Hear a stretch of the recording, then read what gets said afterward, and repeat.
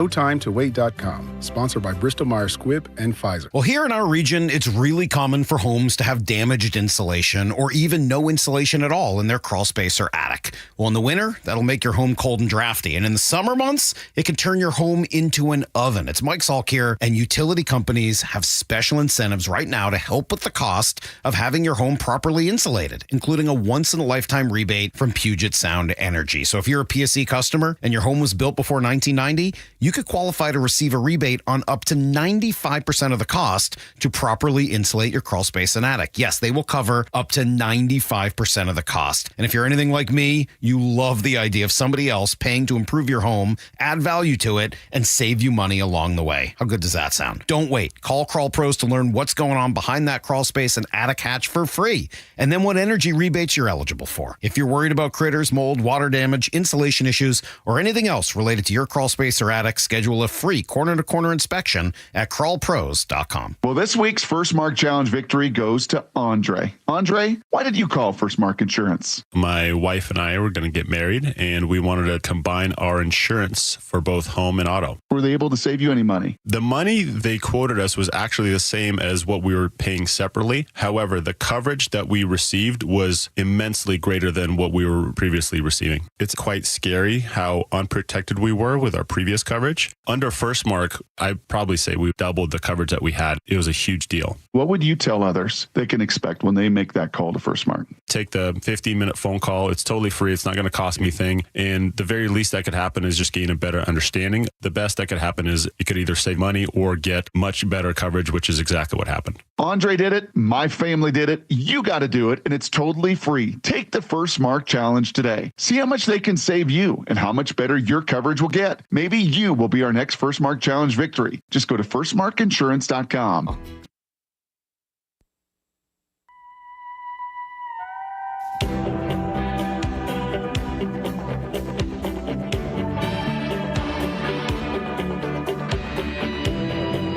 Thanks for being with us. In the midst of a Texas storm last week, a tiny trembling puppy was found clinging to life, left in an onion sack, shivering and covered in ticks, named Slugger. The puppy, who's estimated to be about 10 weeks old, was discovered near a Dallas park by animal control officers after a call came in about a stray sighting. Newsweek says Slugger was in poor condition when found, believed to have been abandoned. There were no signs of a mother or siblings. Rescue staff believe he'd likely survived by eating plastic, dirt, and trash, while his eyes were sealed with infection. Skin was raw and patchy from flea bites. Rescuers say he never tried to run when they found him. He just waited. Now under the care of a foster, a nurse based in South Texas, Slugger is slowly responding to antibiotics, dewormers, and round-the-clock care. His eyes have cleared. His appetite is growing. Once medically cleared, Slugger will be available for adoption. That'll do it for this hour. For Nicole Murray and Mike Gavin, I'm Gordon Deal. Thanks for listening to This Morning, America's First News.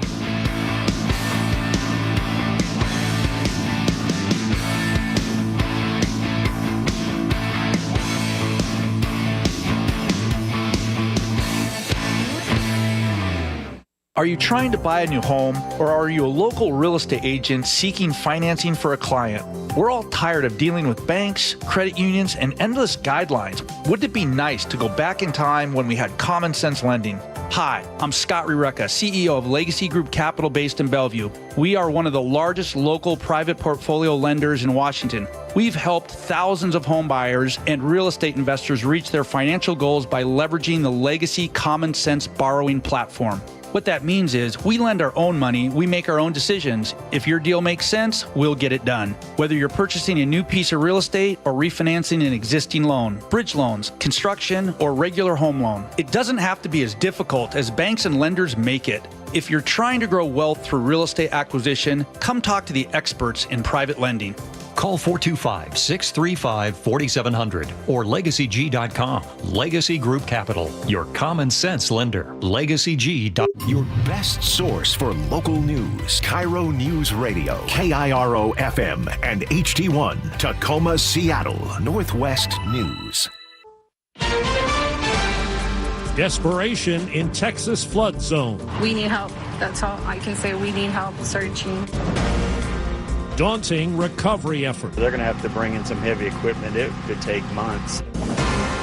Ending TSA's shoes-off policy. To get rid of this rule, I think is a good thing.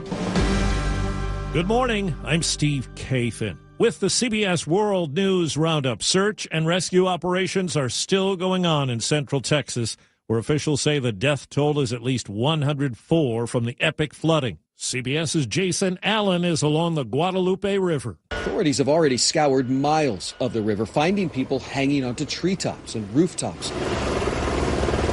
Officials say hundreds of first responders are involved to try to spot any survivors. This is, one of the worst, disasters in this region in a very, very long time. Local officials are facing questions over why Kerr County, part of an area known as Flash Flood Alley, never invested in its own flood warning system. Lieutenant Governor Dan Patrick told us the state could fund warning sirens, and he thinks legislators can take it up this month. Camp Mystic, the girls' summer camp that was washed away by the surging Guadalupe River, says 27 campers and counselors died. 11 are missing. CBS's Janet Shamlian.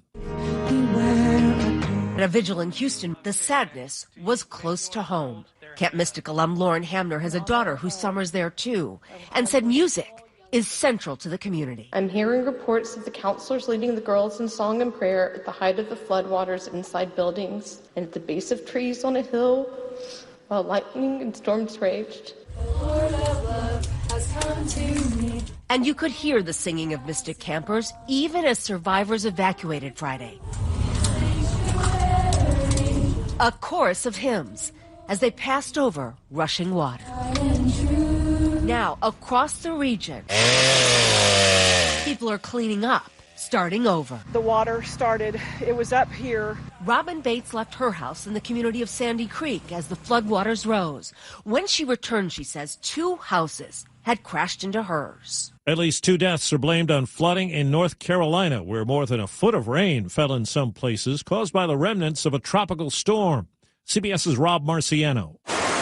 In Durham, North Carolina, rising water swamping cars and reaching the doorstep of several homes. We looked out the window and said, oh my God. John Lamontanero was awakened by his son-in-law when their house began to flood. They said, we're flooded. Pack a bag just in case we can get rescued. They were among 80 people rescued by the Durham Fire Department. Now to Washington, where President Trump has changed course days after ordering a pause in U.S. weapons deliveries to Ukraine. We're going to send some more weapons. They have to be able to defend themselves. They're getting hit very hard now. The Pentagon announced last week it would hold back sending some air defense missiles, precision-guided artillery, and other weapons to Ukraine. There were concerns U.S. stockpiles have declined too much.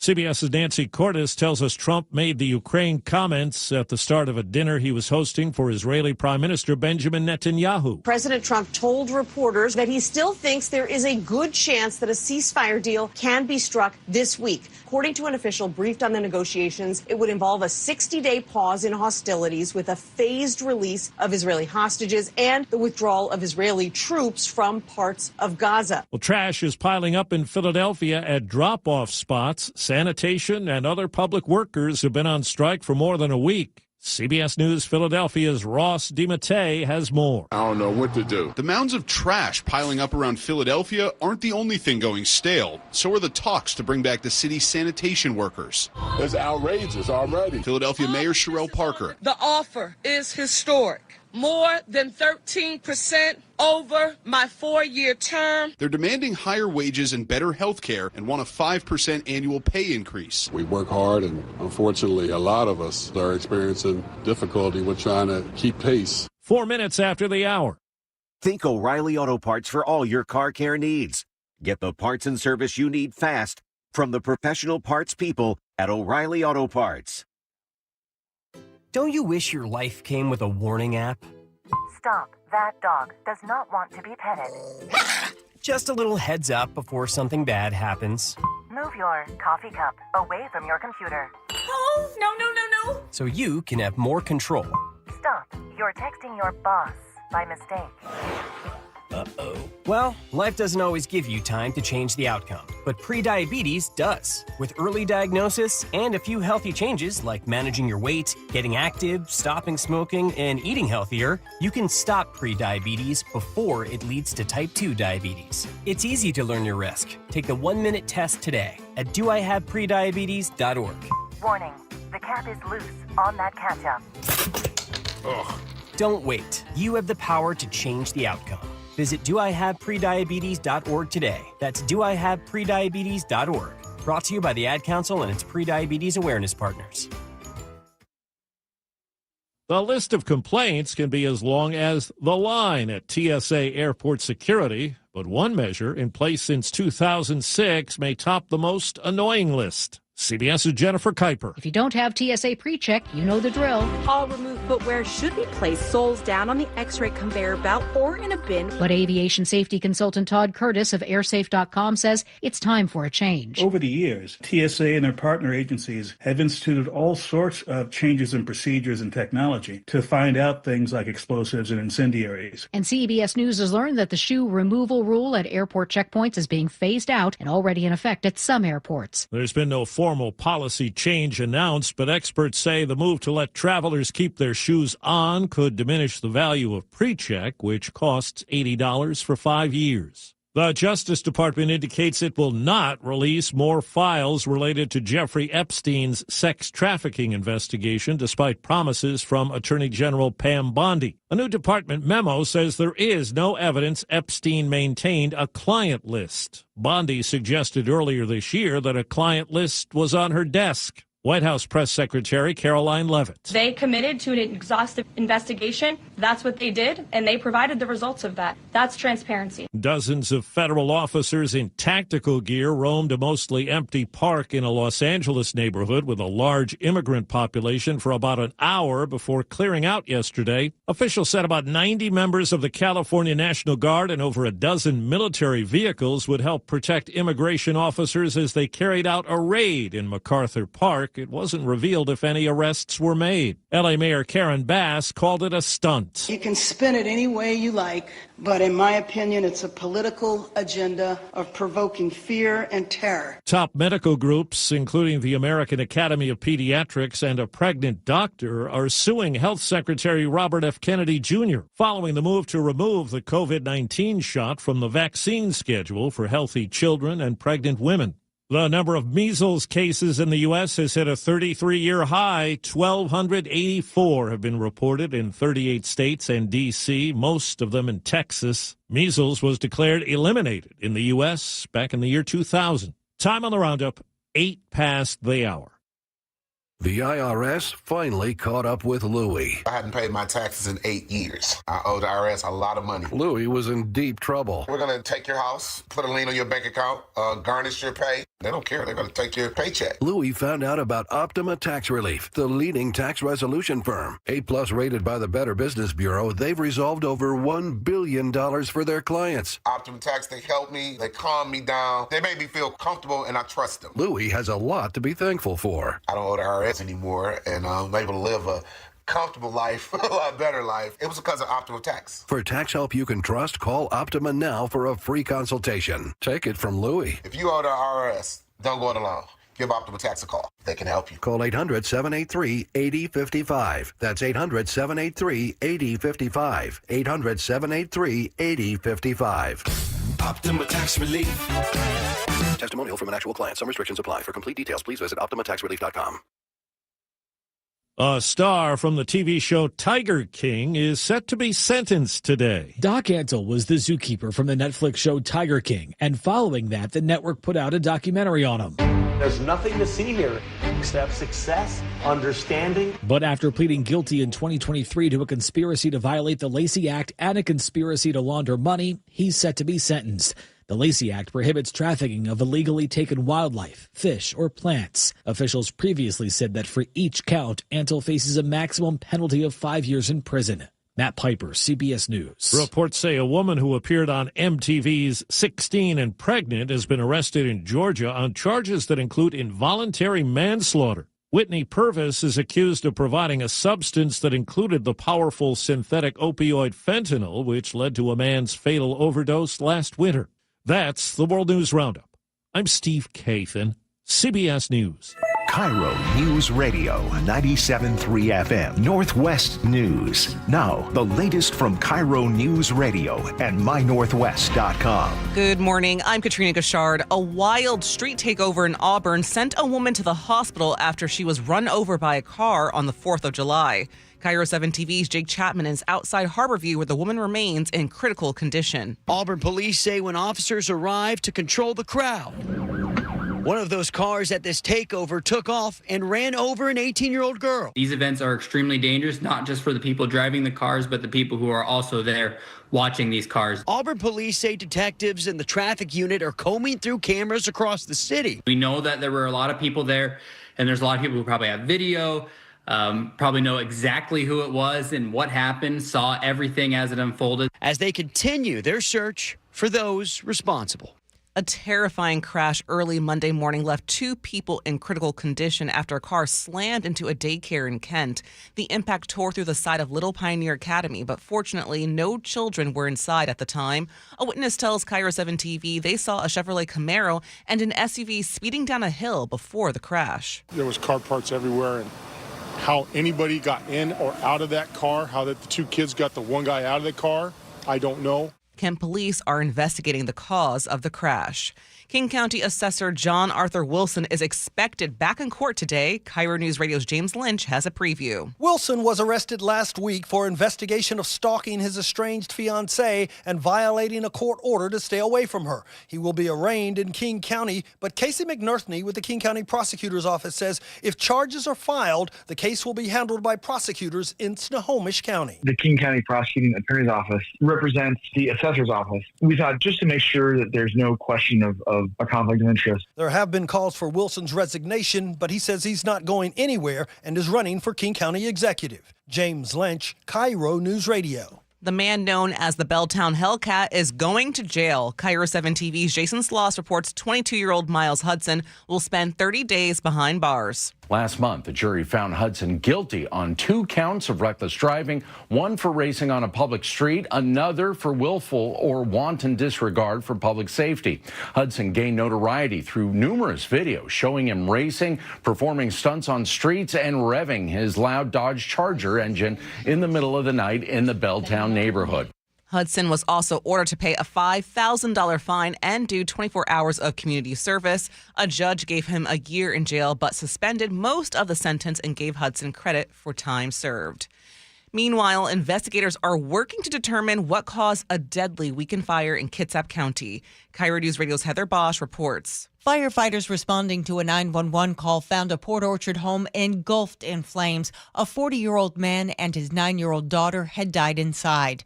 Kitsap County Sheriff's spokesman Kevin McCarty says it's unclear exactly what sparked the fire in the early hours after Independence Day, but there's no indication at this point that fireworks were involved. The Kitsap County Fire Marshal's office is investigating the cause of the fire, so they'll be the ones to determine that. A medical examiner will determine the father and daughter's cause of death. Heather Bosch, KIRO News Radio.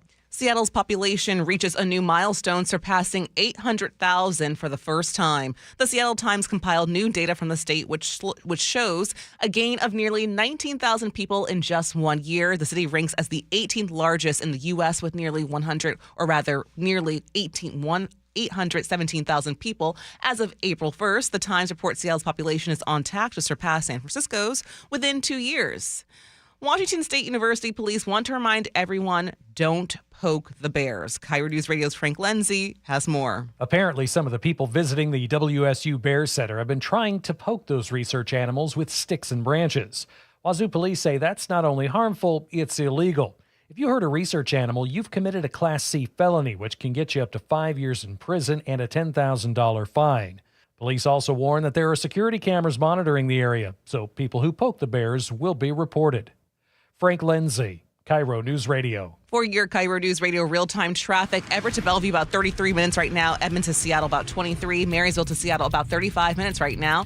And for your KIRO News Radio forecast, we've got some patchy low clouds this morning, but we are on the way for another gorgeous and hot afternoon. The high will be 85. Right now, it's about 58 in downtown Seattle.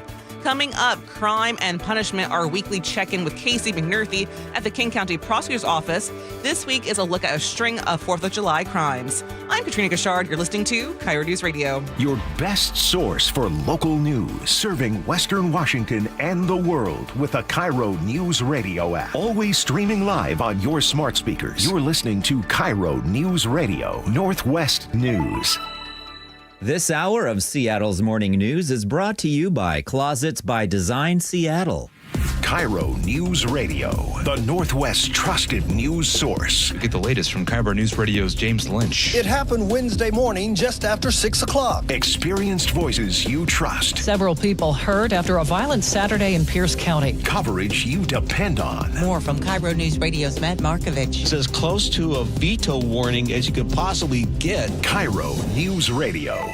We're on YouTube, our app, your smart speaker, and 97.3 FM. If you have unfiled taxes or are in debt to the IRS, this is important news. Did you know the IRS has programs specifically designed to help people struggling with tax debt? Powerful tax assistance programs that can save you thousands if you qualify. No one knows these programs better than the experts at Optima Tax Relief, America's most trusted tax resolution firm. A-plus rated by the Better Business Bureau, their award-winning tax attorneys and licensed professionals have resolved over $1 billion of tax debt for their clients. One call to Optima can start the process, helping to put an end to your worries about wage garnishment, asset seizure, and other aggressive IRS actions. Find the best options to solve your tax problems. Call the experts at Optima Tax Relief today for a free consultation. Call 800-783-8055. That's 800-783-8055. 800-783-8055.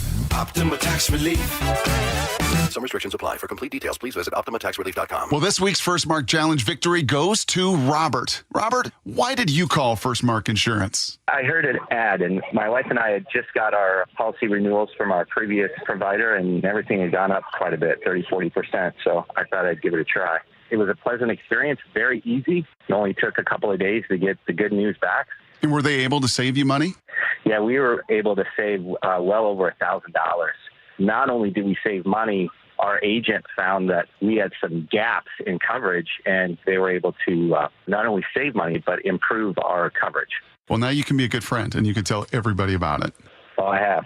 I've, in fact, passed it on to a couple of my good friends, and they're taking the challenge as well. So it's been great. Robert did it. My family did it. Now you got to do it, and it's totally free. Go take the First Mark Challenge today. See how much they can save you and how much better your coverage will get. Maybe you can be our next First Mark Challenge victory. Just go to firstmarkinsurance.com. Firstmarkinsurance.com. It's a new year, but many seniors are struggling with the same old problem: high prices and rising property taxes. We're here with our friend Steve Teitler of Best Mortgage, and he says a reverse mortgage may be the answer. Many seniors cannot afford to stay in the home they love. A reverse mortgage gives them access to equity in their home without having to sell. They can pay off their mortgage if they have one and maybe pull some extra cash out of their home. And best of all, they have no mortgage payment the rest of their life. But as you always say, a reverse mortgage is not for everyone. That's right. Avoid the high-pressure sales pitch from those out-of-state call centers. I give you a consultation, not a sales pitch. I'll tell you if a reverse mortgage is right for you, and I always tell you if it's not. Honest advice you can trust from the reverse mortgage experts. Best Mortgage, the VA loan experts and debt consolidation specialists too. 425-649-6000. Best Mortgage, 425-649-6000. Seattle's Morning News. Hear it live, stream it online, watch the show, or catch the podcast anytime. Seattle's Morning News, wherever you are.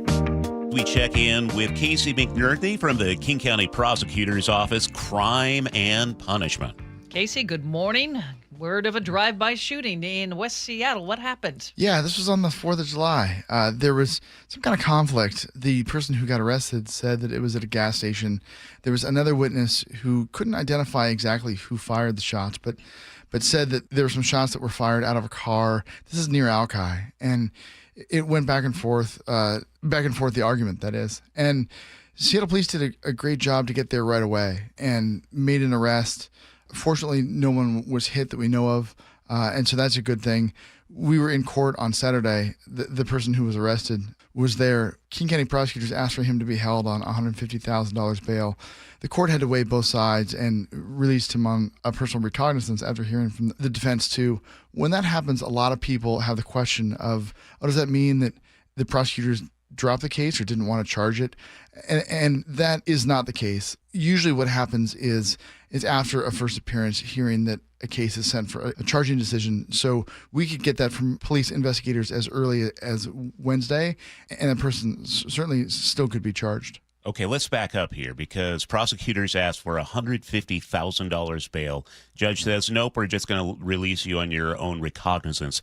Is that common? The safe way for me to answer that is that it's common for the judge to weigh both sides. And there's a few reasons why someone can be held. One is if there's a danger to the public, and the defense is going to argue no, because this person didn't have any previous criminal history. And so we'll argue that, there's not a threat to the public. And under court rules, they've got to have the least restrictive means possible. So they've got to, they look for release unless there's a threat to the public, a likelihood that they'll interfere with the administration of justice or not follow court orders to return. And, but there certainly are cases where prosecutors have a different take and say, we think there is that danger and it's a matter of interpretation. There was another case in West Seattle over the weekend involving a 17-year-old girl being stabbed. What do we know about that? Yeah, that was a really concerning one. They think that there were other teens who stabbed this girl. The way the King County prosecutors were involved was working to get a search warrant right away. And there hasn't been an arrest, but they're certainly on top of that one. And so as soon as we get an update, we'll make sure to share it with you. And is the girl okay? She's at Harborview. She'll probably survive, but that's a pretty substantial injury that will have lifelong implications. And I want to shift gears here, Casey, because this is something that's happening all the time, but this is something that happened on the 4th of July, shoplifting, and it got violent. Tell us about it. Yeah, so this was at the Mercer Street QFC. There were two incidents, in the same day where shoplifters thought they could just walk out with what they, wanted. And then when someone tried to stop them, the security guard attacked them. And that doesn't work. That doesn't work at all. Most shoplifting cases are misdemeanors under the law because of how the law is written. But when you attack somebody, when you pull a weapon, that makes it a felony. And that's what happened in each of these cases. There was a guy who was trying to take some coffee and then he punched the security guard in the face when he tried to stop him. That'll get you to court. And that's what happened here. So King County prosecutors said, this guy's a problem. He's got to be held, and he had a record. So the judge agreed and he missed the fireworks show because each of those guys, were in court and that guy ended up in jail for the night. Those both happened at the same QFC on Mercer? Yeah, about 8 hours apart, yeah. Lastly, let's talk about this car prowl suspect in Kent. This is just a crazy number that he did in a very short amount of time. Yeah, so there was a guy in Kent, and Kent police did a great job to find him and get that case to us. He's accused of multiple victims in under 30 hours. As Kent PD tracked a stolen iPad and found him at a hotel, he tried to jump off a balcony, allegedly, to escape. That didn't work. He's now charged with multiple felonies, also has ongoing cases in Pierce County and Thurston County, and he'll be in court this morning. And since that arrest, he's been in jail. And looking at this, it's really common for car thieves to have multiple thefts. This isn't a one-off sort of thing, right? Right. It's very rare for us to see somebody with multiple car thefts who doesn't have either a previous record or a pattern of doing it, at least in the recent past. And of course, everybody's innocent until proven guilty in court. But it's very common for us to see those referrals where we have somebody like this who then is in different counties. All right. Casey McNerney of the King County Prosecutor's Office. Thanks for your time today, Casey. It's good to see you both. For your KIRO News Radio forecast, some patchy low clouds this morning ahead of another hot day with highs in the mid-80s. Right now, it's about 58 in downtown Seattle. Coming up, G. Scott stops by to share how he spent his 4th of July weekend. I'm Katrina Gashard. You're listening to KIRO News Radio. Doctors King and Kopstein from K2 Vision. If you're over 50 and you've been diagnosed with a cataract or your vision is changing as you're developing an early cataract, you could be a perfect candidate for K2 Vision RLE. It's inevitable, At some point, typically in your 60s or 70s, you'll have a dysfunctional lens that eventually becomes a cataract. To restore your vision, you will someday need a procedure such as refractive lens exchange. The question is, are you done with glasses? Do you want to spend your good, active years hassling with changing prescriptions and needing readers? K2 Vision RLE can give you great vision now, permanently, and you'll never develop that cataract. The procedure is quick and painless, and our state-of-the-art custom lens technologies give highly predictable outcomes. K2 Vision surgeons have performed nearly 100,000 procedures. We know when RLE is right for you. Find out. Schedule a free Zoom consultation at k2visionrle.com. K2 Vision RLE. No glasses, no contacts, no readers. Comcast Business helps turn today's small businesses into engines of modern business. It's how restaurants become reliably up and running neighborhood favorites. How retailers become seamlessly restocking, cyber-securing, must-visit shops. And how healthcare offices become the data managing caregivers that we all depend on. With reliable connectivity, enhanced cybersecurity, advanced fiber solutions, and Wi-Fi backup, Comcast Business is powering the engine of modern business. Powering possibilities. Now through July 21st, new Comcast Business customers can find out how to get started with 150 megabit internet and Security Edge for $59.99 a month for 12 months with a 2-year agreement. Plus, ask how to get a $500 prepaid card for your business. Call and switch to Comcast Business today. Restrictions apply. Requires paperless billing and automatic payments with bank account. Equipment, taxes, and fees extra. Early termination fee applies. Did you know that nearly half the homes in Western Washington are not properly insulated or not insulated at all? That may be the reason why your home is way too hot in the summer and way too cold in the winter. It may also be the reason that your energy bills are sky high. Right now, Insulation Northwest is offering a free inspection of your home's insulation. This is a $199 value and it's absolutely free, no obligation. Just call today and Insulation Northwest will arrange a time that works with your schedule. We'll perform a thorough exam of your home's insulation and give you the advice you need to start saving thousands. Everyone who calls today will also receive a free infrared screening of your home using the latest technology. This will help reveal any hidden flaws in your home's protective energy blanket. What do you have to lose? It only takes about an hour and it's absolutely free. Call Insulation Northwest today, the real insulation company. InsulationNorthwest.com. Are you worried about economic conditions, tariffs, and inflation? Are you tired of trying to time the stock market? Maybe it's time to take a little risk off the table given current market volatility. For stability, there's no better option than Legacy Group's Northwest Fund, a fixed return of 9%. Hi, I'm Scott Rirucka, CEO of Legacy Group Capital in Bellevue. We've been running local real estate investment funds for over 18 years with zero investor losses, averaging double-digit returns since inception, and we also accept IRAs. Over 1,000 local investors have invested over $250 million in our Legacy family of funds. Feeling uneasy? Don't gamble your hard-earned money or risk your retirement. Legacy Group's Northwest Fund, returning 9%, has limited openings for new investors right now. Call 425-635-4700 or visit legacyg.com. That's legacyg.com.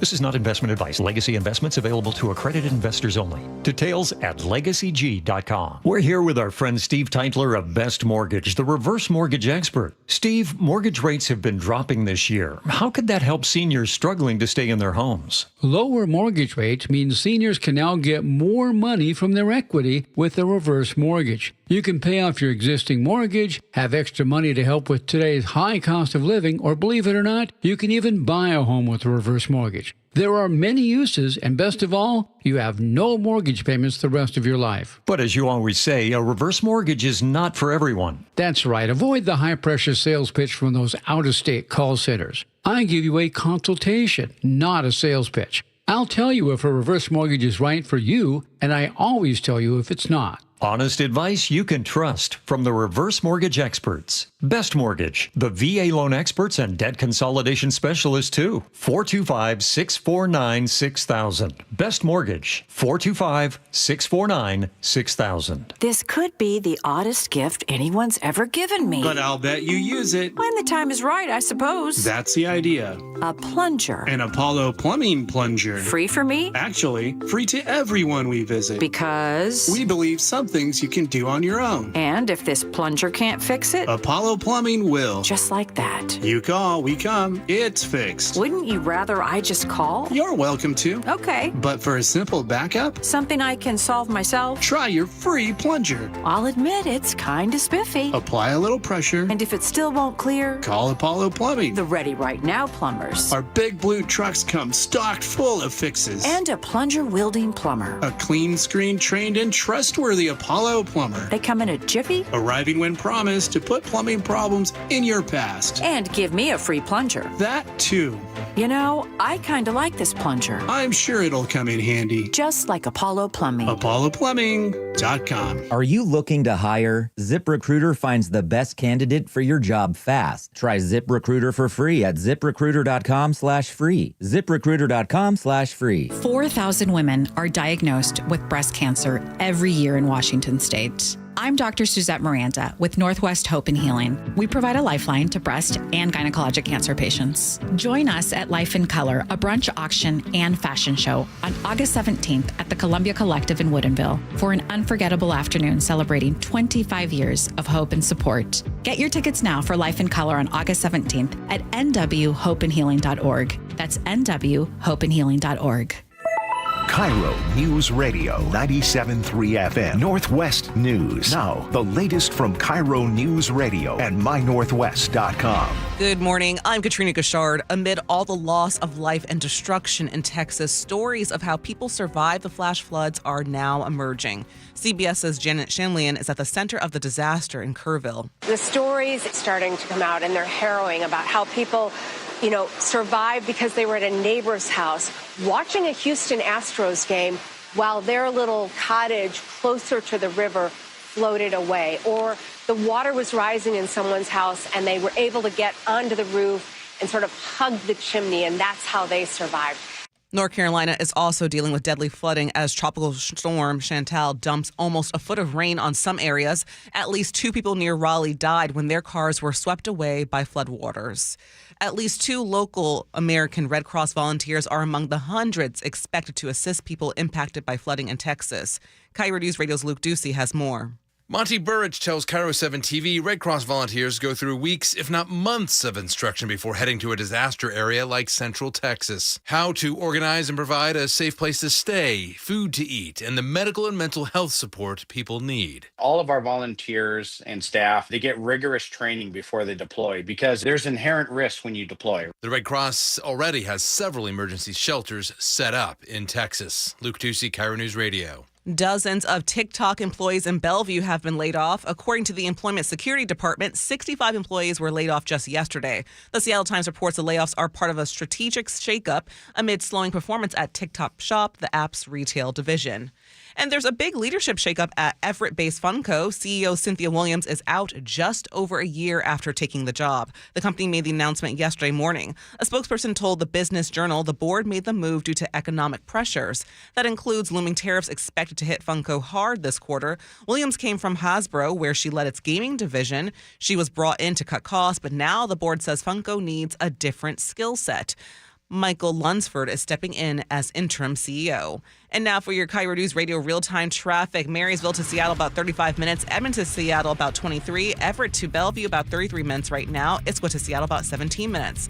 And for your forecast, some patchy low clouds this morning, but another hot day ahead with highs in the mid-80s. Right now, it's about 58 in downtown Seattle. I'm Katrina Gashard. You're listening to KIRO News Radio. Your best source for local news, serving Western Washington and the world with a KIRO Newsradio app. Always streaming live on your smart speakers. You're listening to KIRO News Radio, Northwest News. Seattle's morning news. Hear it live, stream it online, watch the show, or catch the podcast anytime on mynorthwest.com. And joining us from the G and Ursula Show, also the host of the Reset Podcast, which you can find on mynorthwest.com. It's G. Scott. Hey, good morning, y'all. Hello, hello. We are all back, everybody, real quick, and I'm not trying to be funny by this, but I'm just going to just say it right now. If you or anybody that you know are still letting off fireworks after 12 a.m. on July 5th, you're a jerk. Well, we're now days later, and I heard some at midnight last night. Yeah. I'm sorry. What are you doing? What are you trying to prove? What are you celebrating? Doesn't it take the significance out of the 4th of July if you just keep blasting these things off? I think so. I think that you have no regard for our elderly population who, somebody says to me, because I made a post about it, says, well, all you got to do is just, pack up and take your animals with you. Oh, gee, Lois, that's easy, right? How about you pack up and take your fireworks with you? I could do that, but my neighbor next door to me, right, who is an elderly neighbor, got to check, make sure she's good. She can't just pick up and leave. So, anyways, I just had to say that. I'm tired of the fireworks. Plus, they're dangerous. Yeah. They're really dangerous. Especially now. It's so dry right now. Yeah. So, I wanted to just say that. How was you guys' 4th, though?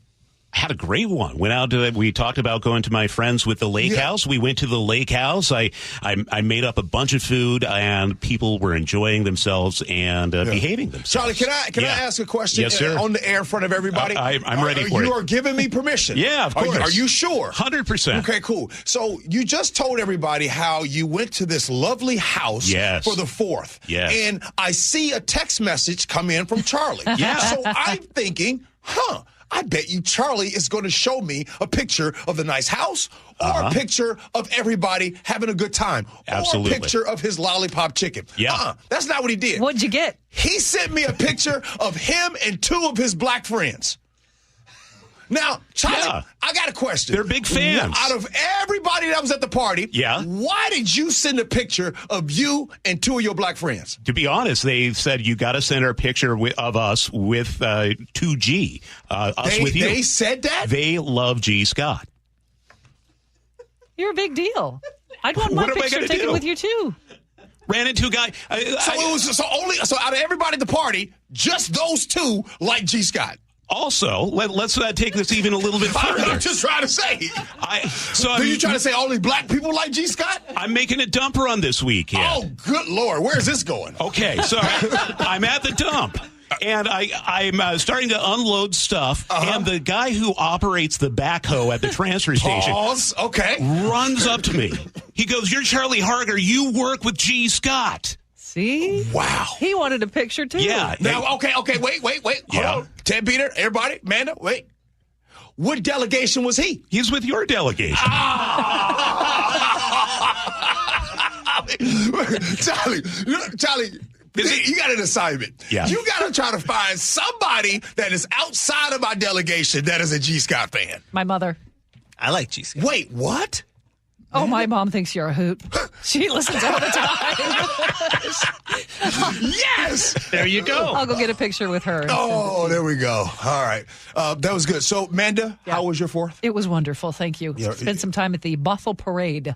Bothell Parade? Super fun. Okay. That sounds good. Coming up, we'll have some national headlines. I'm Katrina Gashard. You're listening to KIRO News Radio. KIRO News Radio is right there with you. A big story developing this morning. On your smart speaker before you head out the door. We get the latest live from KIRO News Radio's Luke Ducey. Huge impacts for Boeing and Boeing workers. The office, the gym, anywhere. Water, like taxes, goes all the way down to the bottom, so it'll either come out of the employee's paycheck or the lack of raise. KIRO News Radio. We're on YouTube, our app, your smart speaker, and 97.3 FM. Spike O'Neill here with Dr. Matthew Sharp, owner of Sharp Vision Modern LASIK and Lens. Dr. Sharp, I am amazed at the brightness and the clarity that I didn't even realize I'd lost before I had my procedure. How's that even possible? A lot of people don't realize that. As you get older, the lens not only is less flexible, but it gets less transparent. And gradually, even in our 40s, 50s, 60s, the lens variety does get less transparent. So you get more glare at night, more halos, loss of contrast sensitivity, loss of some color vision or decreased color vision. What I was seeing. And so when we replace that lens that gets cloudier and cloudier with a crystal clear lens, all of the light gets through, all of the clarity, all the brightness, all the colors. And again, with the multifocal lenses that we have, it's sort of like a bifocal built in, so you can see near and far. Give the folks at Sharp Vision Modern LASIK and Lens a call at 425-451-2020 or online at sharp-vision.com. Sharper than e-vision.com. You pledged your life to serve. You made sacrifices, lost loved ones. At VA, we don't see the falls you've taken. We see the 1,000 times you've stood back up. We embrace your uniqueness and won't trivialize your hardships. We can't promise to heal all wounds or wash away all trauma, but we do see a path forward. We see all veterans. We see you. Learn how treatment works and recovery is possible. Visit MakeTheConnection.net. Are you trying to buy a new home, or are you a local real estate agent seeking financing for a client? We're all tired of dealing with banks, credit unions, and endless guidelines. Wouldn't it be nice to go back in time when we had common sense lending? Hi, I'm Scott Rureka, CEO of Legacy Group Capital based in Bellevue. We are one of the largest local private portfolio lenders in Washington. We've helped thousands of home buyers and real estate investors reach their financial goals by leveraging the Legacy Common Sense borrowing platform. What that means is we lend our own money, we make our own decisions. If your deal makes sense, we'll get it done. Whether you're purchasing a new piece of real estate or refinancing an existing loan, bridge loans, construction, or regular home loan, it doesn't have to be as difficult as banks and lenders make it. If you're trying to grow wealth through real estate acquisition, come talk to the experts in private lending. Call 425-635-4700 or LegacyG.com. Legacy Group Capital, your common sense lender. LegacyG.com. Some kids never smile. They're embarrassed by their crooked teeth. They want braces like the other kids, but their families can't afford them. Some may even try to straighten their teeth themselves. That can make everything worse. Luckily, there's Donated Orthodontic Services, a program from the American Association of Orthodontists. It helps provide orthodontic treatment to kids and teens whose families can't afford it. For kids who apply, are approved, and are matched with a volunteer orthodontist, it can be life-changing. Their treatment is in the hands of an expert, a licensed local orthodontic specialist who improves their smiles by correctly aligning teeth and jaws. Some kids think they'll never smile again, but Donated Orthodontic Services may help them smile with confidence. To link to the application and eligibility requirements, visit aaoinfo.org. It's a new year, but many seniors are struggling with the same old problem: high prices and rising property taxes. We're here with our friend Steve Teitler of Best Mortgage, and he says a reverse mortgage may be the answer. Many seniors cannot afford to stay in the home they love. A reverse mortgage gives them access to equity in their home without having to sell. They can pay off their mortgage if they have one and maybe pull some extra cash out of their home. And best of all, they have no mortgage payment the rest of their life. But as you always say, a reverse mortgage is not for everyone. That's right. Avoid the high-pressure sales pitch from those out-of-state call centers. I give you a consultation, not a sales pitch. I'll tell you if a reverse mortgage is right for you, and I always tell you if it's not. Honest advice you can trust from the reverse mortgage experts. Best Mortgage, the VA loan experts and debt consolidation specialists too. 425-649-6000. Best Mortgage, 425-649-6000. CBS News Brief. Officials in Central Texas say the death toll from flash flooding is now at least 104. Samantha Elfmont with World Central Kitchen, which is feeding people in the region, says survivors are trying to find a way to go on. Still supporting first responders, but also focusing on the local residents who have lost their homes, making sure that they're taking the second to take care of themselves and have a meal. 2 people are dead in flash flooding in central North Carolina. Teza Satterwhite escaped from his flooded apartment in Chapel Hill. It was really scary. And then the lights went out. It was dark, and all you could see was the water just moving. That was really scary, for real. In an apparent policy reversal, President Trump now says the U.S. is going to send weapons to Ukraine as it defends against an increasing Russian onslaught. We're going to send some more weapons. We have to. They have to be able to defend themselves. They're getting hit very hard now.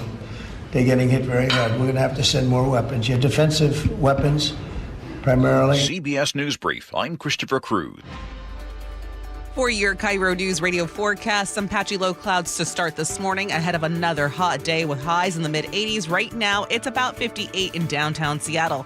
Coming up, CBS business analyst Jill Schlesinger breaks down all the impacts of the big, beautiful bill and what to expect from the economy as President Trump's tariff deadline approaches. I'm Katrina Gashard. You're listening to KIRO News Radio. Crawl space and attics are not places you want to spend much time, but many homes in our area can have serious issues behind the hatches. Hi, it's the owner of Crawl Pros, Richard Herron. For years, you've heard us talking about how we go where you don't want to. With our free corner-to-corner inspection to keep your crawl space and attic well insulated and free of mold and water. You've also heard about the pest control division of our company to keep your home bug and critter free. I'm excited to tell you about our newest division, Plumber Pros. Plumber Pros takes the same customer-first approach to plumbing that we do with our crawl space, attic, and pest control work. We've handpicked skilled plumbers that I know you'll feel comfortable inviting into your home. So next time you run into plumbing issues, from leaky faucets and clogged drains to full home repipes and sub pump installations, call Crawl Pros and we'll get our plumbing division, Plumber Pros, out to get it resolved. For anything related to your crawl space, attic, pest control, or plumbing, call Crawl Pros or visit us at crawlpros.com. When the heat's in 11, cool AC would be heaven. dayandnight.net. Some AC you'll be loving. When your house is an oven. dayandnight.net. Northwest summers are beautiful, but there's always a long hot stretch that makes everyone say, man, AC sure would be nice. Well, except for that one annoying friend who won't stop talking about how great his AC is. Hi, I'm Bruce with Day and Night Plumbing and Heating. Don't sweat through another summer. Have Day and Night keep your house cool and comfortable by installing a high-efficiency AC or heat pump. Or if you have an existing system, we'll come and service it. Make sure it's running efficiently and ready to cool when you need it. When the summer is cooking, we're the place to be looking. dayandnight.net. Stay cool this summer with Day and Night. Call now to get 10% off an air conditioner or heat pump. Plus, no payments or interest for a year OAC. Restrictions apply. Call for details. dayandnight.net. For more than 50 years, the voice Seattle trusts. This is Seattle's Morning News on KIRO News Radio. Time for our weekly chat with Jill Schlesinger from CBS News. Good morning, Jill. Good morning. And we wanted to talk about the winners and the losers in this Trump mega bill, the one that was signed into law last week. Yeah, I mean, it's so vast, almost 900 pages. It feels like there's a little bit of something for everyone.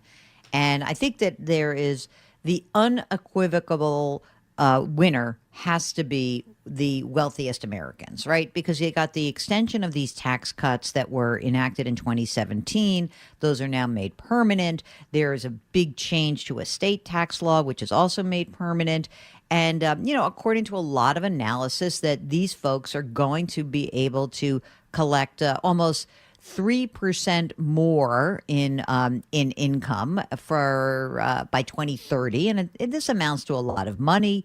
But it's a real win if you are making, say, more than $400,000. And what if you're not? Okay, so let's go to the worst impact. The people who lose the most. I always kind of can't believe that we have to do this, but here it is. The people who stand to lose the most are the people who really can't afford to lose anything. And that is the people at the lower end of the income stream.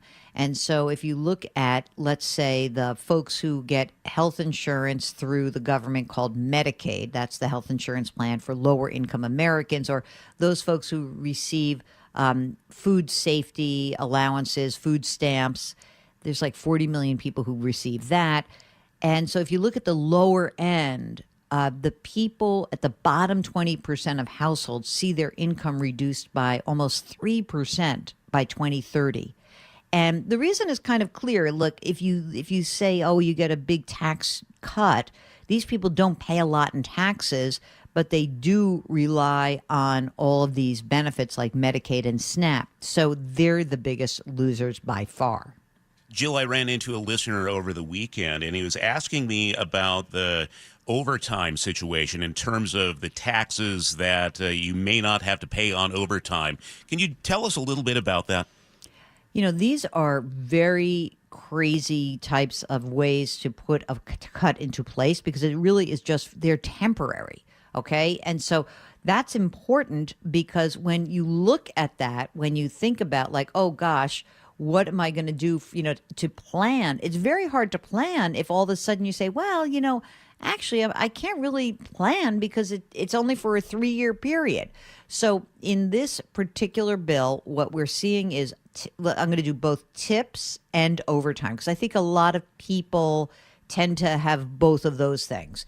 So when you look at tips, if you're capped at you get a temporary deduction for what's called qualified tip income, and there's a discussion of what that is. But let's just say you've got tip income, and you get a deduction up to $25,000 if you make less than $150,000. I think that most people who get tip income probably do make less than $150,000, but you never know. And again, it ends after 2028. If you work overtime, it's sort of a similar thing. You get a deduction, but it's capped at $12,500, and it phases out for folks who make $150,000 or less as individuals.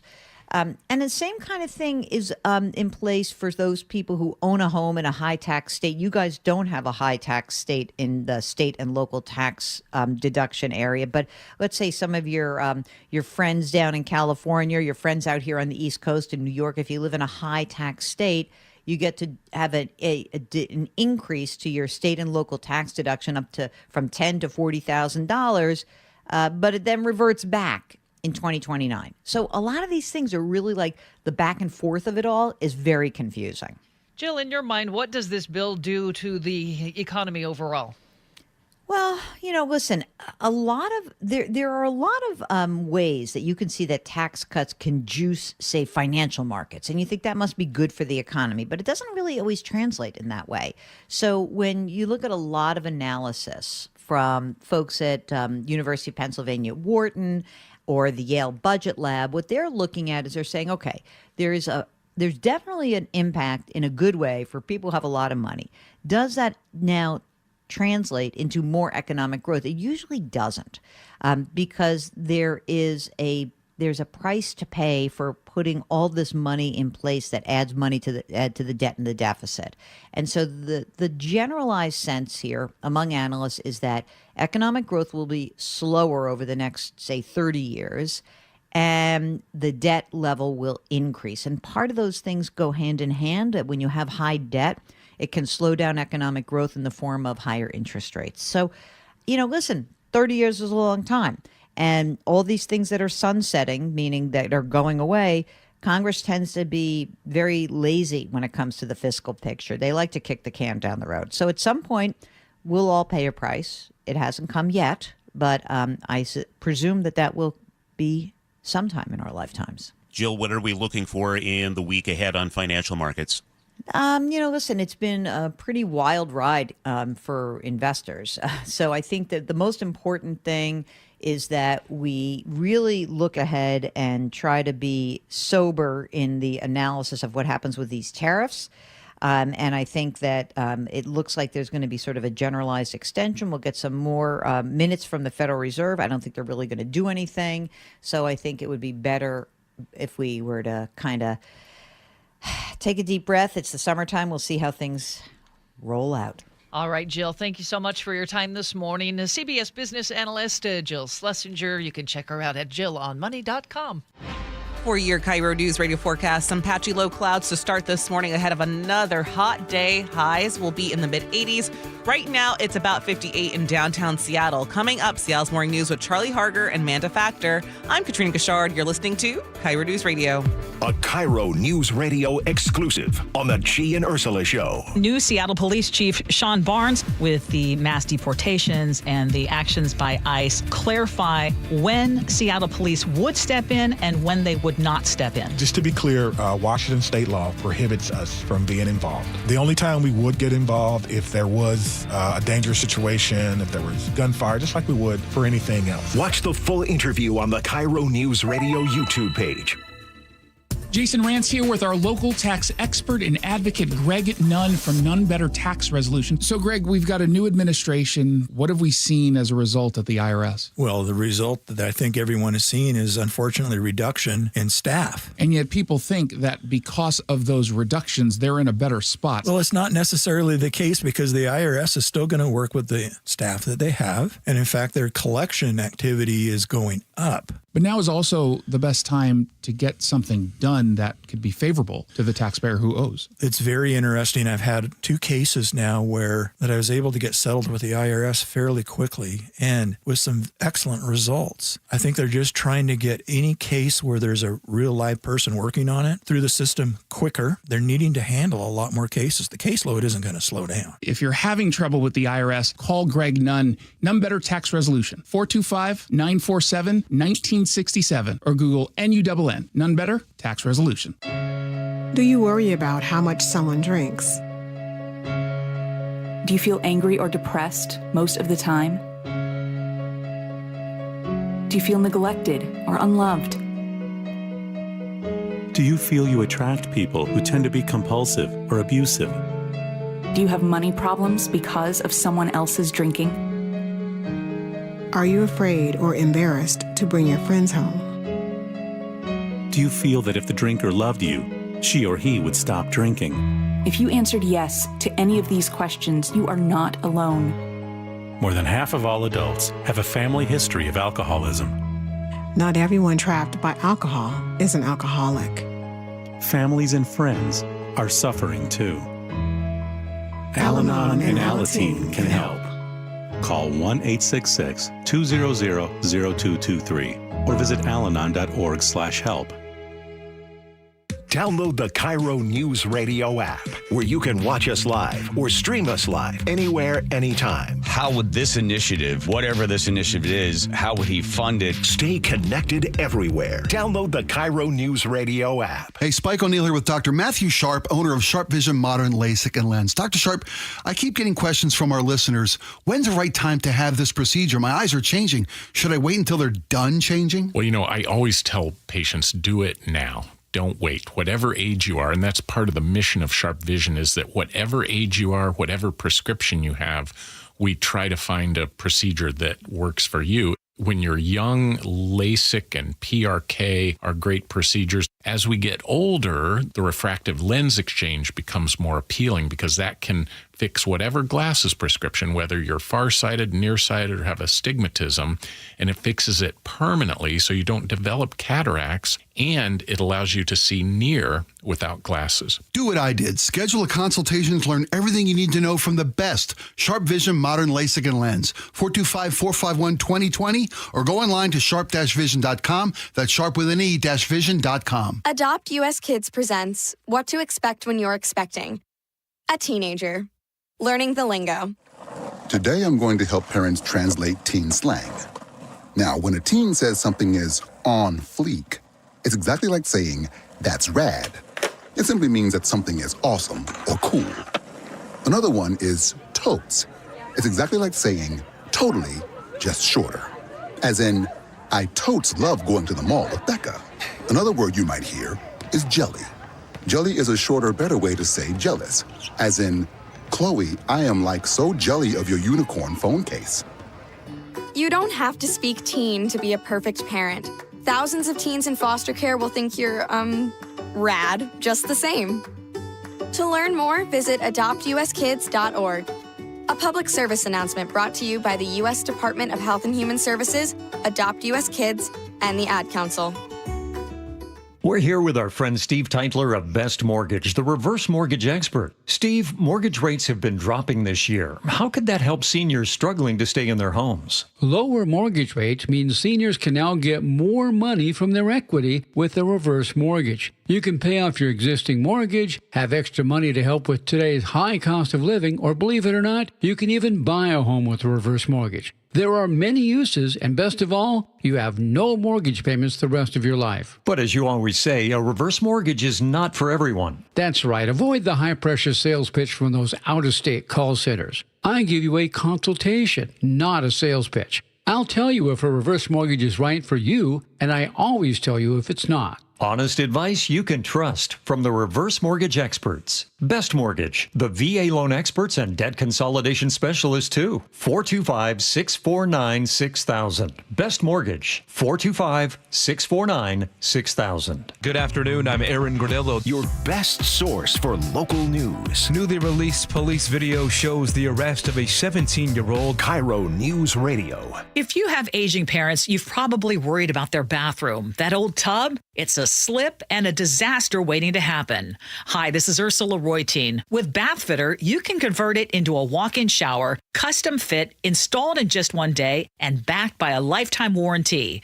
No mess, no demo, just a safer, better bathroom. Call Bathfitter today or visit bathfitternw.com to schedule your free consultation. And right now, take advantage of 0% interest for 24 months. Planning a road trip? Plan a visit to your neighborhood Bucky's Complete Auto Repair for oil changes, brakes, AC repair, and factory maintenance. No appointment needed, and yes, friendly financing is available. Visit buckys.com. Your best source for local news. KIRO News Radio. KIRO FM and HD1. Tacoma, Seattle. Northwest News. This is CBS News on the Hour, sponsored by Progressive Insurance. I'm Deborah Rodriguez. The death toll has climbed to at least 104 from cataclysmic flooding in central Texas over the holiday weekend. Volunteer teams, some on horseback, have joined mounted police from Austin in a round-the-clock search along the banks of the Guadalupe River for anyone who might still be alive, including someone Sonny White knows. We are still actively looking for our friend who is missing, but we've got his name on a lot of lists, and we've been going around to all the ERs and hospitals and Red Cross to get his name out there. CBS's Jason Allen is in Ingram. This is really slow and tedious work, right? These rescue crews are having to work in sections, a kilometer at a time, a half mile or so at a time until they can get things cleared. Only then can the heavy machinery come in and clear out all of this debris. And although rain chances are a lot lower than they have been over the past few days, anything that does fall now is falling on ground that is saturated. Just days after he ordered a pause, President Trump says the U.S. will send more weapons to Ukraine. We're going to send some more weapons. We have to. They have to be able to defend themselves. They're getting hit very hard now. Officials in Ukraine say new Russian attacks have killed at least 11 civilians and injured more than 80 others, including 7 children. Negotiations are resuming in Philadelphia's week-old strike by municipal employees. Greg Bulware heads the largest union. Unfortunately, a lot of us inside the city, not just our city workers, are experiencing difficulty with trying to keep pace. With garbage piles growing, protesters dumped trash inside City Hall. Officials are urging people to make their own drop-offs at collection centers. Workers walked out in a contract dispute over wages. Churches get the go-ahead to endorse politicians from the pulpit. Federal law does not allow tax-exempt nonprofits to campaign. But in a new court filing, the IRS says that ban should not apply to houses of worship speaking to their own members. The agency likens it to a family discussion about candidates. 2 Texas churches and a group of Christian broadcasters sued the IRS, demanding all nonprofits be allowed to endorse candidates. The National Council of Nonprofits warns that would allow political operatives to get big tax breaks as they funnel money to their candidates. Michael Wallace, CBS News. Looking for a new car? Ford is sweetening the pot. WWJ's Jeff Gilbert from Detroit. This latest round of deals offers no interest financing for 48 months, as well as no down payment and no payments for 90 days. This runs through the summer. Dow futures down 60. This is CBS News. Sponsored by Progressive Insurance. We offer auto, home, and commercial auto insurance, plus a variety of business insurance options. Visit Progressive.com today. It's 6:03, and we head over to the Beacon Plumbing Traffic Desk, and welcome back, Sully. Well, it's good to be here, Charlie. We're back on a Tuesday for me and looking at a drive that's not too bad. We do have some brake lights here and there. A little sun glare to deal with on northbound I-5 as you work your way up the Nisqually Basin up towards Mounts Road. About 40 minutes, Olympia to Tacoma. Tacoma itself, not too bad, and then Federal Federal Way to Seattle's about 40 minutes. Brake lights up past the Kent Des Moines Road. Valley Freeway's not too bad either, 40 from end to end. We do have some brake lights eastbound 512 down the hill and a little bit on westbound 410. Rented to Bellevue, not too bad at all. Under 20 minutes on the drive there. Coming down from Snohomish County, a little bit of braking in Marysville, just kind of congestion stuff, nothing really red on the map. And then about 35 minutes from Everett to Seattle or Everett to Bellevue. The lake bridges are quiet. This report brought to you by the KIRO Radio Rundown. Text newsletter to 888-973-5476. Subscribe to the daily KIRO News Radio Rundown. Get the latest news updates from your favorite KIRO News Radio shows straight to your inbox. Now, the latest from KIRO News Radio and mynorthwest.com. Live from East Lake Avenue. You're listening to Charlie Harger and Manda Factor, Seattle's morning news. Good morning. It's 6:04. An 18-year-old woman is clinging to life in critical condition after a hit and run during a street takeover in Auburn. Police say the car was doing donuts in front of a large crowd. Police arrived, the car sped off, and the whole thing was captured on camera. KIRO News Radio's Luke Ducey is here with the latest. Luke? It happened on the 4th of July at night at the intersection of Lake Tapps Parkway and Lakeland Hills Way. On this video, you can see the driver doing donuts, then take off and hit the victim who was in the middle of the street, and witnesses can't believe what they see. Holy did you see that? That girl's dead. No, that girl's dead. Holy dude, I cannot believe we just witnessed something like that. No, that girl's dead. Well, good news is she did not die, but she was rushed to Harborview Medical Center in critical condition. Police spokesperson Colby Crossley says they're still looking for the suspect. We know that there were a lot of people there, and there's a lot of people who probably have video, probably know exactly who it was and what happened, saw everything as it unfolded. Police say these street takeovers are happening more and more. Maybe you've heard a car doing donuts in your neighborhood late at night, or you've seen the skid marks left behind at those intersections. I know I have. Charlie and Manda, for people who do this, is kind of like a graffiti artist. You know, they're tagging their territory. They like to go back and look at the skid marks they left themselves. But in this case, we've got a teenager in the hospital. Anyone with information is urged to call police. That area is kind of known for it. That is my neighborhood, and this is just an awful, awful story. Scary video, and we're going to get that up on mynorthwest.com as well so you can see it. Appreciate it, Luke. 6:05 now. Everett police are investigating a shooting that sent one person to the hospital. Everett Fire says it happened shortly after 3:45 this morning off West Casino Road. Paramedics took a male victim to the hospital. His condition has not been released. We'll bring you the latest as we learn more. King County Assessor John Arthur Wilson is expected back in court today. We get a preview from KIRO News Radio's James Lynch. Wilson was arrested last week for investigation of stalking his estranged fiancée and violating a court order to stay away from her. He will be arraigned in King County, but Casey McNerthney with the King County Prosecutor's Office says if charges are filed, the case will be handled by prosecutors in Snohomish County. The King County Prosecuting Attorney's Office represents the Assessor's Office. We thought just to make sure that there's no question of a conflict of interest. There have been calls for Wilson's resignation, but he says he's not going anywhere and is running for King County Executive. James Lynch, KIRO News Radio. Keeping you informed since 1974. This is the city's longest-running radio news show. Seattle's Morning News on KIRO News Radio. Well, good morning. It's Tuesday, July 8th, along with Manda. I'm Charlie, and look who's back. Who? I don't recognize him. If you want to tune into the video feed right now, Sully has a beard. Wow. Yeah, I do. It's spectacularly awful. You were only gone for a couple of days. Yeah, well, I kind of started it last week. Yeah. We were going. I wasn't quite sure. I don't know. Is it staying? I can't. I mean, it's getting to the scratchy point, and it needs either a trim or a full-on gone. Full-on gone. I'm leaning towards gone. All right. What's Holly leaning towards? There's no that was gone last week. So yeah, maybe get a little stubble. You'll go for the 1980s Don Johnson Miami Vice. Bring it down just a little bit. Yeah. You'll be confused with him. Producer I'm not David. real sure here. Let's take a look here. Come on here. Got the side. The problem is it's all white here, and then there's a little color here and all white there. It doesn't really look good. I don't care how it looks. I'm just glad you're back. Yeah, I'm happy to be here. Good to see your face, buddy. We also have producer David Burbank in the studio. Katrina Gashard is out in the newsroom. Nick Krasha at the control room board. And Manda, yes, I didn't write this. But I take issue with it. It says another hot day today before we get a reprieve tomorrow. 85 is hot. Is it hot? Yeah. I thought it was kind of lovely outside yesterday afternoon. I think It can be hot and lovely at the Yeah. same time. Okay. All right. Well, I think anything over 80 around here is hot. maybe you should text us. Is 85 hot? 888-973-5476. This hour of Seattle's Morning News is sponsored by American Crawl Space and Pest Control. Coming up, our weekly chat with New York Times investigative reporter David Farenthold. He explains why churches can now begin to endorse political candidates directly to their congregations.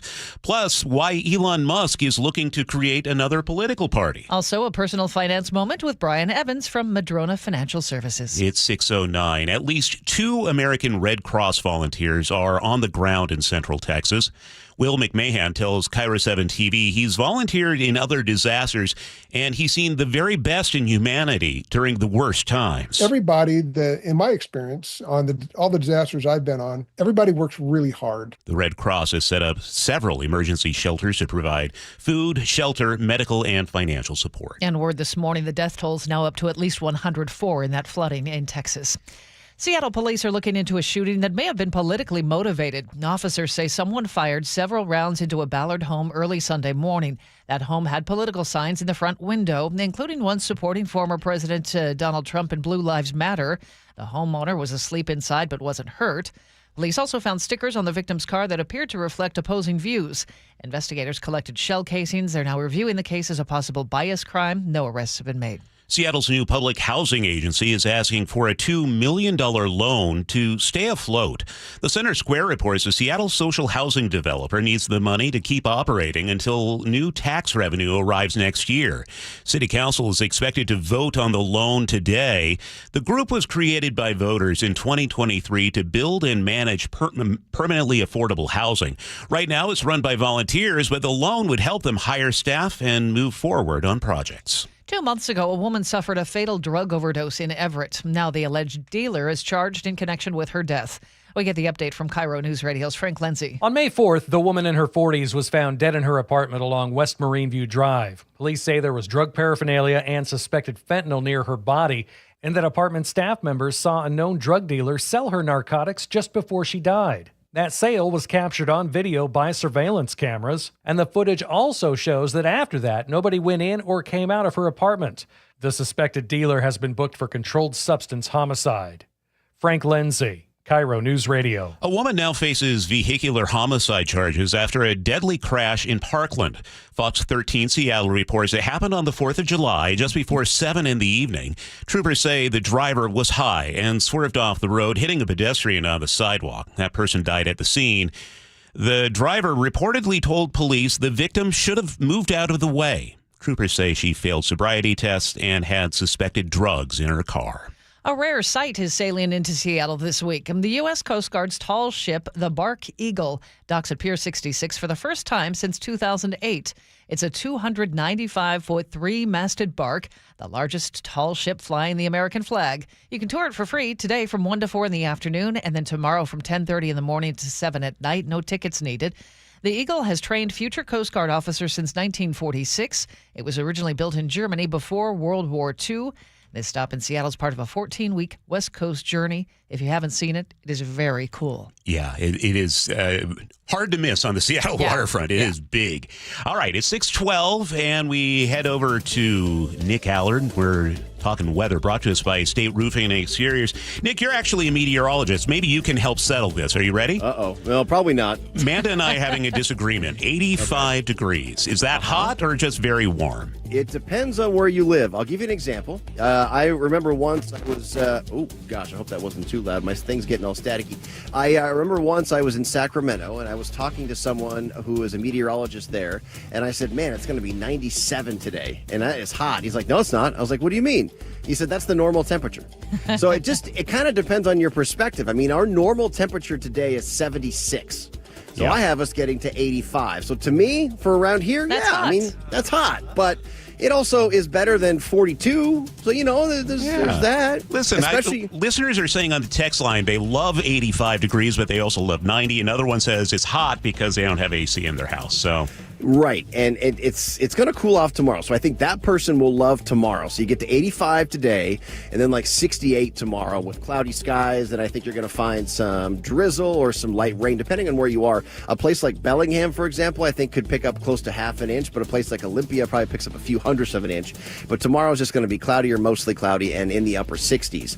And then I think you're going to find a return to some 70s on Thursday, and then to the weekend back to the low 80s with sunshine. So, it is hot, depending on where you are. It's July. I won, Charlie. Well, but also, I need you to know something, Charlie. She bribed me. Okay. Yeah, now that figures. That sounds like Manda Factor. It's supposed to be our secret thing. But I haven't seen the donuts arrive yet, so I don't believe that I'm actually getting paid. All right, Nick, thank you. Right now in Seattle, clear skies and 58. And at 6:14, we head over back to the Beacon Plumbing traffic desk and to Chris Sullivan. Doing all right over there? It's one of those, the synapses are just not firing properly this morning. It's for some because reason. she was called out on her bribery. I think so. That and also my face is really distracting. What is your name again? I haven't seen you in so long. It's really distracting, I got to admit. Looking at the drive now, we do have some heavy brake lights coming up the Nisqually, or down into Nisqually from Lacey today. About 42 minutes already from Olympia to Tacoma. I'm blaming the sun on that one, and because of the glare we have up the hill. Then after that, it's a pretty good drive all the way up and through Tacoma. A couple of brake lights at Fife just through the construction zone, and then a rather normal 42-minute drive from Federal Way to Seattle. Eastbound 512 is pretty heavy down the hill into Puyallup, but nothing you can't handle.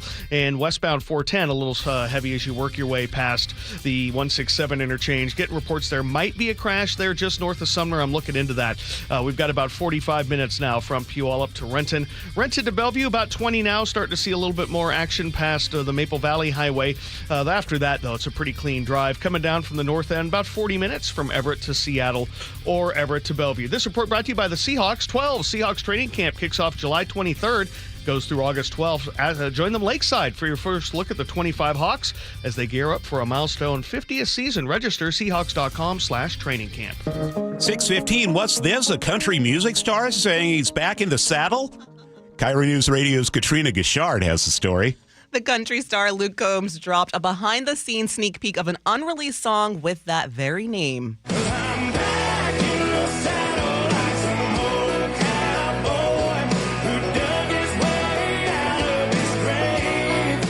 So there's no release date yet, but Luke Combs did say that fans should keep an eye out for Easter eggs and get ready for a headline tour sometime next year. So saddle up, y'all. Okay. Thank you, Katrina. 6:16 now. Hear it live, stream it online, watch the show, or catch the podcast anytime. Seattle's morning news, wherever you are. It's Tuesday, and every Tuesday we call up New York Times investigative reporter David Farenthold to talk about the big national stories of the week. David, good morning. Let's start today with your reporting from last night. What big changes are ahead for churches and politics? Well, last night, the IRS said in a court filing that it was basically creating an exemption in a decades-old rule. That rule is that if you're a tax-exempt group, whether you're a charity or a church or a synagogue or a mosque, you can't get involved in political campaigning. You can't endorse candidates. You can't campaign on behalf of a candidate. What the IRS did last night was say, okay, we're creating a new exemption for that. If you're a house of worship, not just the church, but other houses of worship, and you're speaking from the pulpit, you're speaking to your congregation, not to the public at large, but to the members of your congregation, you can endorse candidates. That's what they're saying. You can oppose a candidate. You can make political speech from the pulpit to your congregation. That was something the IRS wasn't really policing before, but now they're saying officially it's legal. And how was it different before in terms of the rule? In the past, the rule was pastors could not, the rabbis, whoever, could not endorse a candidate from the pulpit. In practice, they often did, and the IRS was pretty sporadic about enforcing that rule because it was afraid of overstepping First Amendment freedom of religion grounds. But it was the rule, and so if you were a church or a synagogue, you would say, well, let's not do it because we don't want to break any rules. Now that rule has gone away. What prompted this? Has it been brewing for a long time? Well, President Trump has said for a long time that he wants to get rid of the entire rule. It's called the Johnson Amendment, the entire rule that says that nonprofits can't get involved in politics. But in this case, it was in response to a lawsuit filed by some churches in Texas against the IRS. The churches said, hey, look, we don't think this rule is constitutional. It oversteps freedom of religion. This is the IRS basically settling that case and saying, you know what, you're right. we're not going to enforce that rule against churches or other houses of worship. I know this is still very early on in terms of the new rule, but what kind of a reaction are you hearing? Well, it's a mix. There are some people who say, well, look, this was basically already the rule anyway. The IRS didn't say it, but this is how they were treating the rule in practice. But there are a lot of folks, including big associations of nonprofits, who really worry about the impact here. They say, well, it sounds like it's getting the IRS out of the business of policing what churches say, but it may just make them more involved. So now, okay, if the rule is it's okay to speak to your congregation, well, what if you speak to your congregation but put that sermon online? What if you have a TV congregation? What if your congregation you think is the world and you broadcast things to the world? It may make them invite the IRS more into deciding where churches have overstepped this new boundary. David, let's switch gears and talk about the deteriorating relationship between Donald Trump and Elon Musk. Elon establishing a third party. Thoughts on that? I really don't think that's going to succeed. I mean, I've been wrong about Elon Musk before. A lot of people have. But think about what Elon Musk has done in the last year. He started out maybe 2 or 3 years ago with a strong base of support among liberals, people that bought Teslas, cared about climate change, believed in his mission as someone who wanted to get rid of gas-powered cars. Then he threw those people, basically gave the middle finger to all those people, told them that they were traitors to the country, and joined Donald Trump, became Donald Trump's biggest fan. And, then we had the 2024 campaign. We had Doge, where he was in this incredibly confrontational. Remember the straight arm salute he did earlier this year? He was this incredibly confrontational far-right figure. And now he's saying, wait, I don't want to be either one of those. I want to be a party for the middle. Well, who's going to go there? He's alienated in the really short amount of time both sides of the American political divide. I just don't think there are enough people who like Elon Musk to build any sort of political party on. What kind of candidates is he reaching out to? I've heard that Andrew Yang is among them. I mean, yes, I think he's trying to find people who are, seen as being sort of independent, who might support him. Andrew Yang being one of them. The crazy thing about that is, the one issue that we really know Musk cares about is spending, deficits, debt. He wants to make the U.S. spend a lot less and balance the budget, reduce our deficit. Andrew Yang's big thing was universal basic income, basically the government paying everyone a salary, even if you didn't have a job. I don't know how you get those two ideologies together in one party. Well, let's talk about tariffs and the latest developments in the U.S. implementing those tariffs on trade partners. Seems like a lot of entreaties were proposed by countries throughout Asia to no avail. What do you think President Trump really wants from these new deals? It's hard to tell. He promised this thing a few weeks ago. We're going to get a deal with every country in the world by July 9th. And he ended up getting a deal with one, kind of a framework deal with Vietnam and maybe a couple of other places. And so now he's saying, okay, well, now we're doing it by August. Well, I think what he's finding is that it's really, really hard to make comprehensive trade deals at all, that they're very slow, painstaking processes. It's hard to do them with a zillion countries at once.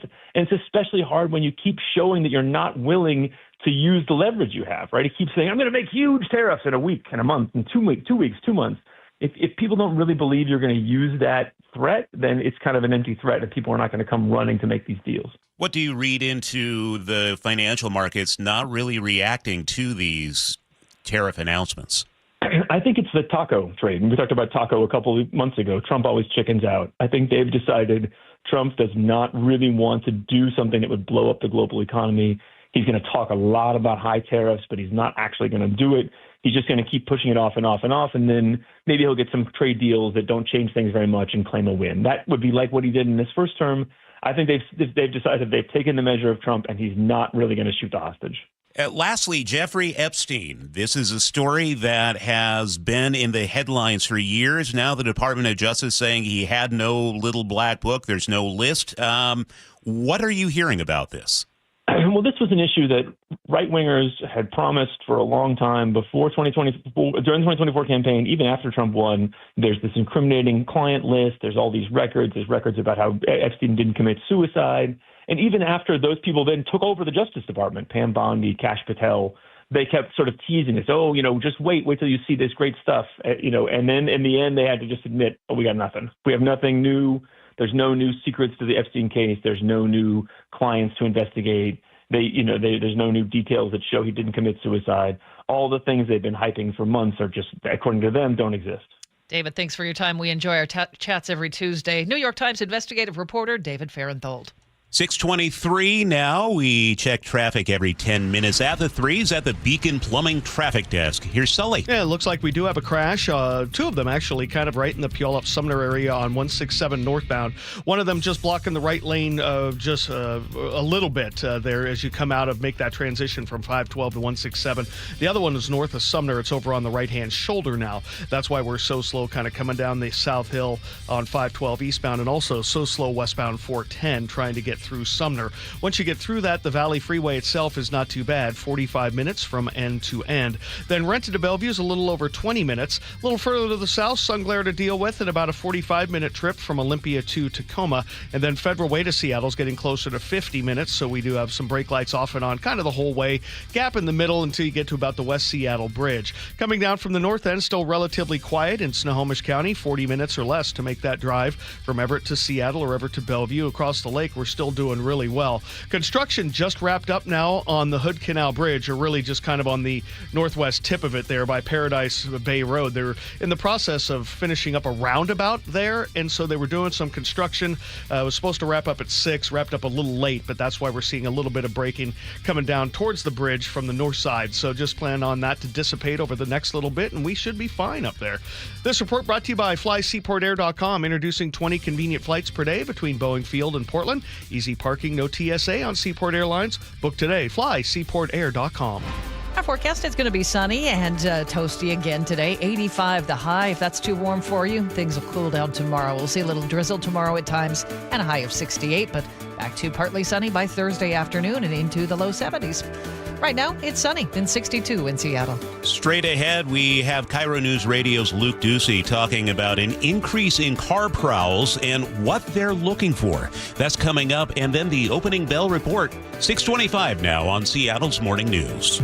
The first place you turn to for breaking news. Protest outside City Hall. KIRO News Radio. James Lynch begins our team coverage live at City Hall. Now, we are told by SPD that 4 people have been arrested for assault. For more on the counter protesters, we go to Scott Carney. See a group of another 10 officers come down the steps. Closures now extended from Washington closer to the stadiums. KIRO News Radio on 97.3 FM, and download the KIRO News Radio app to listen anytime. With a procedure as new as stem cell therapy, it's natural to wonder, okay, if it worked on my shoulder, maybe it'll work on my knee too. The first one I had done was the rotator cuff. And for Leslie, who's been a patient of Dr. Mark Wagner, MD, the answer is absolutely. Going up and down stairs was like, oh, I can't do this. So I went to see Dr. Wagner. He said, well, you have a torn meniscus. He says, I think the best way to fix this is stem cells. So I said, of course, because it worked on my shoulder so well. I thought, well, let's do my knee. Within a day, I was pain-free and walking again. I feel like my body is regenerating itself through my own stem cells. Which is why it's called Seattle Sports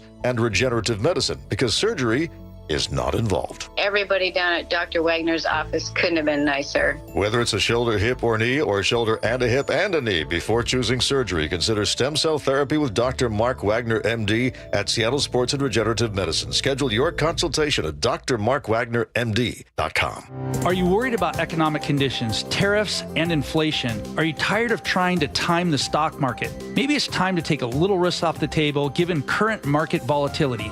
For stability, there's no better option than Legacy Group's Northwest Fund, a fixed return of 9%. Hi, I'm Scott Rurecka, CEO of Legacy Group Capital in Bellevue. We've been running local real estate investment funds for over 18 years with 0 investor losses, averaging double-digit returns since inception, and we also accept IRAs. Over 1,000 local investors have invested over $250 million in our Legacy family of funds. Feeling uneasy? Don't gamble your hard-earned money or risk your retirement. Legacy Group's Northwest Fund, returning 9%, has limited openings for new investors right now. Call 425-635-4700 or visit LegacyG.com. That's LegacyG.com. This is not investment advice. Legacy investments available to accredited investors only. Details at LegacyG.com. Hey, Brock Ewart here with my buddy Dave Taylor from First Mark Insurance. You know, Dave, I love sport. You love sport. And I love sitting with coaches and hearing their game plan each and every week.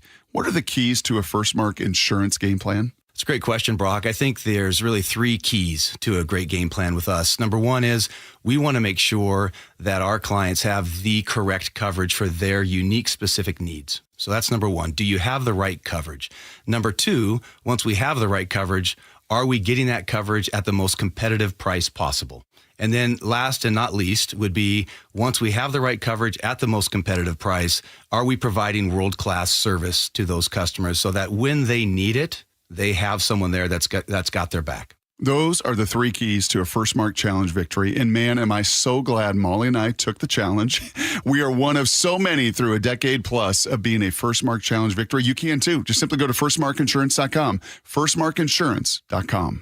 Comcast Business helps turn today's small businesses into engines of modern business. It's how restaurants become reliably up and running neighborhood favorites. How retailers become seamlessly restocking, cyber-securing, must-visit shops. And how healthcare offices become the data managing caregivers that we all depend on.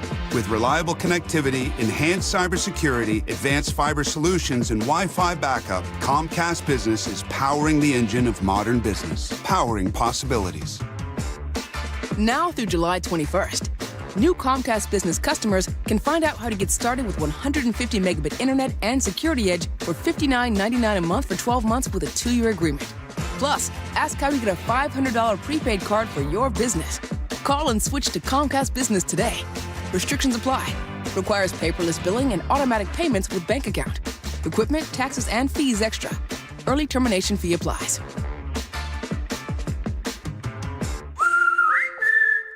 Hey, it's Matt, your leaf filter trusted pro. Gutters are an often neglected part of the home. They're also one of the most important. Clogged, overflowing gutters can cause serious problems like foundation damage or basement flooding, which can cost thousands of dollars to fix. Let's face it, cleaning gutters yourself is not only a hassle, it can be dangerous. But when you get Leaf Filter, you'll never have to worry about cleaning clogged gutters again. Get started today by visiting leaffilter.com/radio to schedule your free inspection. If you decide to move forward, we'll professionally clean, realign, and seal your gutters before installing our patented stainless steel micro mesh system. Leaf Filter keeps out everything but the water.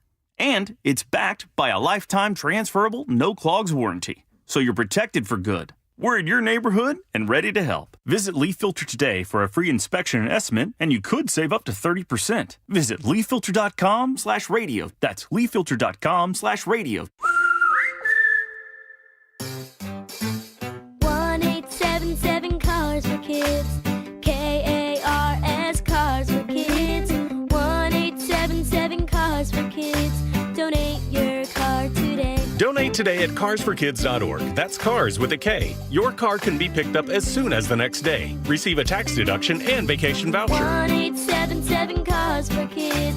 Donate your car today. Now accepting donations of land, homes, buildings, or any kind of real estate. Worried about your aging parents' bathroom? You can convert that old tub into a walk-in shower with Bathfitter. Custom fit, installed in just one day with 0% interest for 24 months. Call Bathfitter now or visit bathfitternw.com. Now, the latest from KIRO Newsradio and MyNorthwest.com. Live from East Lake Avenue. You're listening to Charlie Harger and Manda Factor, Seattle's morning news. Good morning. It is 6:31. First responders and volunteers are still looking for people who are missing after the devastating flash floods in central Texas. More than 100 people are confirmed dead, including children from an all-girls summer camp along the Guadalupe River in Kerr County. CBS's Maurice Dubois reports from Texas. In the rubble that used to be Camp Mystic, we watched as Fletcher Cordell searched for anything left behind by his 11-year-old daughter, Olivia. She had her charm bracelet laid out, and she's been asking about that a lot. Olivia's cabin is now filled with mud and occasional dead fish as debris litters the campsite outside. Is that hers? Yeah. Olivia survived the deadly flooding, rescued by helicopter. Cordell says she's only starting to process the disaster. A troubling trend is growing across King County. Thieves are breaking into cars and walking away with guns. Prosecutors say not only are gun thefts increasing, but so are the violent crimes committed with those stolen weapons. KIRO News Radio's Luke Ducey is here with more. Luke? King County Prosecutor's Office spokesperson Casey McNerthney tells me, the actual prowls are one thing, right? But the crimes they're seeing later on, much worse. Shootings, assaults, even some murder cases where guns are taken out of car prowls, from months earlier. And nobody wants to know that a gun that they had lawfully was then stolen out of the car and then used unlawfully. That's not what any responsible gun owner wants. And if you keep your gun in your car, this is what those car prowlers are looking for. If you have a sticker that says, a proud gun owner or, anything about the Second Amendment, that's often something that some car prowlers will look at and go, oh, great, maybe I'll get something here. No one's saying don't have your sticker up there in your car, your truck if you want, but it's an invitation. It's an advertisement in a way. State law says if you keep your gun in your car, it has to be locked inside the car and out of view. Or prosecutors say, it takes just a couple of minutes to take your firearm inside your house and lock it up inside there. Appreciate it, Luke. A Wild Street takeover in Auburn sent a woman to the hospital after she was run over by a car on the 4th of July. KIRO 7 TV's Jake Chapman is outside Harborview, where the woman remains in critical condition. Auburn police say when officers arrived to control the crowd, one of those cars at this takeover took off and ran over an 18-year-old girl. These events are extremely dangerous, not just for the people driving the cars, but the people who are also there watching these cars. Auburn police say detectives in the traffic unit are combing through cameras across the city. We know that there were a lot of people there, and there's a lot of people who probably have video, probably know exactly who it was and what happened, saw everything as it unfolded. As they continue their search for those responsible. Time now to head over to Chris Sullivan. He is at the Beacon Plumbing Traffic Desk. And we're doing okay so far. Our volumes are building across the board. Our travel times are going up, but they're manageable. If you're on the I-5 corridor heading northbound out of Federal Way, you got about a 30-minute trip to get you up into South Center. So we're starting to see a little bit more action past the Kent Des Moines Road and then past the West Seattle Bridge. It's not too bad so far this morning. Westbound 410, though, really struggling today, trying to get into and through Sumner up to 167. We had a crash just north of the on-ramp there from 167. It's over on the right shoulder, and that's what put us behind. Also, South Hill is also a little slow on eastbound 512. Then if you're continuing up that corridor, we got 45 minutes from Puyallup to Renton, and then about 25 from Renton to Bellevue. Down in the Lacey area, sun glare to deal with, about a 42-minute trip to get you from Olympia to Tacoma. 45 minutes now from Everett to Seattle or Everett to Bellevue with the brake lights in the usual places there. And in Burien, just getting a report of a crash at 518 right there at 509. So basically right where that freeway begins, heading eastbound towards the airport. Looks like a crash in the left lane there. This traffic report is brought to you by Superior Linen Service, 98 years servicing quality uniforms, floor mats, linens, logoed apparel, and more. Call Superior Linen Service. They answer the phone or visit suplinen.com. Our forecast, it's going to be another beautiful day, sunshine and 85. Much different look for tomorrow. We'll see some drizzle at times, mostly cloudy, and a high of only 68. But some sunshine by Thursday afternoon, again, warming up to 73, 80 on Friday. Right now in Seattle, sunshine and 62. 6:36 now, time for the opening bell. President Trump told over a dozen U.S. trading partners yesterday his administration will begin imposing higher tariff rates on them starting next month. With the story, here's CBS's Erica Brown at the White House. President Trump announced tariffs on dozens of countries back in April, but put a 90-day pause in place for negotiations. With that deadline approaching Wednesday, the White House now says trade partners will have until August 1st to make new deals. So far, only two countries, Vietnam and the United Kingdom, have finalized new trade agreements. Seattle ranks as the 7th least affordable housing market in the country. That's according to a new report from Realtor.com. The average home here costs nearly $800,000, and with current mortgage rates, monthly payments top $5,300. That eats up more than half the average household's income. Experts say housing is considered affordable if it stays under 30%. Only 6 cities rank worse than Seattle, including Los Angeles, San Francisco, and New York. TikTok's parent company, ByteDance, laid off 65 employees in Bellevue yesterday. According to a statement obtained by the Seattle Times, the cuts affect roles within TikTok Shop.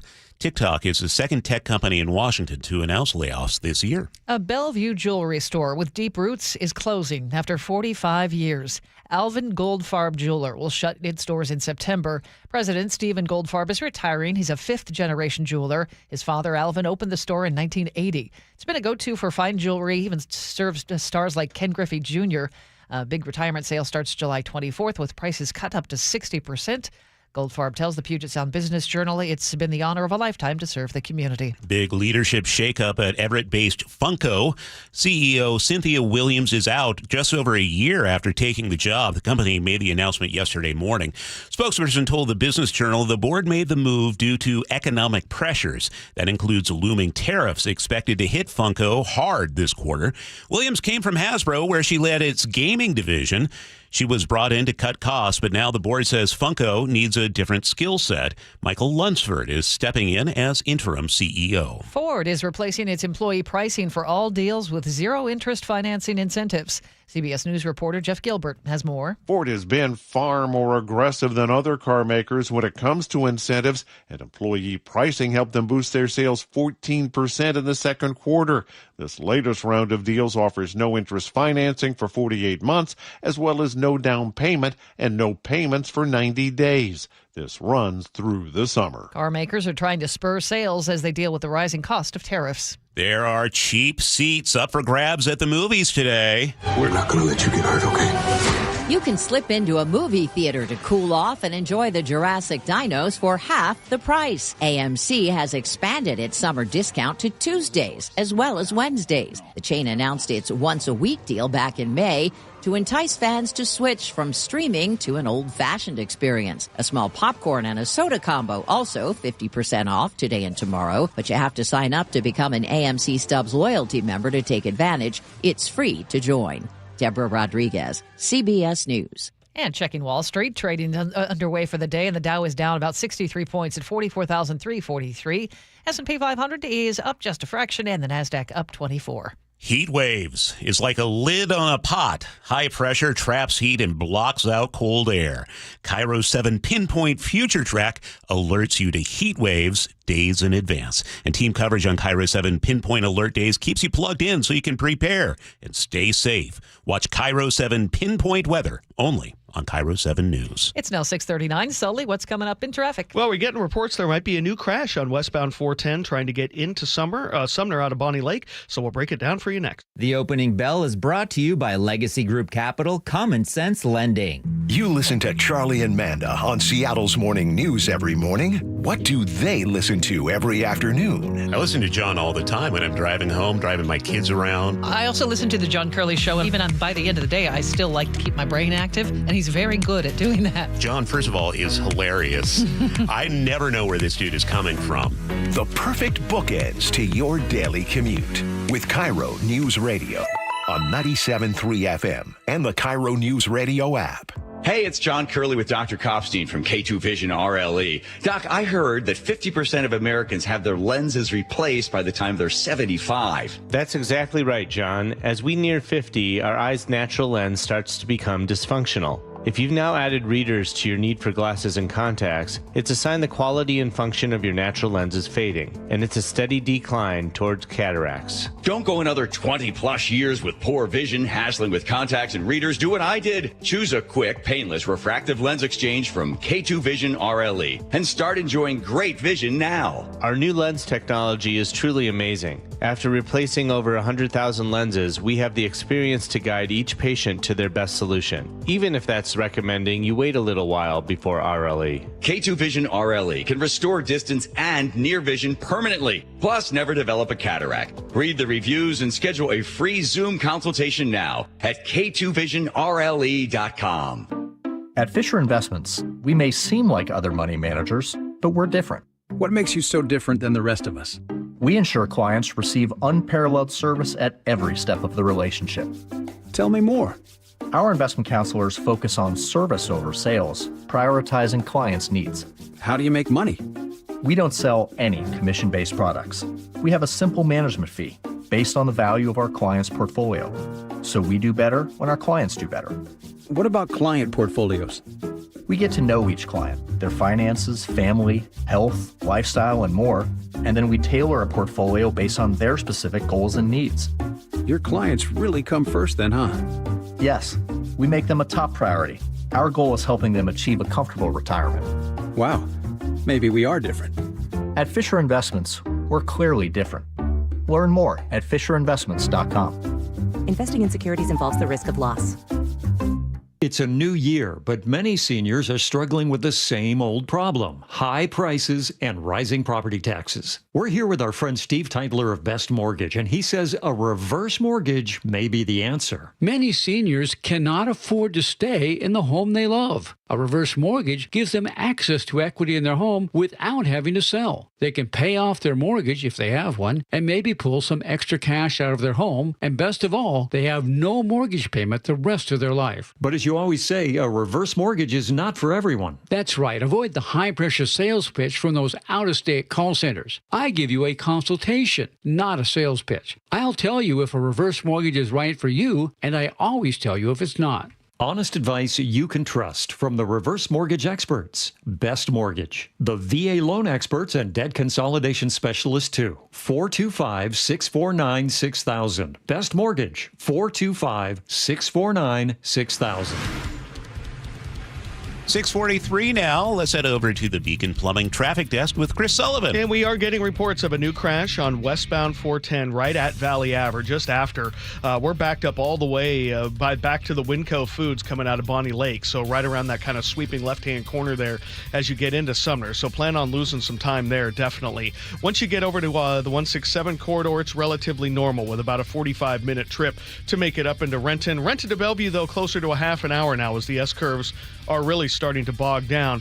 Looking at Olympia to Tacoma, not too bad. About 40 minutes now. We have some brake lights up the hill to coming up towards DuPont, but nothing out of line. Westbound 512 is a little heavy over towards I-5, but that's normal.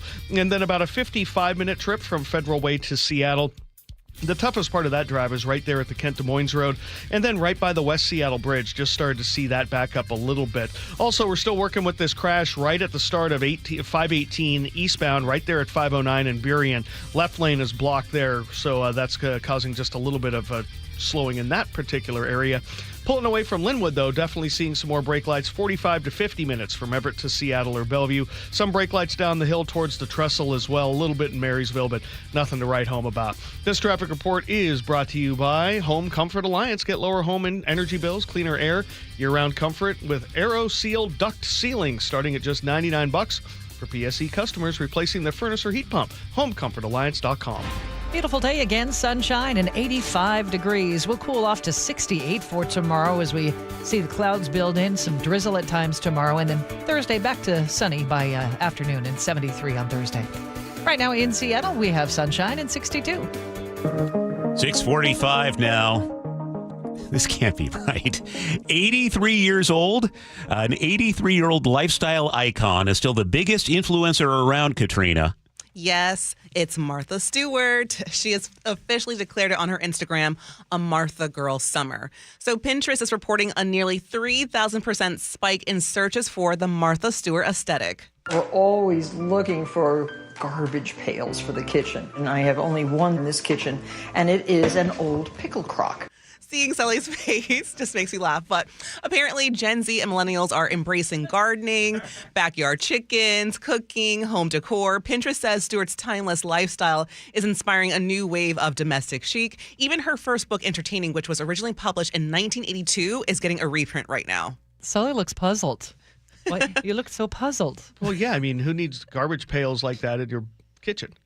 I have an old pickle crock, don't you? I don't even know what a pickle crock is. Is that what you put pickles in? What you used to brine the pickles in way back when. Oh, there you go. It's 6:46. I know what a pickle fork is. That's on a ferry boat. Oh. On Seattle's Morning News. You probably know Valentine Roofing for, well, roofing. In fact, they were voted best roofing company in the Pacific Northwest 2 years running. But did you know they do much more than just roofing?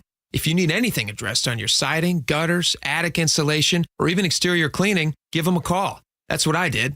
Hey, Jake Skorheim here. I recently had a bit of a moss problem on my roof, which happens here in the Northwest. I called Valentine Roofing to schedule a service, and it couldn't have been easier or faster. And the best thing for my hectic schedule, I didn't even need to be there for the appointment. They did everything while I was at work, and after they finished and cleaned up, I got a link with all the details and photo and video of the service. Valentine Roofing is a name you know, the team you can trust, and the craftsmanship your home deserves.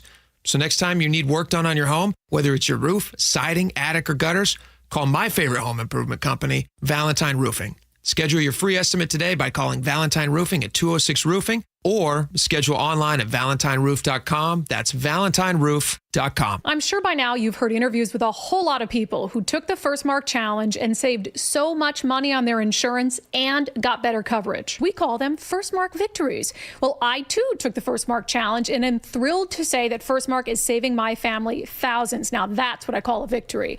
Before we got married, my husband had been with the same agent for so long, I think we just assumed that they were working hard to get us the best coverage and save us money. But it wasn't the case, and we only knew that by taking the First Mark Challenge. First Mark works for you, not the insurance carriers. First Mark will fully analyze your current coverage, making sure you're not overpaying for the wrong coverage, which could leave you at risk for financial loss. Then they carefully search the market, dozens of major carriers to find you the best fit. And that's it. First Mark Insurance has helped thousands of families successfully manage the complicated world of insurance and save them thousands, my family included. Be the next First Mark Challenge victory. Take the First Mark Challenge now. It's free. Go to firstmarkinsurance.com. First Mark Insurance. They work for you.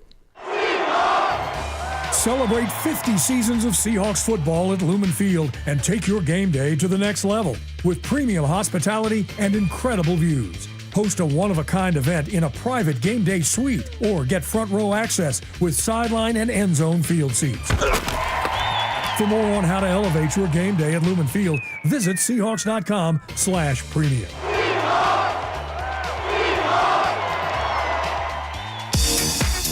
Seattle's Morning News on KIRO Newsradio.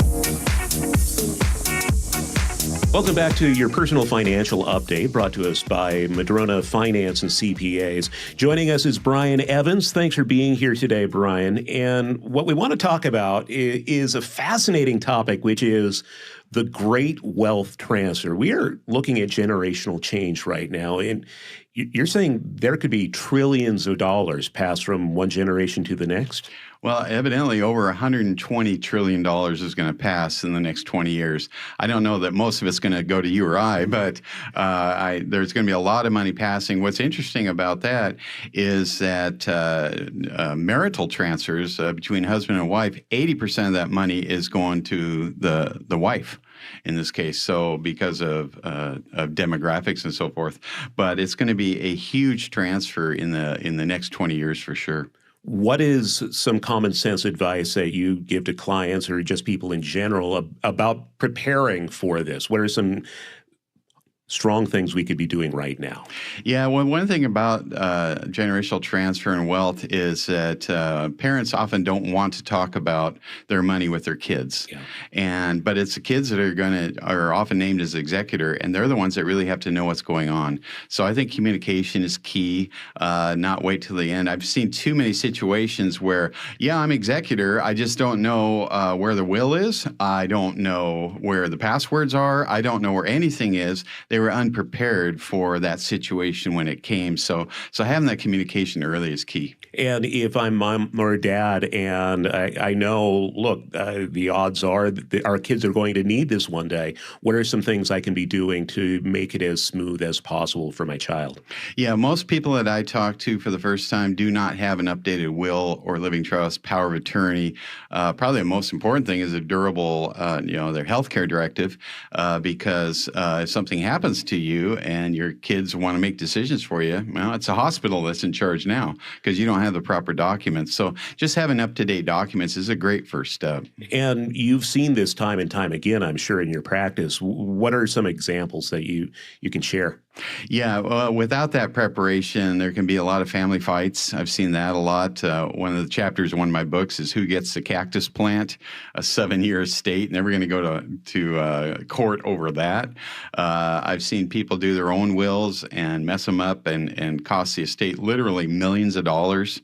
Call it the $1 million lawnmower because the guy bought a lawnmower with the money he saved by not hiring an attorney. So just action as being proactive rather than not active at all is probably the key. And if you don't have a lot of money, let's say it's under $100,000 you're passing on, are there different considerations you might have there? Yeah, you don't have the same estate planning considerations, but I've seen a lot bigger problems from smaller estates and bigger ones sometimes, because the money matters so much to the recipients sometimes that there will be a lot of family discontent often in these situations. All right, Brian Evans from Madrona Financial and CPAs, and you can share a conversation every Tuesday morning at 6:45 on Seattle's Morning News on KIRO News Radio. Brian, thanks for your time today. It's now approaching 6:53, and that's time to check traffic. We do that every 10 minutes on the 3s. Sully is at the Beacon Plumbing Traffic Desk. Well, we've gotten things a little bit worse now in Sumner. It looks like this crash we have on westbound 410 just after Valley Ave is blocking all westbound lanes. So both of the lanes there are blocked, and we're backed up about 2.5 miles back into Bonnie Lake. So if you've got an alternate way to get around that, go for it now until this situation resolves itself. Just got that update from the DOT. Once you get over to 167, you've got about a 48-minute trip to make that drive from Puyallup up into Renton, with 25 of those minutes out of Auburn. And it's a reminder that, yes, it doesn't get there very often, and only when it really has to. $15 in the northbound hot lane as you make your way out of the Auburn area, so plan on some delays there, but nothing out of the ordinary. And then Renton to Bellevue is about a half an hour. Already starting to see some brake lights now on eastbound 18 over the top of Tiger Mountain, but again, nothing you can't handle. 40 minutes from Olympia to Tacoma, pretty decent. Some brake lights up the hill from 5 to Highway 18. And then about an hour now from Federal Way to Seattle, maybe just a little bit under, depending on how you hit the volume at the West Seattle Bridge. Right now it's a little slow from the north end of Boeing Field, working your way into downtown. Still working with this crash in the left lane on eastbound 518, right where it starts there at 509 in Burien. So if you're heading over to the airport from the west side, you're going to run into a little snag right before you get, almost before you get going. 509 northbound, heading into downtown, looks relatively normal. The lake bridges are quiet. Coming down from the north end, a slow day on westbound 204 and westbound 2 as you approach the east end of the trestle. And then Everett to Seattle, Everett to Bellevue, about 52 minutes, depending on how you hit the brake lights right there at Highway 18. Sorry, away from the Linwood split, my bad. Then some brake lights down through Shoreline on 5, a little through Bothell on 405. But all in all, it's really not that bad. This traffic report is brought to you by FlySeaportAir.com. Introducing convenient flights between Boeing Field and Portland on Seaport Airlines. Parking just steps away. No TSA lines. FlySeaportAir.com. All right, Sully. Ty in the 206 is watching you on YouTube Live. Okay. And he says, keep the beard. Don't kill it before you give it a chance to live. It's always rough the first few weeks. Give it a chance to live. Give it just a chance sounds creepy. to live. Well, so I guess I got to have to trim it, though, a little bit. I'm not sure, because right now it's just kind of looks like my garden, which I don't have, my yard. Right. I mean, you've moved past a Don Johnson. You're not quite a Duck Dynasty yet. I'm not sure Holly would like me as a Civil War reenactor. I'm not sure I'm going that far. But I guess I could go there. Maybe I could pull off a Ulysses S. Grant. Yeah, they're all talking about it on YouTube. All right, the forecast today looks like we will have warm temperatures, highs in the mid-80s. Tomorrow, chance of showers, a 69 high. Right now in Seattle, it's clear and 59 on Seattle's Morning News. You listen to John Curley every afternoon? What does John listen to every morning? Here's how I start my morning. Get my pot of coffee going, and then I turn on Seattle's Morning News. I listen to Charlie and Manda. This is how I prep for my show, because I know those guys have, hundreds of years of experience, although Manda looks better than Charlie. I'm going to get the straight news. Experience matters. Seattle's Morning News, weekday mornings 6 to 9 on KIRO News Radio, 97.3 FM, and the KIRO News Radio app, KIRO FM and HD1, Tacoma, Seattle. This is the story of the one. As a safety manager at a manufacturing plant, he does everything he can to keep his coworkers safe. From finding ways to reduce risks to keeping safety supplies in stock. And for that, he relies on Grainger. Grainger offers a broad range of quality products and next-day delivery, so he can always play it safe. Call 1-800-GRAINGER, click Grainger.com, or just stop by. Grainger, for the ones who get it done. Why'd I go to the doctor? One day at the firehouse, I was so lightheaded I could barely stand. Even my crew noticed. Getting checked out was the right call. Turns out I have atrial fibrillation, which increases the risk of stroke about 5 times. Symptoms like irregular heartbeat, heart racing, chest pain, shortness of breath, fatigue, or lightheadedness can come and go. But if it's AFib, the risk of stroke remains. If you have symptoms, contact a doctor. I'm so glad I did. Visit notimetowait.com. Sponsored by Bristol-Myers Squibb and Pfizer. Hey there, Lori from Guardian Roofing, Gutters, and Insulation. Want to keep your home happy and prevent roof water damage? The answer is gutters. So if you're looking for gutter installation, cleaning, gutter guards, or repair, Guardian is here to the rescue. With Guardian's exclusive gutter and gutter protection systems, we are able to provide our own 30-year no-clog guarantee on all gutter systems we install. Call today and get $250 off a gutter guard installation, or visit us at guardianroofing.com. I'm still going for it, even with higher stroke risk from atrial fibrillation, an irregular heartbeat not caused by a heart valve problem. Over a 3-year study, Eliquis apixaban tablets reduced stroke risk better than warfarin, and over 97% of Eliquis patients did not experience a stroke. A first stroke occurred in 2.9% of warfarin patients versus 2.3% of Eliquis patients. Don't stop prescription Eliquis without asking your doctor. Stroke risk may increase. Eliquis can cause serious and potentially fatal bleeding. Don't take if you have an artificial heart valve, abnormal bleeding, or antiphospholipid syndrome. While taking, you may bruise more easily or bleed longer. A spinal injection increases blood clot risk, which may cause paralysis. Get medical help right away for unexpected bleeding or bruising, or back pain, tingling, numbness, muscle weakness, or incontinence. Aspirin products, NSAIDs, SSRIs, SNRIs, and blood thinners increase bleeding risk. Tell your doctor about planned medical or dental procedures. Learn more at Eliquis.com or call 1-855-ELIQUIS. This is June, whose problem was arthritis in her knees. Even simple things like drying my hair in the morning, I have to lean against the counter. So June decided to look into stem cell therapy with Dr. Mark Wagner, MD. And why Dr. Wagner? I have a good friend. He went to Dr. Wagner and he had stem cell in his knee and he did really well with it. So we did my left knee first and I couldn't believe the ease of it.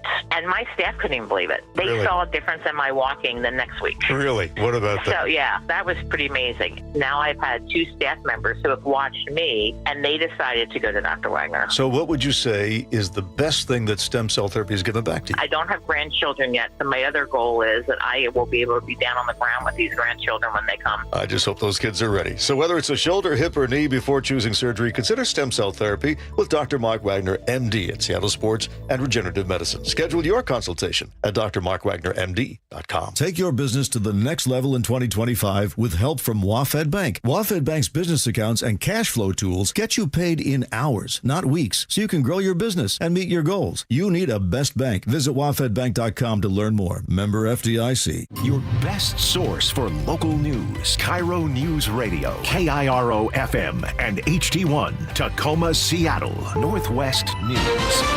This is CBS News on the Hour, sponsored by O'Reilly Auto Parts. I'm Deborah Rodriguez. The death toll is up to at least 104 now from catastrophic flooding in central Texas as a massive search continues for the missing. CBS's Maurice Dubois is on the banks of the Guadalupe River in Ingram. Officials said they had rescued more than 850 people since the flooding began, but we have definitely seen the mood here shifting over the past 24 to 48 hours with the grim reality setting in for families waiting for news. Louis Depe has been searching since Saturday for a friend's missing daughter. There's so many people willing to give everything to try to find these kids, and now it's probably turning into a different mission. But the spirit of Texas is live and well and strong, and we're going to keep looking until everyone's found. The president met with Israeli Prime Minister Benjamin Netanyahu and pressed him on Gaza. Correspondent Nancy Cordes is at the White House. President Trump told reporters that he still thinks there is a good chance that a ceasefire deal can be struck this week. According to an official briefed on the negotiations, it would involve a 60-day pause in hostilities with a phased release of Israeli hostages and the withdrawal of Israeli troops from parts of Gaza. Israel is still striking Gaza with hundreds killed in the past few days. Many were trying to access food. Airline passengers are welcoming news that after almost 2 decades, the TSA is dropping no shoes allowed rules at security screenings. I guess it's a big time saver in the fact that I'm trying to take my shoes off, put them back on, while also trying to wrangle my kids, get my bags, do all the things. It's just one more headache that you have to manage. I had less smellier airports, I guess, so that's good. The phase out began at a handful of airports yesterday, including Baltimore, Washington, Fort Lauderdale, and Philadelphia.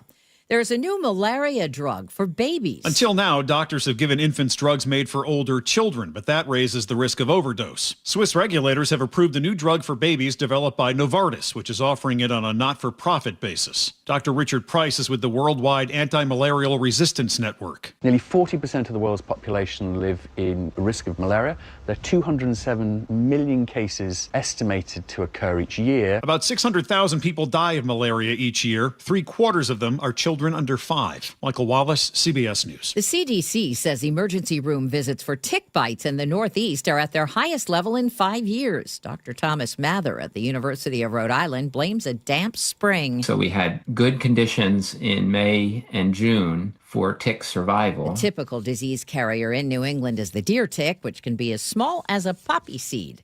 This is CBS News. Think O'Reilly Auto Parts for all your car care needs.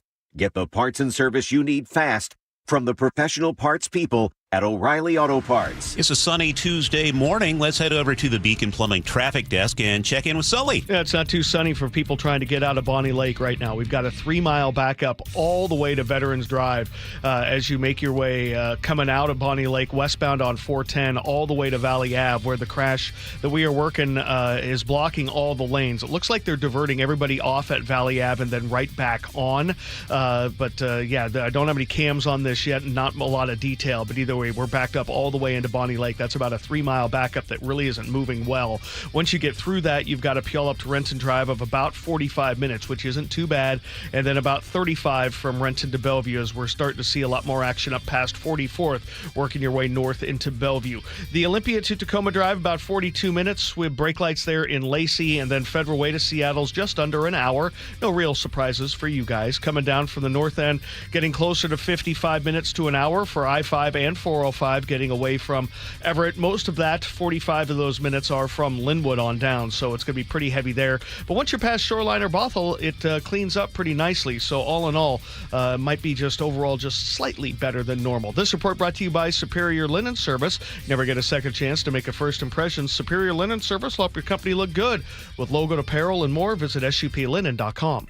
Now, the latest from KIRO Newsradio and MyNorthwest.com. Live from East Lake Avenue. You're listening to Charlie Harger and Manda Factor, Seattle's morning news. Good morning. It's 7:04. An 18-year-old woman is clinging to life in critical condition after a hit and run during a street takeover in Auburn. Police say the car was doing donuts in front of a large crowd. Police arrived, the car sped off, and the whole thing was captured on camera. KIRO News Radio's Luke Ducey joins us live with the latest. Yeah, this happened on the 4th of July at night at the intersection of Lake Tapps Parkway and Lakeland Hills Way. On this video, you can see that driver take off and then hit the teenager. And then I want you to listen to these people who watched it all happen. Holy did you see that?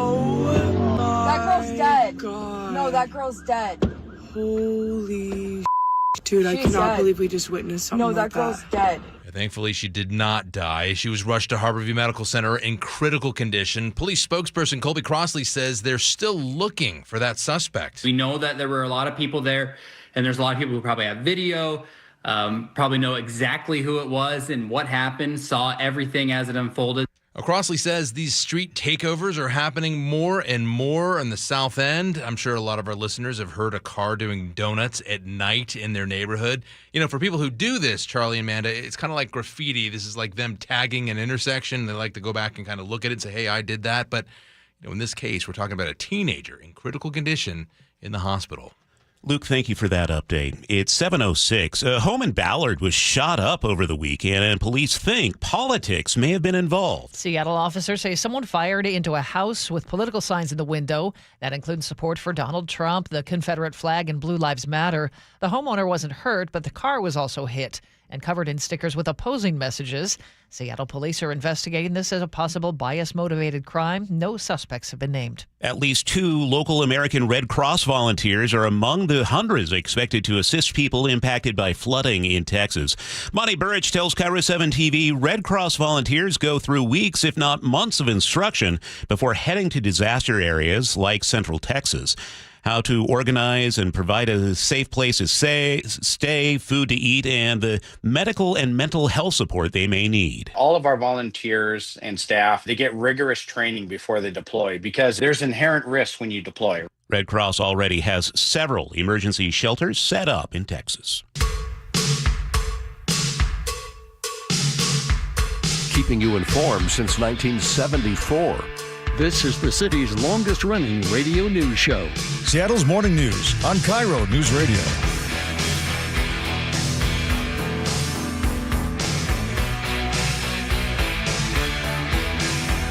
Tend to burn out. Tend to fade away. Yeah. Sully is just rocking. I know. I love it when he does that. The Pyromania album was pretty influential in my life when it came out. Yeah. That's if a you good want one. to be a true headbanger, I think you really should grow the beard longer. I'm not sure. I consider myself more of a 70s classic rocker but I love the hair metal, not going to lie. What if not only do you grow out the beard, you also grow out the hair? Holly will love it. Well, you know what's funny? While we were stuck on Highway 2 coming back from Leavenworth over the 4th, I told Holly, Waze said, you're going to be stuck in traffic for this long. So I put on a song that long by the Allman Brothers, and it wasn't even close. We were on to the next song. It was the 23-minute Allman Brothers song. Is that Jessica? The What is Whipping that? Post. It was a Whipping Post from somewhere as a live version. And I'm like, so yeah. Sully, is this your way of getting a dig in at Waze? No, this is my way of getting a dig in at WashDOT. Like, what is taking so long to fix Highway 2? How do you do that every weekend? That's nasty coming down out of there. Mentioned how glad I am you were back. Oh, thank you. You love Ted. Ted was awesome. Ted is great. Yes, we miss you, Sully. Thank you. All right. Well, welcome back. Producer David Burbank is here. Katrina Gashard is out at the news desk, and Nick has a big old smile on his face after picking that song. I second the motion for Sully to grow his hair out so he can be a headbanger again. Okay. All right. So say we all. It's another warm day, hot would say, before we get a reprieve tomorrow. Coming up on this hour of the show, CBS News reporter Aaron Navarro is in the nation's capital where President Trump will meet with the Israeli Prime Minister Benjamin Netanyahu. They met yesterday. We're going to hear from Aaron about that and the latest on Trump's tariffs. And we'll also head to Texas with KRLD Radio's Chris Fox, where the search continues for survivors of those deadly floods that have ravaged the area. It's now 7:09. A person in the hospital after an early morning shooting in Everett. Everett Fire says crews and police responded just after 3:45 on West Casino Road. KIRO 7 TV reports officers started a canine search but were unable to find the suspect. Investigators are looking into what led to that violence. We'll bring you the latest as we learn more. A high-speed police chase in Yelm ends with a fatal crash. KIRO 7 TV's Lindsay Sheldon reports several cars were involved. This happened Sunday. Troopers say Yelm police tried to pull over a driver for speeding on Vale Road, but they refused to stop. They turned onto State Route 507, lost control of the car, and crashed into another car. That's when the Yelm police officer crashed into those two cars. Now, troopers say that the driver trying to get away from Yelm police was ejected and died at the scene. 3 others, including the Yelm police officer, went to the hospital. They're all expected to be okay. A 4th of July crash in Parkland has now led to a vehicular homicide charge. According to Fox 13 Seattle, a 39-year-old woman drove off the road and hit a pedestrian on the sidewalk. That person did not survive. Troopers say the driver appeared high, failed sobriety tests, and had drug paraphernalia in the car. She reportedly told police the victim should have moved out of the way. The crash happened just before 7 in the evening on July 4th. Washington State University police want to remind everyone, don't poke the bears. KIRO News Radio's Frank Lancy reports. Apparently, some of the people visiting the WSU Bear Center have been trying to poke those research animals with sticks and branches. Wazoo police say that's not only harmful, it's illegal. If you hurt a research animal, you've committed a Class C felony, which can get you up to 5 years in prison and a $10,000 fine. Police also warn that there are security cameras monitoring the area, so people who poke the bears will be reported. Frank Lindsay, KIRO News Radio. Well, a heads up if you've recently shopped at Costco. Costco's recalling nearly a dozen products because of potential health and safety hazards. They include power banks that could catch fire, air conditioners growing mold, and tires that don't meet federal safety standards, plus some sandwiches and mineral water that may carry bacteria. You can go to mynorthwest.com for the full list. A member of a legendary Seattle rock band is leaving. Matt Cameron's been the drummer for Pearl Jam for 27 years.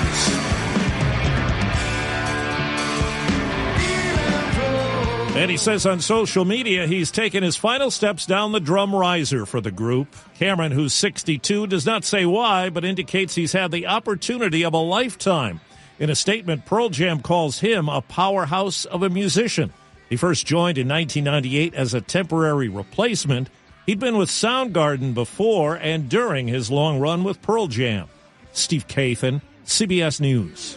So get this, there were times that Pearl Jam and Soundgarden would perform together. Mm-hmm. He would be playing drums for both bands. Crazy Think about talented. how exhausting that must be. 62. That can't be right. That was another feel-old moment for me. Yeah, for sure. All right, it's 7:12, and let's get a check on weather. It's brought to us by State Roofing and Exteriors. Nick, what's it looking like today? Dog. Oh, yeah, Temple of the Dog. You got it. Skin Yard. Temple of the Dog. Yeah, that was all them as well. Yep. Super important. All right, we're looking at sunshine and beautiful weather today. Now, I do think you will see some high clouds late in the day, but after getting to about 85 in Seattle, 83 in Olympia, about 79 to 80 in Everett, you're just going to be warm to hot. A little gusty wind will increase later. That pushes in some cooler ocean air. And then I think tomorrow will be right around 68 with cloudy and rainy weather. And, the rainiest is going to be north and south of Puget Sound or out to the coast. I think most areas inland tomorrow see a few hundredths of an inch, but Bellingham and Forks might pick up a half an inch. And it's only going to, again, be about 68 with some rain early on Thursday. It'll be cloudy and kind of drippy early Thursday as well, at least some showers. But then in the afternoon, we'll see some increasing sun breaks. It'll be a nice day in the afternoon, but the morning starts drippy, and then we'll be 70s. And then I think you're just low 80s this weekend with plenty of sunshine, say about 80, 82 on Friday, Saturday, Sunday, Monday. Much summer-ish-esque Ingly weather on the way. Yep, I did it. Is that a word? It is now. Interesting-esque-ish-ly weather. Remember that time I killed the radio show? Yes. Yeah, just now? That's what video people do to the radio stars. Yep. Yeah, they do. Move on quickly! Let's get check on traffic now at the Beacon Plumbing Traffic Desk with Sully. Going there. Traffic with Sully. Yeah, we are looking at a 3-mile backup out of Bonnie Lake, westbound 410.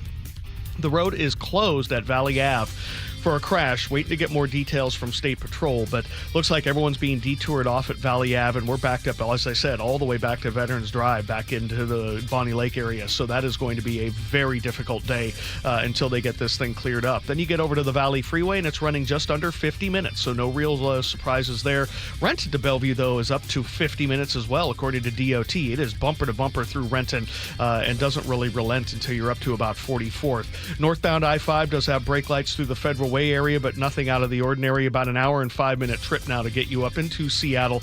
We do have something to keep in mind. Right there, the off-ramp to Swift Alvaro is closed at this point for some emergency guardrail repair, so that's causing a little extra braking. Coming down from the north end, over an hour from Everett to Seattle or Bellevue, packed in away from Linwood, well down past the county line. The lake bridges are fine. KIRO News Radio Real-Time Traffic, I'm Chris Sullivan. At 7:15, let's head over to Katrina Gishard with a surprise guest. Wrigley Field Cubs fans weren't feeling it, huh? They were not having it. Alex Cooper, the host of the podcast Call Her Daddy, had a surprise 7th-inning performance on Sunday, but her rendition of Take Me Out to the Ball Game appears to have struck out with the crowd. She called it campy. Cubs fans called it cringy. Take a listen to this. So let's root for the Cubbies. Oh. If they don't win, it's a shame. So it's 1, 2, 3 strikes, you're out at the old game. Turn it off. I'm going with cringy. So do you think this was a joke or just simply a swing and a miss? Just more publicity. This girl's everywhere these days, right? She has very loyal fans, and I, for one, will not besmirch her. Oh, smart. I don't know who she is. I don't think there's a huge overlap between her fans and Chicago Cubs fans, probably. Yeah. Thank you, Katrina. It's 7:16. Seattle's tradition for news and conversation. This is Seattle's Morning News with Charlie Harger and Manda Factor. Well, a highly anticipated meeting took place yesterday between President Trump and Israeli Prime Minister Benjamin Netanyahu over dinner at the White House. The two leaders confronted several high-stakes issues, including the long-term future of Gaza and the prospect of Israel normalizing relations with its Persian Gulf neighbors. Following all of this, CBS News reporter Aaron Navarro, he is with us now from the nation's capital. Aaron, good morning. Before those discussions really got going, Netanyahu actually surprised the president by announcing his nomination of Trump for the Nobel Peace Prize. Tell us more. Yeah, that's right. He gave President Trump a letter at this dinner that seemed to take the president, catch him off guard, saying that he deserves a Nobel Prize for his work in the Middle East, dating back to his first term and the Abraham Accords, as well as his work to try and get the war between Israel and Iran ended, and his multiple other, activities in foreign policy in the Middle East, especially when it comes to Israel and Gaza, which, as it stands right now, still doesn't have a clear path for a ceasefire. So what does a nomination like that mean for the president? Is this mostly a move of flattery, or does it have some real impact? Well, it's something that he has wanted, especially since Obama got one. It's been something that he has grumbled about privately. But it is also something he's been talking about, especially during the past couple of months as he's been active in foreign policy. The leaders of Pakistan have also put out a statement saying that he should be nominated for a Nobel Prize. I think he thinks of it as another feather in his cap, but obviously he's been very active in the foreign policy space. As for the meeting itself, do you get the sense they made any big decisions? At the moment, no. And Netanyahu will actually be here in D.C. for a couple more days. He'll be meeting with legislators on Capitol Hill today as well. But, you saw the White House really downplay that this meeting was meant to discuss or finalize anything in particular, just noting that they would be talking about the U.S. operations on Iran when it comes to those missile strikes on nuclear sites, as well as the ongoing talks to get a ceasefire between Israel and Hamas. You also saw the president's special envoy in the Middle East, Steve Witkoff, say that a meeting between President Trump and Iranian leaders could happen, quote, very quickly, though we've seen Iran really downplay those today. Before we transition over to tariffs, did anything in this meeting surprise you? I would say the president, shifting gears to a different foreign policy matter, the president saying that the U.S. will send Ukraine defensive weapons caught me by surprise, as well as his, unprompted criticism of Russian President Putin. So it's a signal that as President Trump is looking to talk more and get more involved when it comes to ending the war between Russia and Ukraine, he's taking what looks like a pretty pro-Ukraine stance, which is a pretty surprising move from him, considering, the Oval Office blow-up between him and Zelensky just a couple months ago. Before we let you go, let's talk tariffs. Big news from the White House. The tariff deadline that was scheduled for tomorrow is now pushed back for most countries to August 1st, right? That's correct. So tomorrow is going to be when those, quote, reciprocal tariffs were going to come into effect. And what the president has signaled and, has showed so far is that he's going to give these countries a couple weeks to try and strike a deal with the U.S., while at the same time sending them these letters saying this is the tariff rate that you will pay unless you manufacture in a big way inside the United States. So it's giving, the administration, other countries a little bit of wiggle room to try and strike deals if they are there, while still making clear that these tariff rates will go into effect kind of at the rate that the Trump administration will determine them. We had a guest on last hour insisting this was an example of taco. Trump always chickens out, whereas the Trump administration would push back on that, saying, no, these tariff demands are sincere, they're real, and they're a way forward for the United States. Could you maybe tell us what President Trump is saying he really wants from these new agreements? Yeah, he wants them to manufacture in the U.S. He wants to decrease or eliminate any trade deficit between these countries, and he wants these countries to take in more U.S. goods. The problem with, all of those demands is it hasn't really shown itself in deals yet so far. He and the White House officials have said, they want 90 deals in 90 days. They have frameworks, at least, for 3 countries, one of them being China, which is, of course, a big trading partner and, global market participator. But it's certainly fallen short of, his main goals, which is kind of why I see him extending this timeline to try and see if there's any space to make deals with other countries and get them to bring businesses inside the U.S. When the president was pushed on this yesterday, he pushed back and said, hey, I have sent the letters. It's all done. He seems pretty confident that the letter is going to make a deal come through. Yeah, and, we've been reaching out to embassies of the 14 countries that received these letters yesterday, and they've stayed pretty mum. They have not responded yet. I think they're a bit in a wait-and-see mode. And that seems to be the approach that he's taking with this delay, that we have the tariff rate for you. This is the percentage that you will have to pay unless you strike a deal with us in the next 2 weeks. And that seems to be the space that I'll be watching from now up until August 1st. All right. And Aaron Navarro, you are in Washington, D.C. You are watching things as they happen. What is ahead for today? What are you keeping an eye on? In a half hour or so, we're going to see the president and his cabinet at the White House, the 6th meeting now of the president's second term. I'll be watching to see whether Defense Secretary Pete Hegseth is questioned on what seems to be his move in driving a pause on weapons to Ukraine from last week. Obviously, the president kind of switched course on that last night.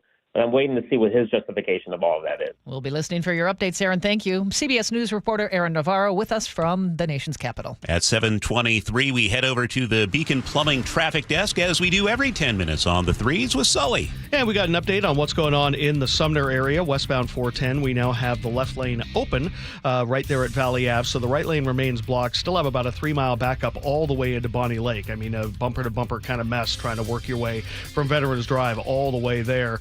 Once you get through that, you get over to 167. You've got about a 50-minute proposition to make it up into Renton, and then Renton to Bellevue is about 45 minutes. Those S-curves are pretty active up past 44th. Northbound I-5, Federal Way to Seattle, about an hour and 10 minutes now. Reminder that you cannot get off at Swift or Albro there. Northbound I-5, that ramp is closed as they do some maintenance work on a guardrail, so plan on some delays there. Behind that, about 40 minutes from Olympia to Tacoma. The lake bridges are still fine. We've got an hour and 5-minute trip from Everett to Seattle or Everett to Bellevue. Brake lights really heavy away from Linwood, but the further south you go, the better they get. Also, 522 is a little heavy out of Monroe and then down through Woodinville through the construction zone trying to tie into 405. So, 16, pretty good. 18, not terrible. So all in all, we're doing about average for this Tuesday morning. KIRO Newsradio Real-Time Traffic. I'm Chris Sullivan. Beautiful day. If you like it warm, it's going to be 85 in the sunshine for today and a big change tomorrow. As the clouds roll in, we're going to see some drizzle at times and a high of only 68. But back to sunshine by Thursday afternoon, warming up to 73. Right now, sunny and 64 in Seattle. Coming up, KIRO News Radio's Luke Ducey with more details on an uptick of car prowls in King County and how you can protect yourself. This is Seattle's Morning News. A KIRO News Radio exclusive on the Chi and Ursula Show. New Seattle Police Chief Sean Barnes with the mass deportations and the actions by ICE clarify when Seattle police would step in and when they would not step in. Just to be clear, Washington state law prohibits us from being involved. The only time we would get involved if there was a dangerous situation, if there was gunfire, just like we would for anything else. Watch the full interview on the KIRO News Radio YouTube page.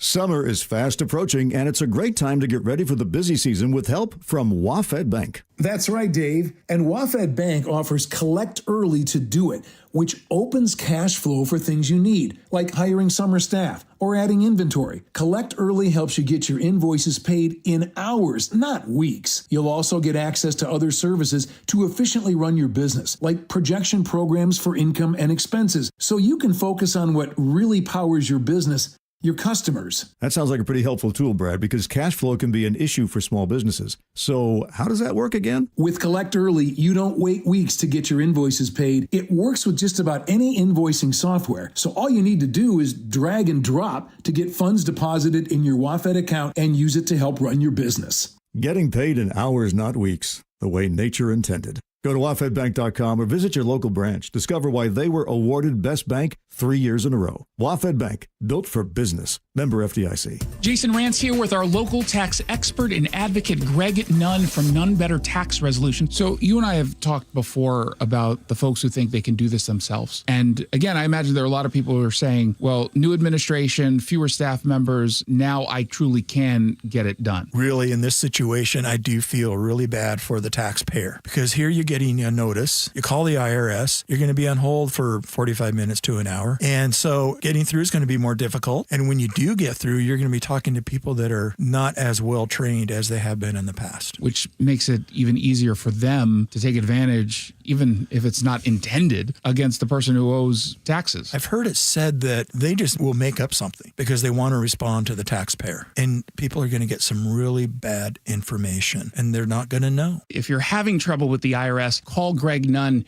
None Better Tax Resolution, 425-947-1967, or Google NUNN, None Better Tax Resolution. It was drafted in 1999 by the Philadelphia 76ers, and that was just absolutely a dream come true. Todd's playing in the NBA is unique. His battle with neuropathy is not. I first started noticing problems a couple years into my NBA career, and I felt like my sock was just balled up right in the arch of my foot, and there'd be areas of burning and tingling, and then there'd be other areas of deadness where there would be no response to touch. We tried everything possible from surgery to different drugs to try and take care of some of the symptoms. I'm Dr. Mark Shelley, a chiropractic physician and board-certified functional neurologist at Sound Pain Solutions. Our neuropathy treatments can rehabilitate damaged nerves. We use FDA-cleared, non-surgical, non-drug, pain-free procedures that have helped thousands of neuropathy sufferers find relief. Now I'm able to spend more time doing the things that I enjoy, being on my feet. If you experience numbness, shooting, or burning pains, or loss of balance, call us. Sound Pain Solutions, 855-996-0025, or click soundpainsolutions.com.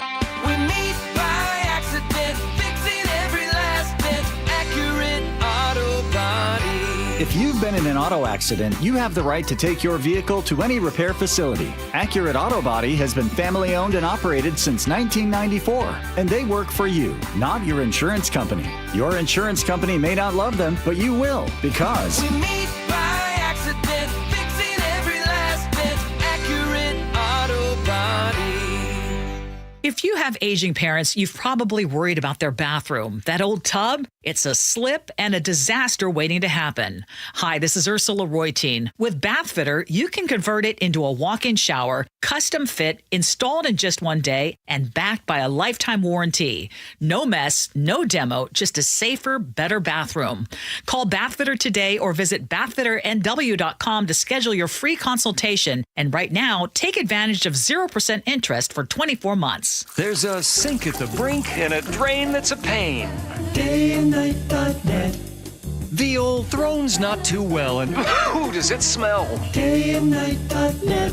Slow drains, backed up toilet, is your main drain or sewer clogged? Hi, I'm Bruce, General Manager of Day and Night Plumbing and Heating.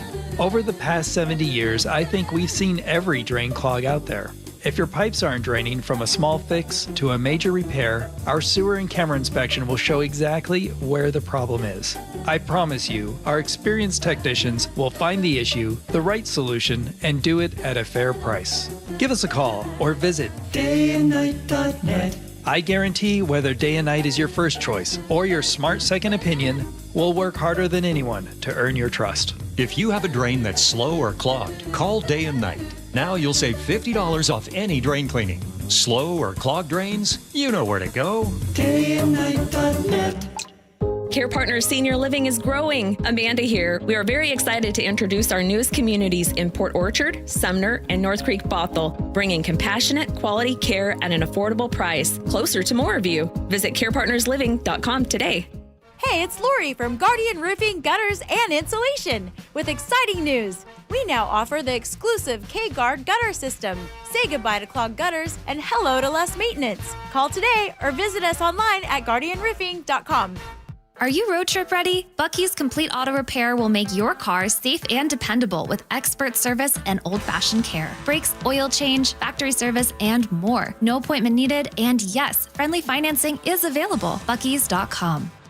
Now, the latest from KIRO Newsradio and MyNorthwest.com. Live from East Lake Avenue. You're listening to Charlie Harger and Manda Factor, Seattle's morning news. Good morning. It's 7:31. A troubling trend is growing across King County. Thieves are breaking into cars and walking away with guns. Prosecutors say not only are car thefts increasing, but so are the violent crimes committed with those stolen weapons. And with the story, here's KIRO News Radio's Luke Ducey. King County prosecutor spokesperson Casey McNerthy tells me that the car prowls are one thing, but the secondary crimes that they're seeing, those are much worse. Shootings, assaults, even some murder cases where guns are taken out of car prowls, from months earlier. And nobody wants to know that a gun that they had lawfully was then stolen out of the car and then used unlawfully. That's not what any responsible gun owner wants. And if you keep your gun in your car, this is what those car prowlers are apparently looking for. If you have a sticker that says,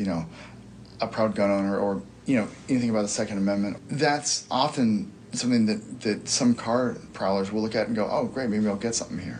All right, so this is an alarming trend that they're seeing in King County. State law says if you keep your gun in your car, it has to be locked inside the car and out of view. Or prosecutors say, just take the couple of minutes to grab your gun and take it inside, even if it's a pain in the rear. Just it only takes a couple minutes, and then lock it inside safely, and you're okay. All right, Luke, thank you. Somebody shot up a Ballard home over the weekend, and it may have been politically motivated. KIRO News Radio's Frank Lindsay says the home has signs supporting President Trump. 3 o'clock Sunday morning near 28th Avenue West and Northwest 56th Street. KIRO 7 TV reports when police arrived, they found a home with several bullet holes in its front window. And on that window, political and ideological signs had been posted. Gunfire also damaged a car parked outside. Somebody had put multiple stickers on it, and they had a different political point of view than the signs in the window. The victim was asleep inside the home and was not hurt. Frank Lindsay, KIRO News Radio. So far, police have made no arrests and have identified no suspects. Walking through airport security in your socks could soon become a thing of the past. Here's CBS's Tom McNicholas with details. Passengers at some U.S. airports no longer have to remove their shoes during pre-flight security checks. Two sources familiar with the matter tell CBS News. That's because the rule is expiring. The sources say the Transportation Security Administration appears to be phasing in the change. And we're told the new rules are now in place at SeaTac. It's 7:33. Be easier to get through there now. Chris Sullivan is at the Beacon Plumbing Traffic Desk. Yeah, and I won't have to dirty up my socks, right? As I walk through. So yeah, that's nice. I'm glad you're not wearing flip-flops going through there. I never do, or thongs, as you like to call them. But that was last week. We're moving on. Looking at northbound I-5 now, we're seeing a lot more slowing past them, getting into the Michigan curve area because of this closure of the ramp to Swift Albro. Yeah, they're doing some major emergency kind of maintenance work there. They're replacing some guardrails, so that ramp is off limits at this point. And so we're looking at about 40 minutes now to go from South Center to downtown. You add that to the normal stuff past the Kent Des Moines Road, we got about an hour and 10-minute trip. So not exactly great coming up the I-5 corridor. We're still seeing about a 3-mile backup out of Bonnie Lake trying to go westbound on 410 past this crash at Valley Ave. They have opened a lane, so the left lane is open, right lane remains blocked, but we're seeing very heavy brake lights in and around that area. Once you get over to the Valley Freeway, you've got about 50 minutes to make it up to Renton, and then Renton to Bellevue is about 40, so not terrible at this point. Coming down from the north end, definitely an hour and 10-minute trip from Everett to Seattle or Bellevue, just stacked in away from the Linwood area. Plan on at least 45 minutes from Linwood down to Seattle or Bellevue. And just north of Clearview on Highway 9, not quite up to Cathcart, we got a crash blocking the northbound lane there right at 164th. That's also causing some southbound slowing. This traffic report brought to you by FlySeaportAir.com, introducing 20 convenient flights per day between Boeing Field and Portland. Easy parking, no TSA, and Seaport Airlines. Book today, FlySeaportAir.com. Beautiful day. We're going to see sunshine and 85 for today. Much cooler tomorrow as we cloud up. We'll see some drizzle at times at only 68. And then Thursday, back to the sunshine by afternoon, warming up to the low 70s. Right now it's sunny and 64 in Seattle. This is the city's longest-running radio news show. Seattle's morning news on KIRO Newsradio. 7:35 now. Auburn police say an 18-year-old woman was seriously injured during a hit and run on the 4th of July. KIRO 7 TV's Jake Chapman reports police are still searching for the suspect's vehicle. Tire marks are what's left from that wild night. We spoke with several people who live nearby off camera that tell us these marks on the road are just a reminder of a problem they say happens too often. It's something that our traffic unit is constantly dealing with and something that, we hopefully can prevent someday. Auburn police say detectives in the traffic unit are combing through cameras across the city. But they are hoping people with video reach out to them. The woman is in critical condition at Harborview. A 17-year-old West Seattle girl is recovering after she was stabbed multiple times during a home burglary early Saturday morning. When police arrived at the home near the corner of 17th Avenue Southwest and Southwest Myrtle Street, they found the victim with multiple stab wounds all over her body. Here's SPD Detective Brian Pritchard. Officers pulled her to safety, and the Seattle Fire Department provided her with medical aid, and she was transported to Harborview Medical Center in serious but stable condition. The suspects are 2 teenagers, 1 male and 1 female. Anyone with information should call SPD or 911. James Lynch, KIRO News Radio. Seattle is now the 7th least affordable metro area in the country for home buyers. This is from a new Realtor.com report. The average home here costs $799,000. The payments eat up 56% of a typical household's income. That's nearly double the national affordability benchmark. And it's not just Seattle. Places like Olympia and Bellingham are also struggling with rising prices. Seattle's social housing program is asking for a financial lifeline. According to the Center Square, the Seattle social housing developer wants a $2 million loan from the city. The money would help cover costs until payroll tax revenue starts coming in next year. The agency was created by voters to build publicly owned, permanently affordable housing. The city council is expected to vote on the loan today. 2 people have life-threatening injuries after a car slammed into a daycare center in Kent early yesterday morning. We get the update today from KIRO 7 TV's Jason Sloss. The impact destroyed a room where infants would normally be when the daycare's open. A witness told KIRO 7 they saw the Camaro and an SUV speeding down a hill when the SUV made contact with the other car, sending it into the daycare. The SUV driver then took off. There was car parts everywhere, and how anybody got in or out of that car, how that the 2 kids got the one guy out of the car, I don't know. Well, the witness also said it appeared the drivers may have been racing. No confirmation from police on that or whether DUI was involved. 2 men accused of spying for China now face federal charges, and 1 has ties to Washington. According to the Center Square, the men allegedly tried to recruit U.S. Navy personnel, including at a base here in our state. The Justice Department says they work for China's Ministry of State Security. 1 suspect was arrested in Oregon, the other in Texas. Investigators say they used spycraft like cash drops and encrypted messages.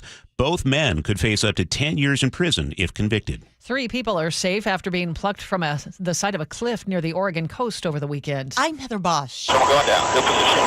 Howdy. Video from a Coast Guard helicopter shows the crew lowering a rescuer down to 2 teens who'd become stuck on a cliffside near Rhodes End Point, Lincoln County.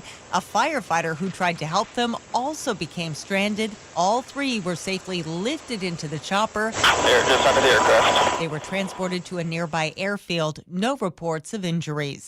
7:39 now, and Sully, what's coming up in traffic? Well, we're going to take a look at some construction work going on that is causing some slowing on northbound I-5. We'll break it down for you next. You listen to Charlie and Manda on Seattle's Morning News every morning. What do they listen to every afternoon? I listen to John all the time when I'm driving home, driving my kids around. I also listen to the John Curley Show, and even by the end of the day, I still like to keep my brain active, and he's very good at doing that. John, first of all, is hilarious.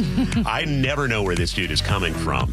The perfect bookends to your daily commute with KIRO News Radio on 97.3 FM and the KIRO Newsradio app. This is the story of the one. As a lineman, he does whatever it takes to keep the power on in his community. And he wants a partner like Grainger who does the same. Grainger offers the professional-grade products he needs, from voltage detectors to harnesses to hard hats, plus fast, dependable delivery, so he can rise to every challenge. Call 1-800-GRAINGER, click Grainger.com, or just stop by. Grainger, for the ones who get it done. If you love to travel, Capital One has a rewards credit card that's perfect for you.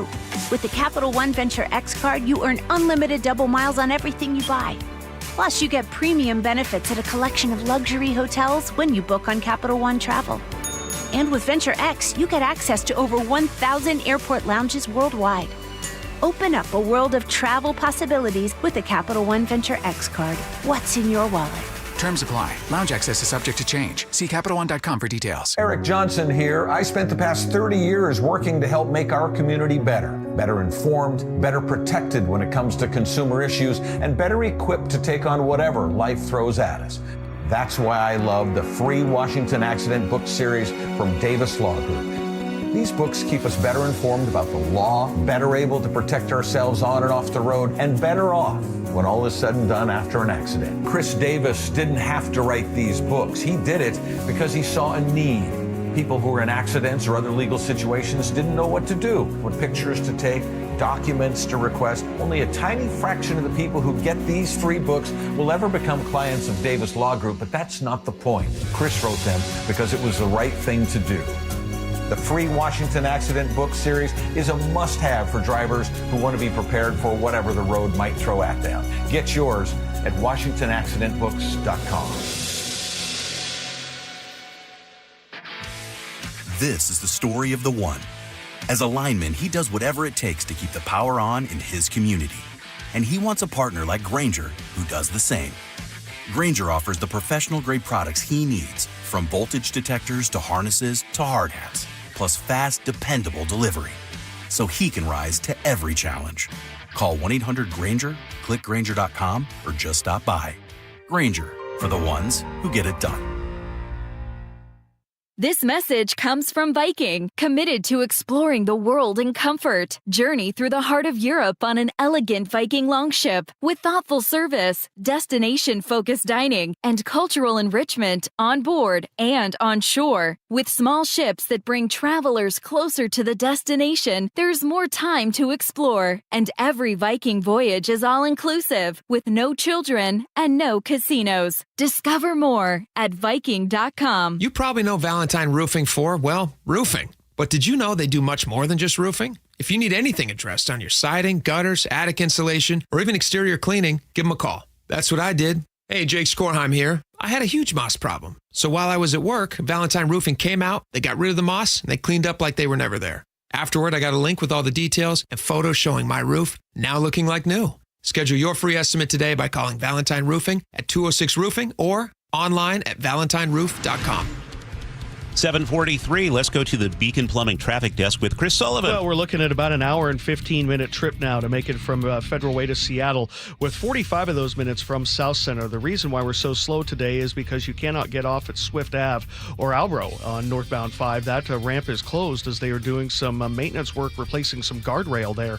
So they're doing that in the heart of the commute, and we've got about 10 minutes worth of a delay over what you might expect. 509 and 99 are also pretty heavy if those are your normal go-to alternatives as you try to make your way out of Burien. Northbound 167, now we're starting to see a lot more action in Auburn and at the north end. We're 30 minutes from Auburn to Renton and 50 plus all the way from Puyallup. Still dealing with about a 3-mile backup on westbound 410 out of Bonnie Lake, trying to get into Sumner because of a crash blocking the right lane as you get to Valley Ave there, right as you work your way into Sumner. So big time delays today out of Bonnie Lake. The drive from Renton to Bellevue also 45 minutes now, definitely heavy through those S-curves as you work your way up through Bellevue, and then coming down from the north end, solid hour drives, hour and 10 now from Everett to Seattle or Everett to Bellevue. A little bit over to the east on Highway 9, we've got backups in both directions of Highway 9 because of this crash, which is northbound, not quite to Cathcart there. It's right around 164th there by the gas station and the CrossFit if you're looking for ways to get up there, and so that's going to cause a problem there for both directions. The Lake Bridges, though, are okay.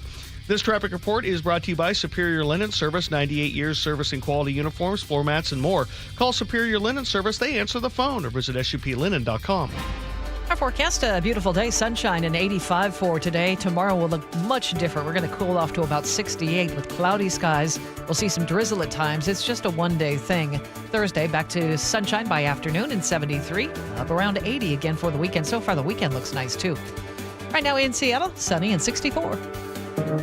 Forget tents and trail mix. Gen Z's latest escape is just down the hall, Katrina. Have you ever gone to the bathroom for a little me time, but no need to actually use the bathroom? Are you asking me? Yeah. Guilty. No. Only at my home, not a public restroom. Well, avoid the kids. Yeah, okay. Distinction is key. Well, All right. then, Manda, you've been restroom camping. It's a term Gen Z has been using, and it's going viral on TikTok. So here's an explainer. I'm a restroom camper. Every time something gets overstimulated in my life, where I'm at like a party or something, even when I'm at home and I feel like I'm overstimulated, let me go to the bathroom and let me refresh real quick. There's nothing like a little bathroom pep talk to yourself. So it's beginning to spark a bigger conversation about mental health. This is not a joke. People are actually doing this and posting it on TikTok. It's a place you can go where no one's going to barge in on you. You're in the restroom, right? What if you're at the office? Well, don't do it at the office. I mean, I don't know. We have limited resources in company bathrooms. I've been accused of doing this during family gatherings. And you said you're guilty. Yep. All right. 746. This is Seattle's Morning News. On the way, we head live to Texas with reporter Chris Fox. He has the latest on the disastrous floods there. This is Seattle's Morning News. Seattle home prices, well, they just keep going up, and you might be ready to take advantage. If you're getting ready to sell or just moved into a new home, now is the time to get a thorough inspection of your crawl space and attic. And don't do it yourself. You don't want to be crawling around in there. You probably don't even really know what to look for. It's Mike Salk here, and Crawl Pros will go where you don't want to, so you can know if there's anything going on in your crawl space or attic without having to crawl into and evaluate those spaces on your own. A free inspection will let you know if your home is energy efficient and if the air you're breathing is clean and safe. Plus, there are some really great utility rebates available right now to help you with the cost of the new insulation if it's needed. How nice would it be to get someone else to cover that cost? Had them out to my house, and it was a great idea. Did that free corner-to-corner inspection, found some issues, they took the pictures, showed them to me, and then solved the problem. No issues since. If you're worried about critters, mold, water damage, insulation issues, or anything else related to your crawl space or attic, call Crawl Pros or visit crawlpros.com. At Care Partners Senior Living, we believe in providing quality care at an affordable price. Instead of spending on luxury and expensive art, we invest in our people and accommodations with a focus on compassionate overall health. Our communities offer independent, assisted living and memory care designed to preserve dignity, independence, and your estate. Affordable, personal, trusted. That's our promise. Please give us a call. We have beautiful Care Partners communities throughout Washington and Arizona. Visit carepartnersliving.com. Summer's fast approaching, which makes this the perfect time to get ready for the busy season with help from WaFd Bank. Get ahead of the game with services like payment processing so customers can buy through kiosk, mobile, online, contactless, whatever way they want to pay. Plus, get industry-leading security and personalized help from dedicated IT support so you can get back to the important stuff. WaFd Bank has the knowledge and experience to make your business goals a reality. WaFd Bank, built for business. Visit wafdbank.com to learn more. Member FDIC. Reliable, refreshing, and ready every morning. Seattle's Morning News. Thanks for joining us today. Along with Manda Factor, I'm Charlie Harger. Tragedy in central Texas this week as the search continues for survivors of the massive floods there, with over 100 people confirmed dead. CBS News correspondent Chris Fox is in Kerrville, Texas, following the story. He joins us live. Chris, good morning. Give us the picture there today. Still a city in shock. It's a city that's actually put its head down and is moving forward with everything it can do, possibly to help in the recovery efforts. We've been lucky over the past 24 hours. The weather has been an incredible positive. Yesterday's flash flood watch expired last night. There was a forecast for heavy rains yesterday. We did not get those, and that's huge for the recovery effort because the biggest problem they're having is obviously the massive amount of debris and the pressure that it's all slammed together, but also the fluctuating water levels. And in this case, half an inch of rain could trigger more flash flooding in an area that's so thoroughly saturated, obviously, to start with. And so most of the effort is focused on recovery. We should get some new numbers in the next few minutes by 10 o'clock locally. Local leaders, the Kerrville mayor, Kerrville city manager, and the Kerr County sheriff and judge should be holding a briefing to give any updated numbers. And those have just, as you mentioned a second ago, hitting the century mark is just surreal. It's unspeakable. Last night, the lieutenant governor of Texas was on Fox News saying that the people there were not given enough warning. That might have been a factor here. What do we know about the alert system and what he had to say? The flash flood alert system that they currently were using was through email and through text, on your phone, alerts on the phone. Well, this is a really spotty area for cell service. And so it's interesting. It's a very positive thing that Lieutenant Governor Dan Patrick is the one talking about that, because House Bill 13 was in the state legislature. Just to give you a background, the Texas state legislature meets every odd year for 140 days and just wrapped up on June 1st. And so House Bill 13 was a bill that would have set aside grant money for local communities like Kerrville to establish or to pay for a flood warning system. We're talking about sirens and river gauges all up and down the river. This idea was brought up in 2015 when we had 13 die in Wimberley, Texas, when the Blanco River flooded. And so these ideas have been brought about, and yet at the same time, they've always shrugged their shoulders and said, well, it's too expensive. We don't have the money. Well, House Bill 13 made it through the House and was died in the Senate, which the lieutenant governor oversees the Senate. So the fact that he's now talking about moving forward with this is a very big positive, meaning that there is a special session coming up in 2 weeks that the governor has called, and they are going to address that. And it is interesting.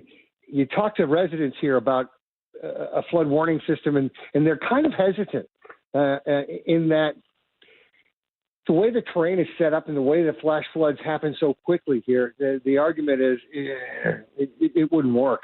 But that being said, of the areas that have been thoroughly pummeled here, starting up at Hunt, Ingram, Kerrville, down to Center Point, and then eventually ended up in Comfort, the only city that had a flood warning system was Comfort, and it went off, and there were no fatalities there.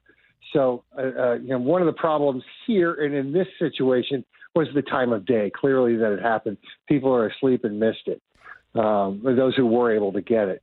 The other big problem or big argument being made is why didn't the city or county evacuate the camps the day in advance when they were told by the Texas Department of Emergency Management that there were issues?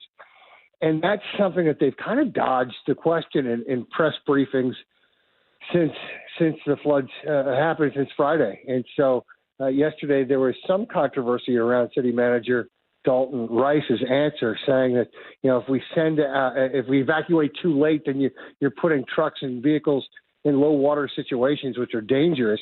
But then he went on to say, you don't want to do it too early either. And you also don't want a cry wolf situation. And that got a lot of attention, especially obviously from those mourning the kids in the camp, the 27 kids. The idea of a cry wolf situation sounds pretty good at this point.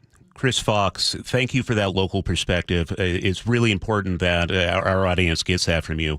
And we'll be checking in with you as this progresses. This is going to be a long recovery. Chris Fox in Kerrville, Texas. It's 7:54. We need to check your traffic. We do that every 10 minutes for you.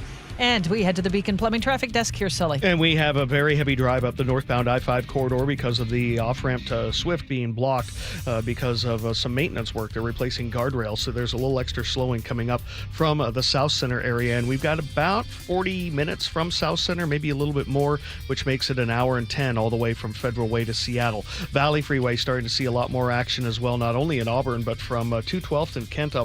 So about 35 minutes now from Auburn, and 55 all the way from Puyallup, maybe a little bit more. It's going to take you a long time, maybe an extra 15 minutes to get out of Bonnie Lake today on westbound 410. Still dealing with this crash in the right lane as you get past Valley Ave in Sumner. Over in Fife, we do have the left lane blocked, or the HOV lane. It looks to be like blocked just after 70th, so just around the corner heading up the hill. Coming down from the north end, hour and 10-minute trips from Everett to Seattle or Bellevue. And our good friend Annette, this is for you. $15 in the southbound ETL. Annette, not only did she retire, she's now moving out of state. We talked over the weekend. So that one's for you. Of course he did. This report brought to you by KIRO Radio Rundown. Text newsletter to 888-973-5476. Subscribe to the KIRO News Radio Rundown. Get the latest news and updates from your favorite KIRO News Radio shows. Get them sent straight to your inbox. Okay, looks like we're going to have another warm one today. 85 the high. Tomorrow, 68, a chance of showers. Low 70s for Thursday. Right now in Seattle, it's sunny and 61. A KIRO News Radio exclusive on the Chi and Ursula Show. New Seattle Police Chief Sean Barnes, with the mass deportations and the actions by ICE, clarify when Seattle Police would step in and when they would not step in. Just to be clear, Washington state law prohibits us from being involved. The only time we would get involved if there was a dangerous situation, if there was gunfire, just like we would for anything else. Watch the full interview on the KIRO News Radio YouTube page.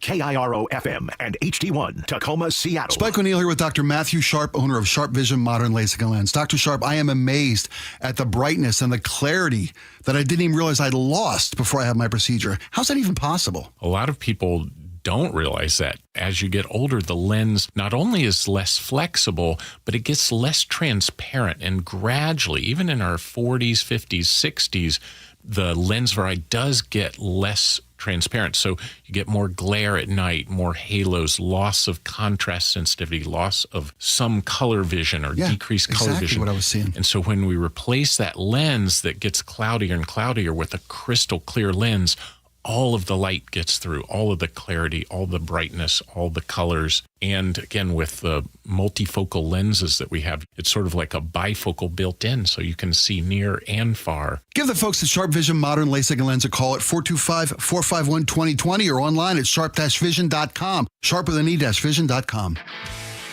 This is the story of the one. As a lineman, he does whatever it takes to keep the power on in his community. And he wants a partner like Grainger who does the same. Grainger offers the professional-grade products he needs, from voltage detectors to harnesses to hard hats, plus fast, dependable delivery, so he can rise to every challenge. Call 1-800-GRAINGER, click Grainger.com, or just stop by. Grainger, for the ones who get it done. Tired of hearing scary radio ads about the IRS? Tax Relief Advocates is different. TRA is here to tell you that if you owe money to the IRS, whether it's $5,000 or $500,000, we have a solution. TRA can eliminate or reduce what you owe to the IRS with zero risk to you. We have over 1,000 5-star reviews on Google and an A+ with a BBB. End your tax nightmare today by visiting TRA.com or call 800-583-6681. That's 800-583-6681. Are you trying to buy a new home, or are you a local real estate agent seeking financing for a client? We're all tired of dealing with banks, credit unions, and endless guidelines. Wouldn't it be nice to go back in time when we had common sense lending? Hi, I'm Scott Rireka, CEO of Legacy Group Capital based in Bellevue. We are one of the largest local private portfolio lenders in Washington. We've helped thousands of home buyers and real estate investors reach their financial goals by leveraging the Legacy Common Sense borrowing platform. What that means is we lend our own money, we make our own decisions. If your deal makes sense, we'll get it done. Whether you're purchasing a new piece of real estate or refinancing an existing loan, bridge loans, construction, or regular home loan, it doesn't have to be as difficult as banks and lenders make it. If you're trying to grow wealth through real estate acquisition, come talk to the experts in private lending.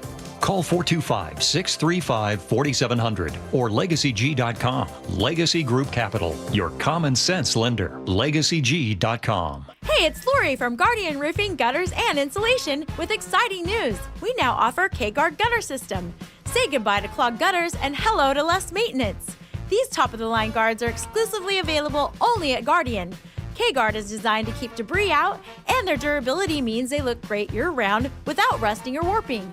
Ready for hassle-free gutters? Protect your home with Guardian. To learn more about Guardian's exclusive K-Guard gutter system, call today or visit us at guardianroofing.com. Worried about your aging parents' bathroom? You can convert that old tub into a walk-in shower with Bathfitter. Custom fit, installed in just one day with 0% interest for 24 months. Call Bathfitter now or visit bathfitternw.com. Your best source for local news. KIRO News Radio. KIRO FM and HD1. Tacoma, Seattle. Northwest News. This is CBS News on the Hour, sponsored by Progressive Insurance. I'm Steve Kathan. A frustrating and agonizing search goes on in areas of central Texas where flooding has claimed more than 100 lives and left others missing. It's my dad's coworker. It's one of his best friends, so we're still looking, but it's hard to maintain hope right now. As the search effort goes on, CBS's Janet Shamlian has more on the struggle to clean up. The resilience and the compassion and really just the selfless neighbor helping neighbor. You know, a lot of the volunteer effort going on here is not formally organized. It is just someone with a chainsaw going to help someone else, perhaps someone they don't know. No big announcement yet from the government, but at more airports around the country, word is getting around that travelers don't have to take their shoes off in the security line. These people at Boston's Logan Airport. TSA agent was really happy because she said, "Oh, you don't have to take off your shoes." I was watching others go through the screening and they didn't take their shoes off, and I was like, yes, finally. The White House press secretary appeared to confirm the change in a social media post. The shoes-off rule was implemented nationwide back in 2006.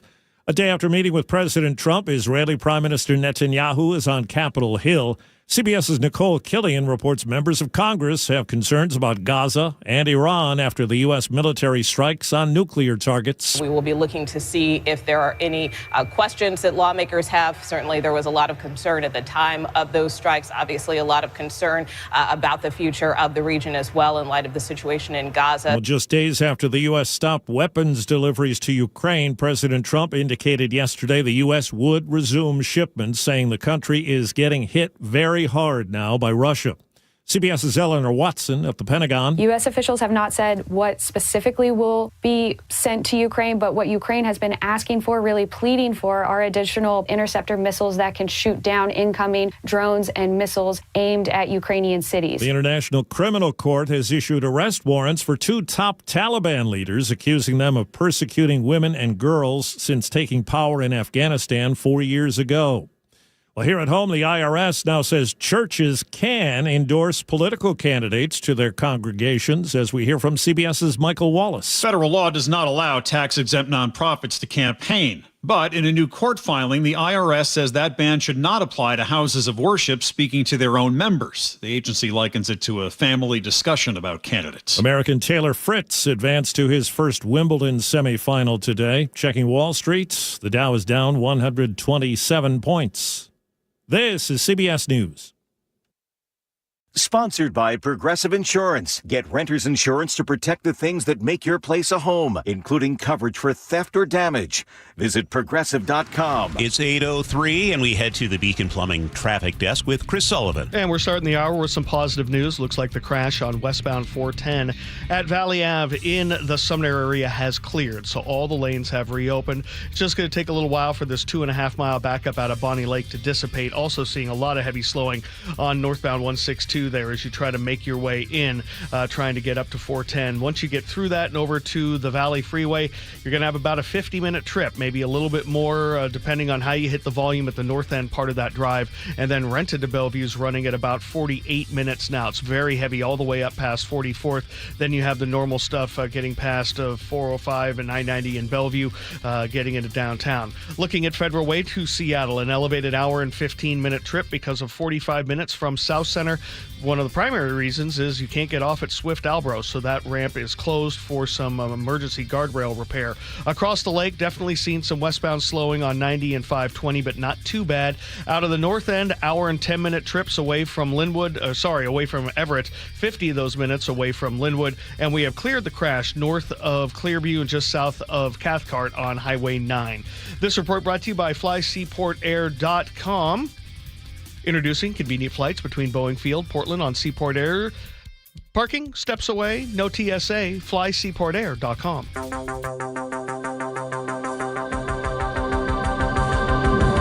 8:04 Tuesday morning, July 8th. This is Seattle's Morning News. Along with Manda Factor, I'm Charlie Harger. An 18-year-old woman is clinging to life in critical condition after a hit and run during a street takeover in Auburn. Police say the car was doing donuts in front of a large crowd. Police arrived and the car sped away, and the whole incident was captured on camera. We get the latest live from KIRO Newsradio's Luke Ducey. If you haven't seen this video, go to mynorthwest.com and check it out after we tell you about it here. It's something else. This happened on the 4th of July at night at the intersection of Lake Tapps Parkway and Lakeland Hills Way.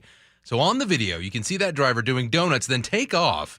Witnesses shooting this on video could not believe what they just saw. Holy did you see that?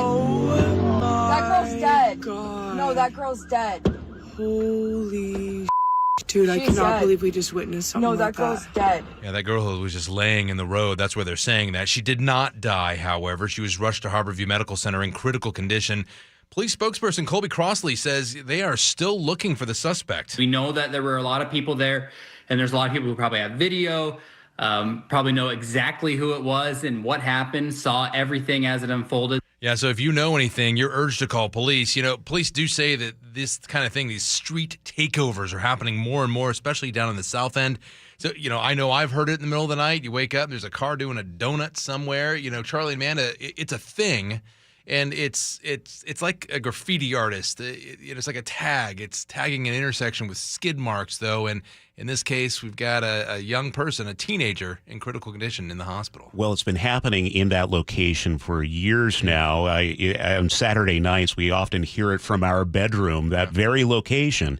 And neighbors for years have been saying somebody is going to get badly hurt or worse, and it's finally happened. Horrible. It's and awful. Yeah, horrible. And police, they can say they're going to step up patrols. So let's see what happens. Yep. Okay. Thank you, Luke.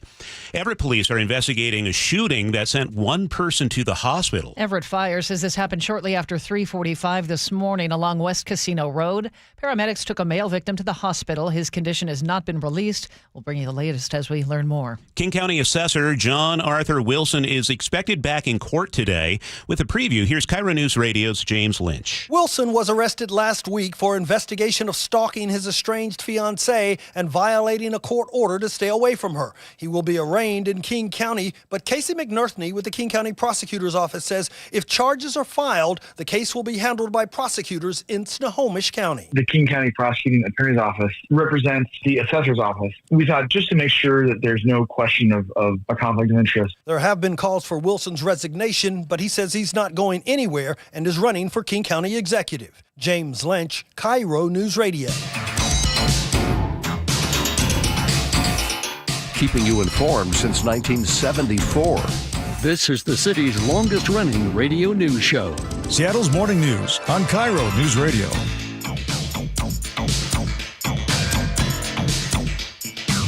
I think Nick picked that one for me.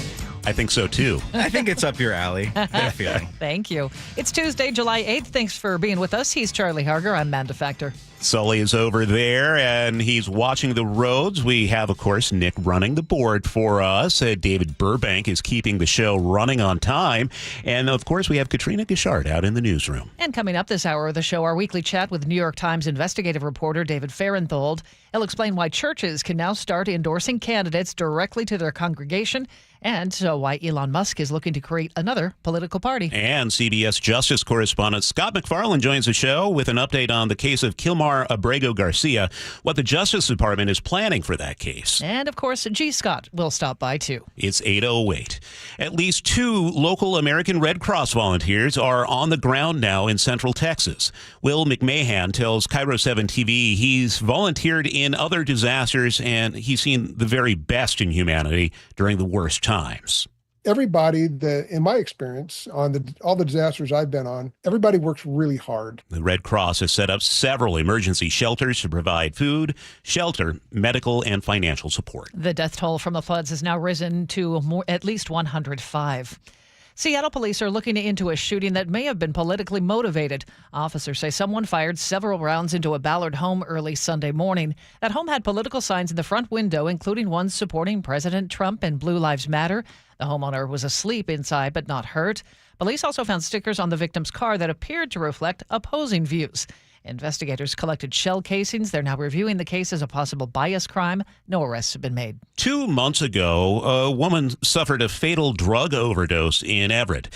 Now, the alleged dealer is charged in connection with her death. With the story, here's KIRO News Radio's Frank Lenzi. On May 4th, the woman in her 40s was found dead in her apartment along West Marine View Drive. Police say there was drug paraphernalia and suspected fentanyl near her body, and that apartment staff members saw a known drug dealer sell her narcotics just before she died. That sale was captured on video by surveillance cameras, and the footage also shows that after that, nobody went in or came out of her apartment. The suspected dealer has been booked for controlled substance homicide. Frank Lindsay, KIRO Newsradio. A high-speed chase in Yelm ended with a hit-and-run suspect dead. The State Patrol says that driver was speeding away from police Sunday before crashing into multiple vehicles on Highway 507. The suspect was ejected and died at the scene. 2 others, including a Yelm police officer, were hospitalized. They are expected to be okay. The man known as the Belltown Hellcat is heading to jail. KIRO 7 TV reports 22-year-old Miles Hudson was sentenced to a year behind bars, but in the end, he'll spend 30 days in jail. A judge suspended most of the sentence and gave him credit for time served. A jury found Hudson guilty on 2 counts of reckless driving after videos showed him racing and doing stunts with his souped-up Dodge Charger Hellcat.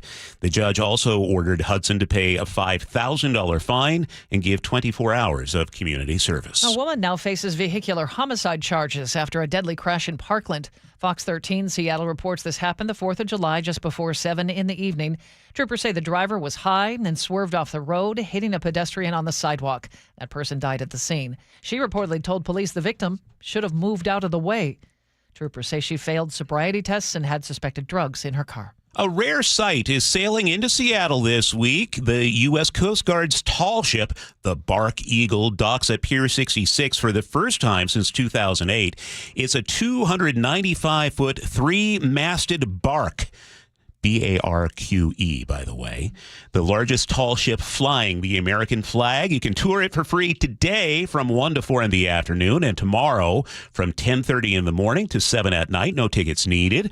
The Eagle has trained future Coast Guard officers since 1946. Was originally built in Germany before World War II. The stop in Seattle is part of a 14-week West Coast journey. You might be wondering, built in Germany before World War II. What? This was given to the United States as part of war reparations in World War II. By the way, B-A-R-K is acceptable. No, you tell that to the Coast Guard. Well, I'm just saying. I don't want any petty officer up in my business. I'm just saying they both are acceptable depending on where the ship was primarily built or where it is sailing. Oh. See, you learned something new. Yeah, okay. Yeah, Trust me, a lot Sully. of the graveyard of the Pacific ships are barks, and they're spelled B-A-R-K. Okay, all right. All right. Not parquet. No. Okay, because that's not butter either. It's entirely... Either way, just it will be a lovely day to go down to the waterfront and check it out, no matter how you spell it. You should see the look Amanda just gave me.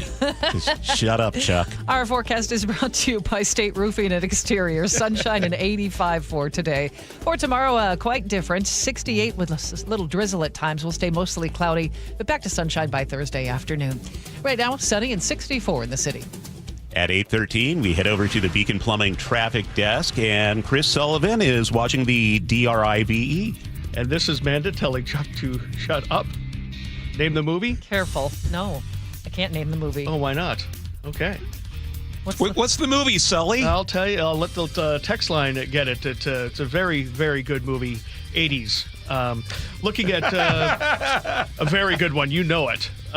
Looking at the 512 drive now in the westbound direction, looks like we might have a crash near Canyon Road because we went all red in a hurry there. So I'll have more for you on that in 10 minutes. That's one of the spots in Pierce County that is bad compared to some of the others. Looking at the Valley Freeway, back under 55 minutes, so we're getting a little bit better there. But then you give that time right back as you go from Renton on up into Bellevue. That drive over 50 minutes now. Federal Way to Seattle's got about an hour and 10-minute trip with 40 of those minutes out of South Center. Still can't get off at Swift or Alvaro. That ramp is closed for guardrail repair. 509 and 99 are also very heavy as we work our way up past the First Avenue South Bridge. Coming down from the north end, really heavy away from Linwood. We have about an hour and 10-minute trip with 50 of those minutes from the Linwood area on down. And we're still seeing some slowing on southbound Highway 9 getting through Cathcart because of an earlier crash in the northbound direction right around 164th. And we're still dealing with the remnants of this crash in Fife.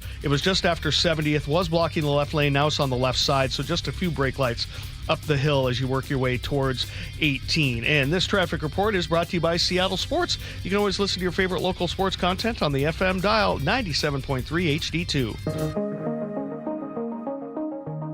It's 8:14 now, and an American tennis star has made history at Wimbledon. With the update, here's Katrina Gashard. 22-year-old Ben Shelton advanced to the quarterfinals for the first time in his career on Monday. Over the weekend, I told you about it yesterday, he made a public plea to Morgan Stanley, where his sister works, to give her more paid time off to watch him play, and they did. So yesterday, Shelton thanked his dad for coaching him, and listen to what he said about another sport he loves. I grew up playing quarterback or quarterbacker, either way. I've always loved athletics, playing a team sport, something bigger than yourself. Now I'm obviously playing individual sport, but I still have a team supporting me that I work with every day. So that's the most important thing to me. I don't want to be out here by myself. I want to be doing it with people that I love, and I got a lot of people that I love over there. His parents, sister, and girlfriend were in the stands watching him, so we'll see how far he gets. All right. Thank you, Katrina. By the way, the movie was Night Shift. Never saw it. Oh, that's a good one. Sorry. Really, really good one. Oh, yeah. What did you get? What was your quote again? Well, I changed the names, but this is Manda telling Chuck to shut up to go along with you having our previous exchange. Oh, I thought we would be able to rescue that one. I was so wrong. I was so very, very wrong. Night Shift. Got it. It's 8:16. Seattle's morning news. Always live, always connected. Stream, watch, subscribe, and share at mynorthwest.com. It's Tuesday, and every Tuesday we call up New York Times investigative reporter David Farenthold to talk about the big national stories of the week. David, good morning. Let's start today with your reporting from last night. What big changes are ahead for churches and politics? Well, last night, the IRS said in a court filing that it was basically creating an exemption in a decades-old rule. That rule is that if you're a tax-exempt group, whether you're a charity or a church or a synagogue or a mosque, you can't get involved in political campaigning. You can't endorse candidates. You can't campaign on behalf of a candidate. What the IRS did last night was say, okay, we're creating a new exemption for that. If you're a house of worship, so not just the church, but other houses of worship, and you're speaking from the pulpit, you're speaking to your congregation, not to the public at large, but to the members of your congregation, you can endorse candidates. That's what they're saying. You can oppose a candidate. You can make political speech from the pulpit to your congregation. That was something the IRS wasn't really policing before, but now they're saying officially it's legal. And how was it different before in terms of the rule? In the past, the rule was pastors could not, the rabbis, whoever, could not endorse a candidate from the pulpit. In practice, they often did, and the IRS was pretty sporadic about enforcing that rule because it was afraid of overstepping First Amendment freedom of religion grounds. But it was the rule, and so if you were a church or a synagogue, you would say, well, let's not do it because we don't want to break any rules. Now that rule has gone away. What prompted this? Has it been brewing for a long time? Well, President Trump has said for a long time that he wants to get rid of the entire rule. It's called the Johnson Amendment, the entire rule that says that nonprofits can't get involved in politics. But in this case, it was in response to a lawsuit filed by some churches in Texas against the IRS. The churches said, hey, look, we don't think this rule is constitutional. It oversteps freedom of religion. This is the IRS basically settling that case and saying, you know what, you're right. We're not going to enforce that rule against churches or other houses of worship. I know this is still very early on in terms of the new rule, but what kind of a reaction are you hearing? Well, it's a mix. There are some people who say, well, look, this was basically already the rule anyway. The IRS didn't say it, but this is how they were treating the rule in practice. But there are a lot of folks, including big associations of nonprofits, who really worry about the impact here. They say, well, you know, it sounds like it's getting the IRS out of the business of policing what churches say, but it may just make them more involved. So now, okay, if the rule is it's okay to speak to your congregation, well, what if you speak to your congregation but put that sermon online? What if you have a TV congregation? What if your congregation you think is the world and you broadcast things to the world? It may make them invite the IRS more into deciding where churches have overstepped this new boundary. David, let's switch gears and talk about the deteriorating relationship between Donald Trump and Elon Musk. Elon establishing a third party. Thoughts on that? I really don't think that's going to succeed. I mean, I've been wrong about Elon Musk before. A lot of people have. But think about what Elon Musk has done in the last year. He started out maybe 2 or 3 years ago with a strong base of support among liberals, people that bought Teslas, cared about climate change, believed in his mission as someone who wanted to get rid of gas-powered cars. Then he threw those people, basically gave the middle finger to all those people, told them that they were traitors to the country, and joined Donald Trump, became Donald Trump's biggest fan. And, then we had the 2024 campaign. We had Doge, where he was in this incredibly confrontational. Remember the straight-arm salute he did earlier this year? He was this incredibly confrontational far-right figure. And now he's saying, wait, I don't want to be either one of those. I want to be a party for the middle. Well, who's going to go there? He's alienated in the really short amount of time both sides of the American political divide. I just don't think there are enough people who like Elon Musk to build any sort of political party on. What kind of candidates is he reaching out to? I've heard that Andrew Yang is among them. I mean, yes, I think he's trying to find people who are, seen as being sort of independent, who might support him, Andrew Yang being one of them. The crazy thing about that is, the one issue that we really know Musk cares about is spending, deficits, debt. He wants to make the U.S. spend a lot less and balance the budget, reduce our deficit. Andrew Yang's big thing was universal basic income, basically the government paying everyone a salary, even if you didn't have a job. I don't know how you get those two ideologies together in one party. Well, let's talk about tariffs and the latest developments in the U.S. implementing those tariffs on trade partners. Seems like a lot of entreaties were proposed by countries throughout Asia to no avail. What do you think President Trump really wants from these new deals? It's hard to tell. He promised this thing a few weeks ago. We're going to get a deal with every country in the world by July 9th. And he ended up getting a deal with one, kind of a framework deal with Vietnam and maybe a couple of other places. And so now he's saying, okay, well, now we're doing it by August. Well, I think what he's finding is that it's really, really hard to make comprehensive trade deals at all, that they're very slow, painstaking processes. It's hard to do them with a zillion countries at once. And it's especially hard when you keep showing that you're not willing to use the leverage you have, right? He keeps saying, I'm going to make huge tariffs in a week, in a month, in 2 weeks, 2 months. If people don't really believe you're going to use that threat, then it's kind of an empty threat and people are not going to come running to make these deals. What do you read into the financial markets not really reacting to these tariff announcements?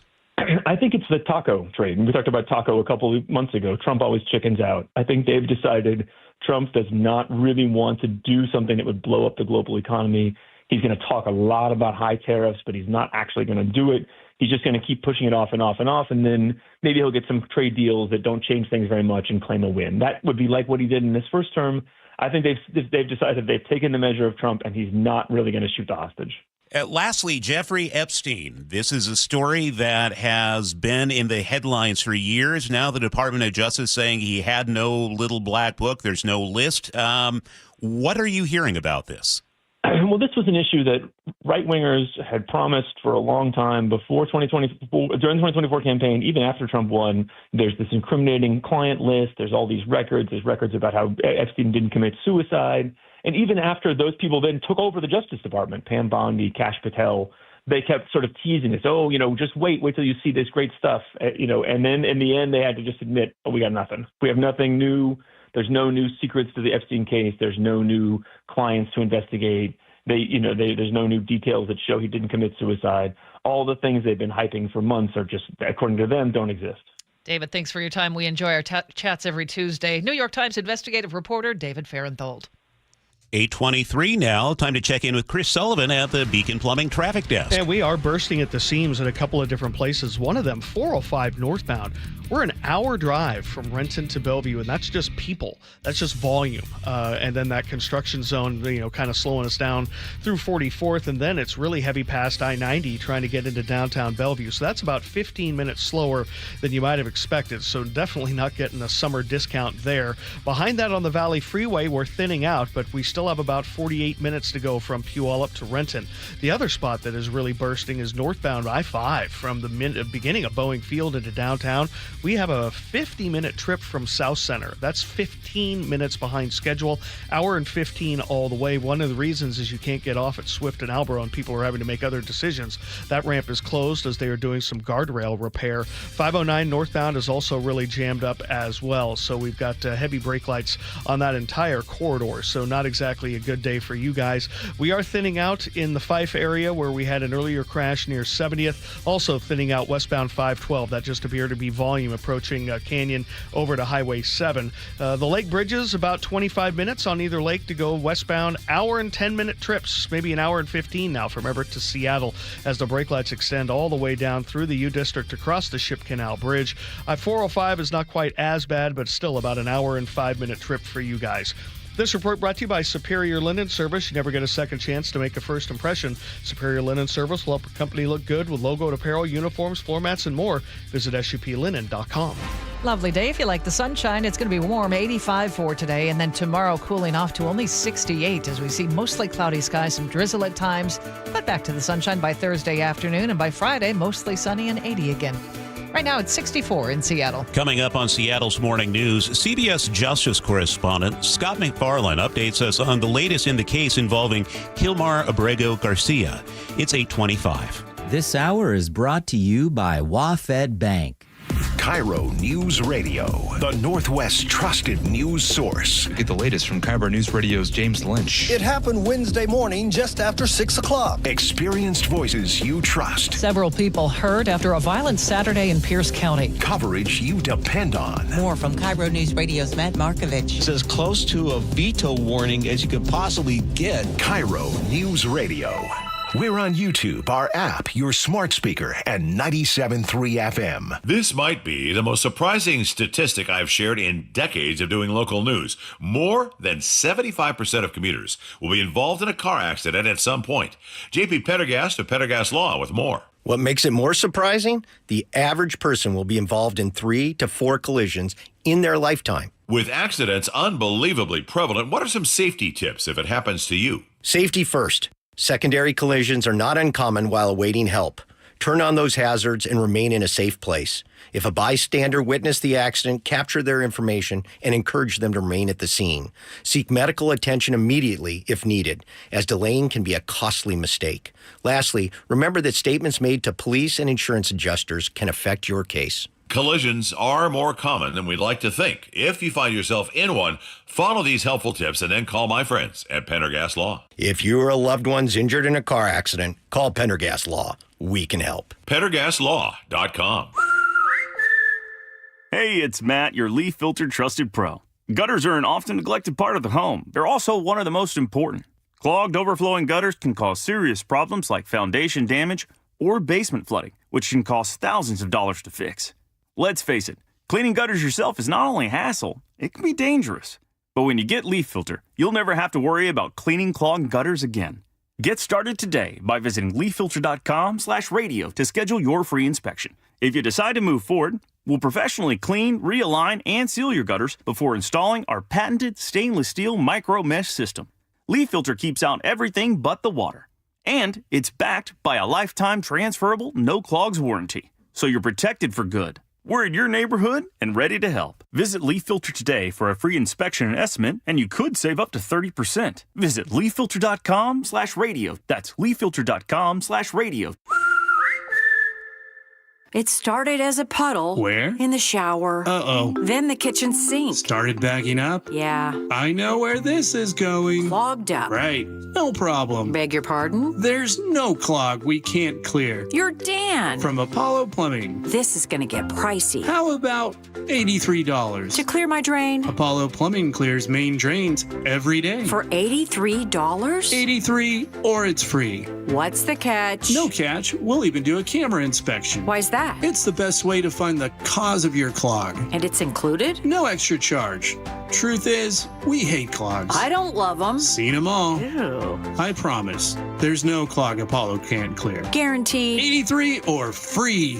Goodbye, slow drains. All it takes is an accessible clean out. And Apollo gets my drains draining again. You call, we come, it's fixed. My heroes. Just doing our job. Thank you, Apollo Plumbing. ApolloPlumbing.com. What's the biggest mistake you can make when selling your home? Settling for less money. That never happens with Orchard. Disappointing offers can wear you down, causing you to settle for thousands less. You don't have to settle when you sell with Orchard. Orchard reinvented the real estate industry by guaranteeing your home sale and helping you sell on the market for top dollar. First, Orchard gives you cash up front so you can buy and move into your new home first, on your timeline. No waiting, no showings, no double moves. Then once you're all settled in, your Orchard agent helps sell your home on market for top dollar. Here's what one Orchard customer said. I never could have sold without Orchard. I made way more than I expected, and it couldn't have been easier. With Orchard, you never have to settle for less. Buy before you sell and get top dollar for your home with Orchard. Curious how much your home is worth? Visit Orchard.com to get your free home valuation. That's Orchard.com. Orchard.com. Hey, Spike O'Neill here with Dr. Matthew Sharp, owner of Sharp Vision Modern LASIK and Lens. Dr. Sharp, I keep getting questions from our listeners.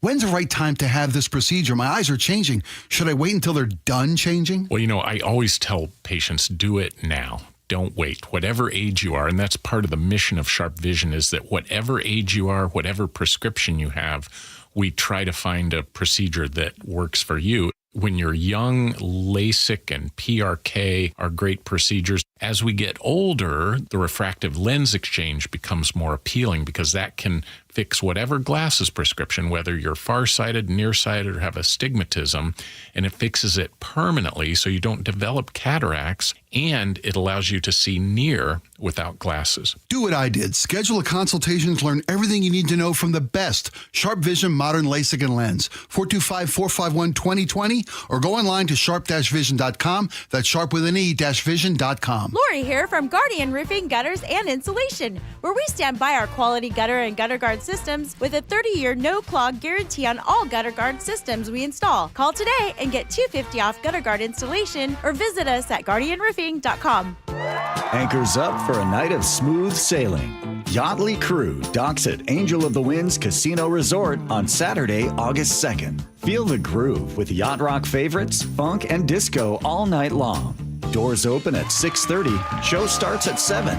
Don't miss Yachtly Crew at the Rivers Run Event Center. Tickets start at $59. Get yours at the Players Club or online at angelofthewinds.com. That's angelofthewinds.com.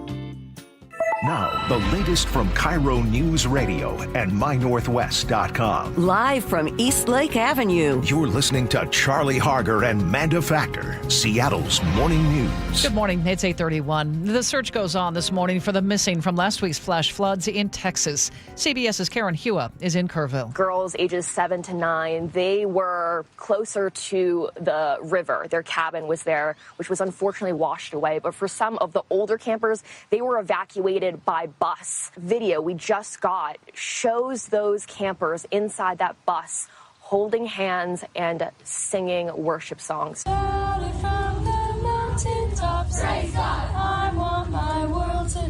These are children who are essentially praying for survival for themselves and for their friends. It's just absolutely devastating. 8:32 now. A troubling trend is growing across King County. Thieves are breaking into cars and walking away with guns. Prosecutors say not only are gun thefts increasing, but so are the violent crimes committed with those stolen weapons. We get more on this live from KIRO News Radio's Luke Ducey. Amanda, the car prowls are one thing, but King County prosecutor spokesperson Casey McNerthney tells me the secondary crimes, those they're seeing, are much worse. Shootings, assaults, even some murder cases where guns are taken out of car prowls, from months earlier. And nobody wants to know that a gun that they had lawfully was then stolen out of the car and then used unlawfully. That's not what any responsible gun owner wants. It is a scary trend. And if you keep your gun in your car, this is what those car prowlers are looking for. If you have a sticker that says, a proud gun owner or, anything about the Second Amendment, that's often something that some car prowlers will look at and go, oh, great, maybe I'll get something here. And they're just playing the odds, of course. State law says that if you keep your gun in your car, it must be locked inside the car and out of view. Or prosecutors say, it just takes a couple minutes to take your firearm back inside the house and lock it inside the house instead. Okay, Luke, thank you. Somebody shot up a Ballard home over the weekend, and it may have been politically motivated. KIRO News Radio's Frank Lenzi says the home has signs supporting President Trump. Gunfire erupted about 3 o'clock Sunday morning near 28th Avenue West and Northwest 56th Street. KIRO 7 TV reports when police arrived, they found a home with several bullet holes in its front window. And on that window, political and ideological signs had been posted. Gunfire also damaged a car parked outside. Somebody had put multiple stickers on it, and they had a different political point of view than the signs in the window. The victim was asleep inside the home and was not hurt.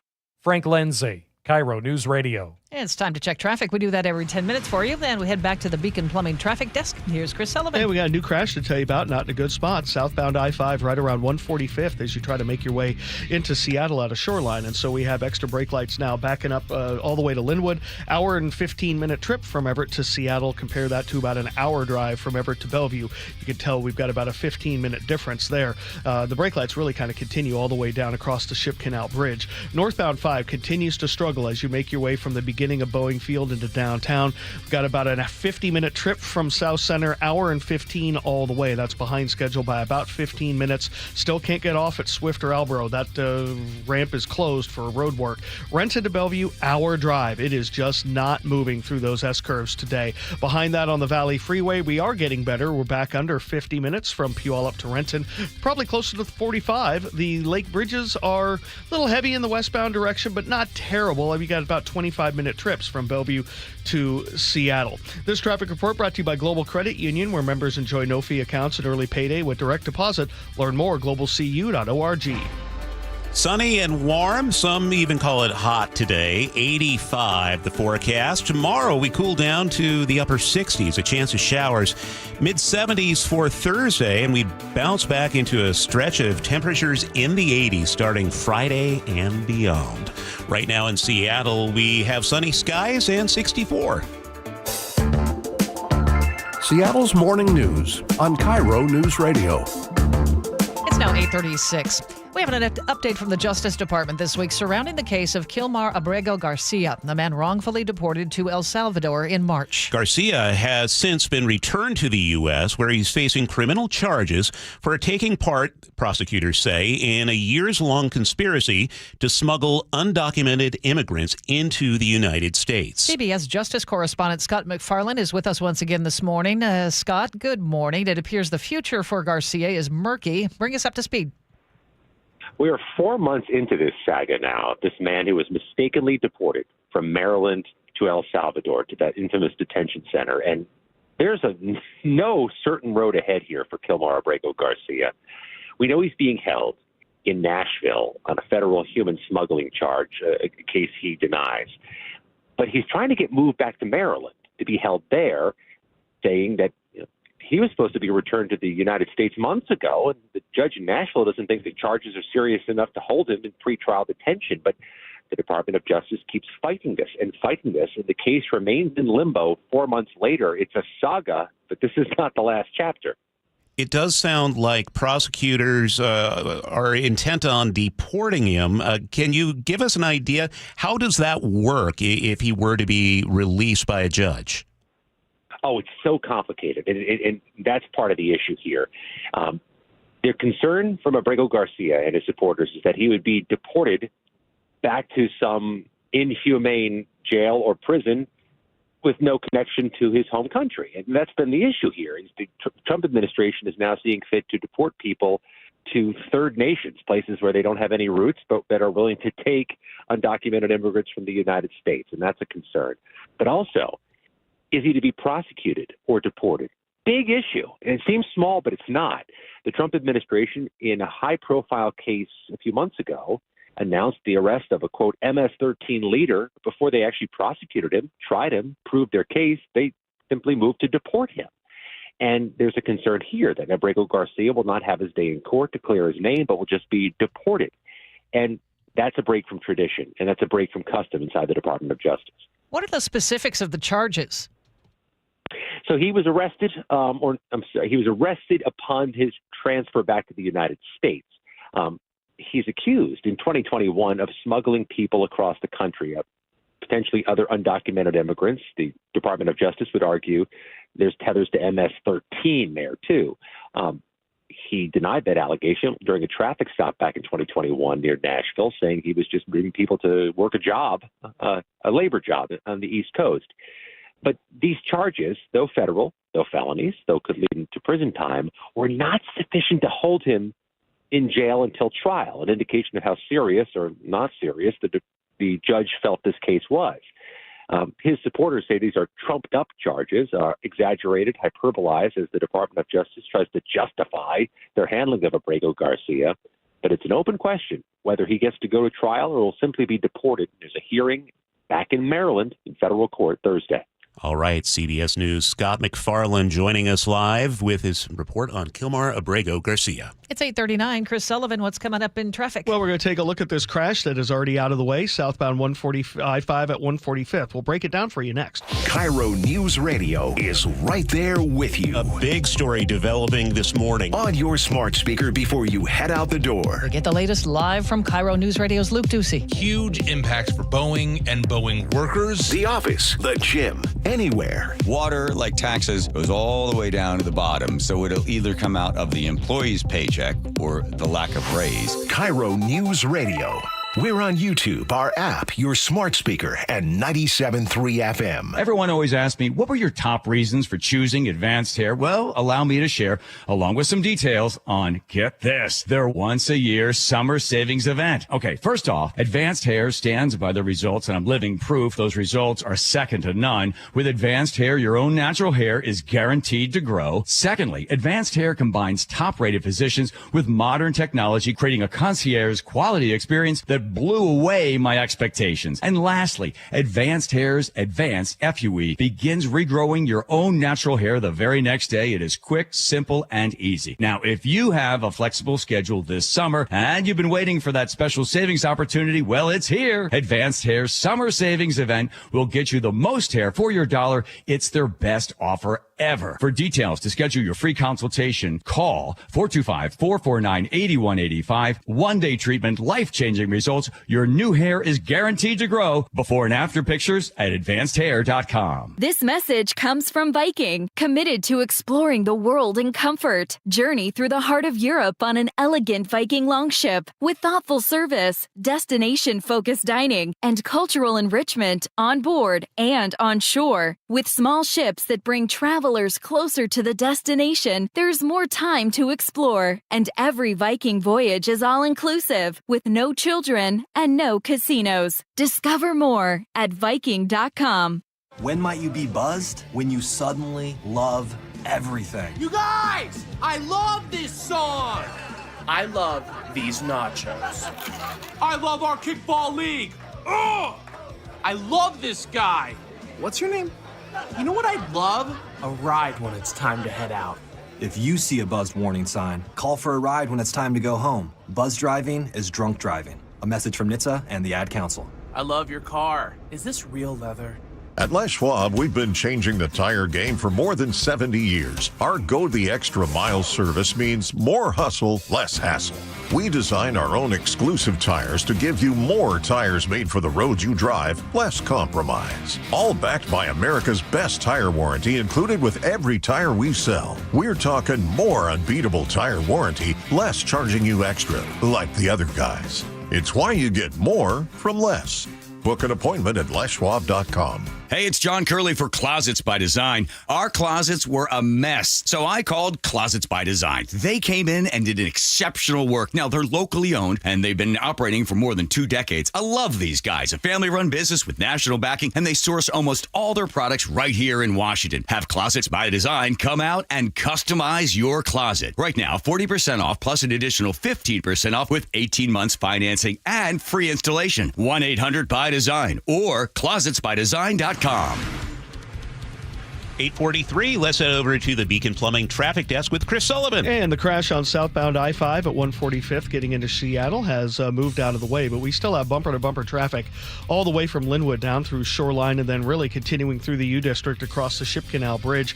Hour and 15-minute trip from Everett to Seattle. Compare that to the hour drive you have from Everett to Bellevue, and you can understand the difference there. Northbound 405 just continues to struggle. It is barely moving as you make your way from Renton on up to Bellevue. That drive at an hour, that's 15 minutes slower than it should be at this time of day, even on a Tuesday. Looking at the northbound I-5 drive, the northbound 167 corridor, getting much better in Auburn. We're actually about 45 minutes now.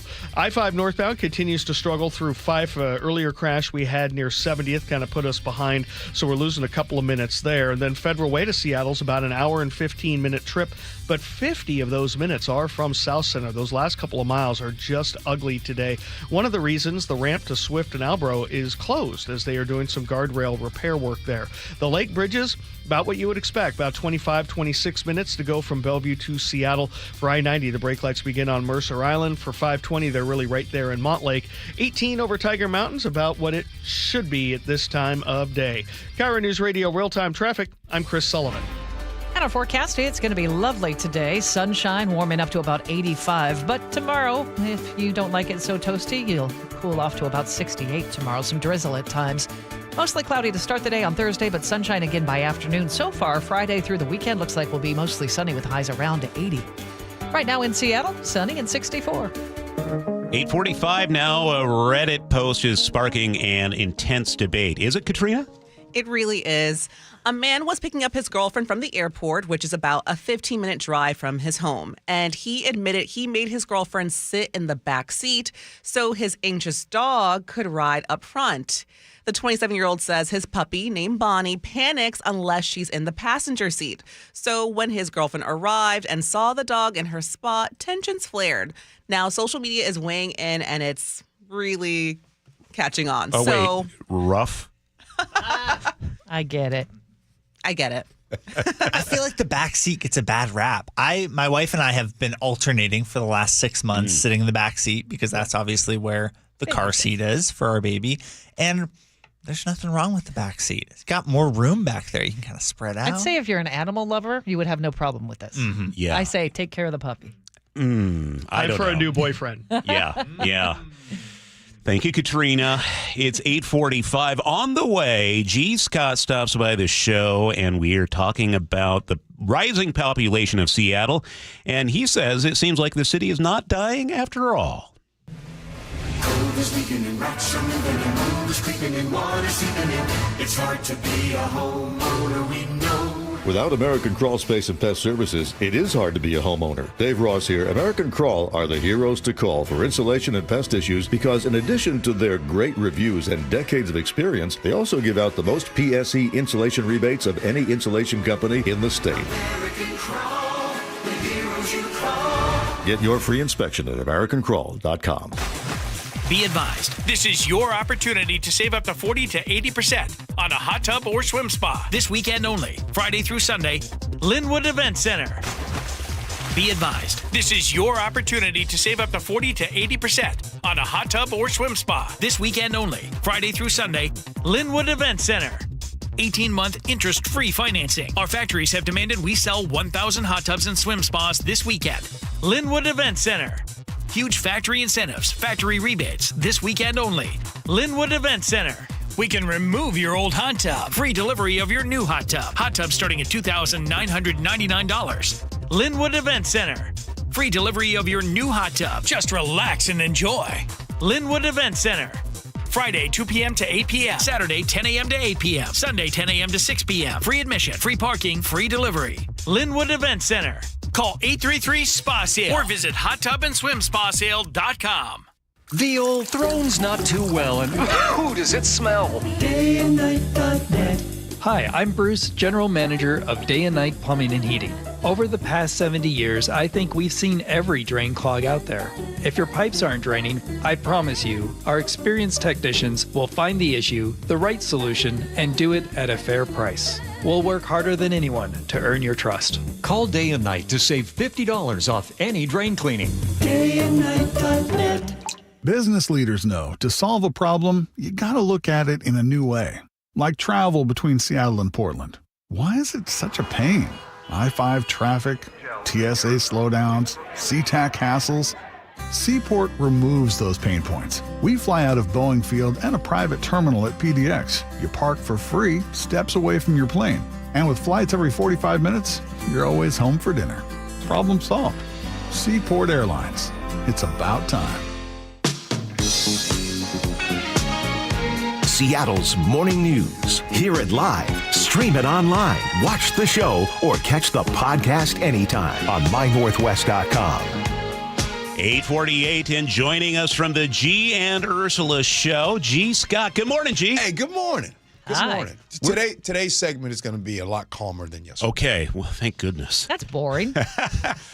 Talking population size? Yeah.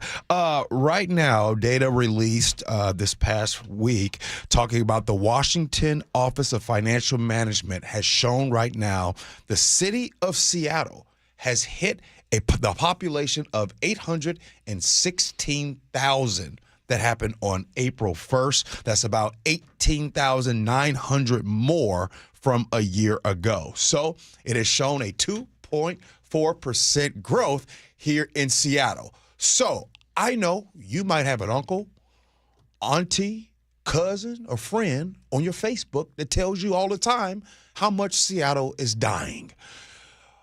Well, not so fast. It's not dying. It's actually thriving. It's doing well. People actually want to be here. I know sometimes they take pictures of the 1 to 2 streets like they always do to show you that Seattle's dying. Just like if they were to go to Vancouver, BC, they could go show the streets of Richards and show that street. But at the same time, Seattle's doing well.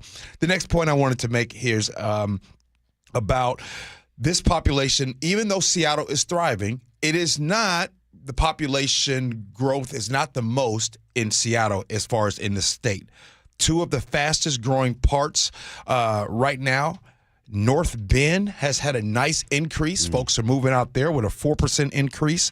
And Black Diamond out there, 3.3%. So that's a little further south for you, or is it east of you, Charlie? That is east of me, yeah. And they have a huge new housing development in Black Diamond, and they're really building a community out there. But I want to get back to the city. What is your favorite part? Why don't you live in Seattle? You live in Tacoma. That's a good point. So before the pandemic, as you all know, I used to live in Sammamish, right? Look at you. Felt like I was in the episodes of Desperate Housewives. So I left Sammamish during the pandemic. My son went off to college, and I went down to Tacoma. I love Tacoma, like really love Tacoma. And so now I don't see myself living any other place other than Tacoma. Tacoma is one of those places that I don't know. I mean, I can't say how other people feel about it, but I love all the restaurants in Tacoma. Like, I feel like there's stuff down there. Or if I'm in Tacoma or go to Fedway, get me nice Korean food. You mean Fedweezy? Cool. I mean, you said it, not me. So yeah, I love Tacoma. That's what it is. Not that Seattle isn't nice. I work here in Seattle. It's interesting because it's crazy because I'm consistently seeing some of the same people that live and work in Seattle tell other people how terrible Seattle is. It's weird, right? I love it. We took a drive on the waterfront on Saturday, and it was just bustling. It is the Seattle I know and love. It was beautiful. I got to be able to, I don't have the confidence to use that word, Manda. What's that? Bustling. that takes some confidence. That's it. She's a professional, G. G. Hold on. Yeah. You just threw me under. Why don't you live in Seattle, Charlie? I love living. Okay. Well, I grew up when I was a kid, I lived actually on a farm on the Southwest Washington. Then I spent a lot of time up in Edmonds growing up and loved it there. Lived in Seattle for a while. I was able to pay $650 a month for an apartment that had a view of Puget Sound and Greenwood. Yeah. And then I could not afford an apartment and moved to the South End. It was happily ever after. I love it down in the South End. I don't know how anybody affords living in Seattle. I just want to say one more thing. And look, I'm not bashing on Seattle at all, but I find it interesting that you're paying dang near $1 million for a crib and you can't hardly get down your street. You got to wait on the side for the other person. Oh, beep, beep, excuse me. Oh. You can't even get down the street. You're living right next to each other. There's no space. You can't find parking. You can't have a get-together because if you have a get-together, you got to tell them to park around the corner. And so you're paying $1 million for that? Nah, let me pull up down to Tacoma. Hang out with my people down there. Plus, I love the people down in Tacoma. And I'm paying, $500,000 of that and have a whole bunch of space. Yeah, sign me up, Tacoma. Yeah, you showed me a picture of your backyard. Just a little jelly. Oh, I don't have a backyard. Oh, that backyard is coming together. Coming soon, a new children's book from Scott. It's called Beep Beep Down the Street this fall from HarperCollins. It's 8:53. Let's check traffic. Sully's at the Beacon Plumbing traffic desk. Well, we blocked the HOV lane again now on northbound I-5 as we work our way past 70th and Fife, and we're backed up now towards the Puyallup River Bridge. So we have heavy brake lights there. Going to need at least an extra 10 minutes to make it from Tacoma to Federal Way. And then Federal Way to Seattle doesn't look bad until you get up to about the beginnings of Boeing Field. It's still an hour and 15-minute trip, but 50 plus of that is from South Center. One of the reasons the Swift Albro exit remains blocked for some emergency maintenance work. Renton to Bellevue, just an ugly day there. Hour drive for you guys, about 15 minutes slower than normal. Behind that on the Valley Freeway, we're running under 50, which is pretty good. The Lake Bridges, both of them are slow westbound, but not out of the ordinary, under 30 minutes from Bellevue to Seattle. Coming down from the north end, still over an hour from Everett to Seattle and about an hour from Everett to Bellevue. This report brought to you by the Seattle Seahawks. Hey, 12's Hawks training camp kicks off July 23rd, goes through the 12th of August. Join them for Lakeside for your first look at the Hawks as they gear up for a milestone 50th season. You can register Seahawks.com/training camp. And we look for high temperatures in the mid-80s today for Seattle, a little warmer than that in the south end. Tomorrow, a high of 68, a chance of showers, back to the mid-70s on Thursday. Right now in Seattle, we have clear skies and 64. Oh, in case you missed it, you can now leave your shoes on at the airport. And coming up on the G and Ursula Show, why the TSA's new shoe policy is good for everybody. This is Seattle's Morning News. Thanks for listening on KIRO News Radio. A KIRO News Radio exclusive on the G and Ursula Show. New Seattle Police Chief Sean Barnes, with the mass deportations and the actions by ICE, clarify when Seattle police would step in and when they would not step in. Just to be clear, Washington state law prohibits us from being involved. The only time we would get involved if there was a dangerous situation, if there was gunfire, just like we would for anything else. Watch the full interview on the KIRO News Radio YouTube page. KIRO FM and HD1 Tacoma, Seattle. Eric Johnson here. I covered a lot of accidents over the past 30 years or so, but I never got to say much about what to do after a crash. Be honest, do you know what evidence to collect, what pictures to take, what documents to request, or what you shouldn't say to your insurance company? The Washington Accident Book Series is a must-have for drivers who want to be prepared for whatever the roads throw at them. Know your rights and how to avoid common mistakes after an accident by getting your free copy at WashingtonAccidentBooks.com. This is the story of the one. As a safety manager at a manufacturing plant, he does everything he can to keep his coworkers safe. From finding ways to reduce risks to keeping safety supplies in stock. And for that, he relies on Grainger. Grainger offers a broad range of quality products and next-day delivery, so he can always play it safe. Call 1-800-GRAINGER, click Grainger.com, or just stop by. Grainger, for the ones who get it done. Get in the zone, AutoZone. Welcome to AutoZone. What are you working on today? Hey, that's the spirit. Right now, we're celebrating free with a free STP oil filter when you buy 5 quarts of oil and free Duralast brake pads when you buy 2 rotors. Like always, free battery testing, charging, and recycling at every store. Celebrate free at AutoZone, now through July 28th. Get in the zone, AutoZone.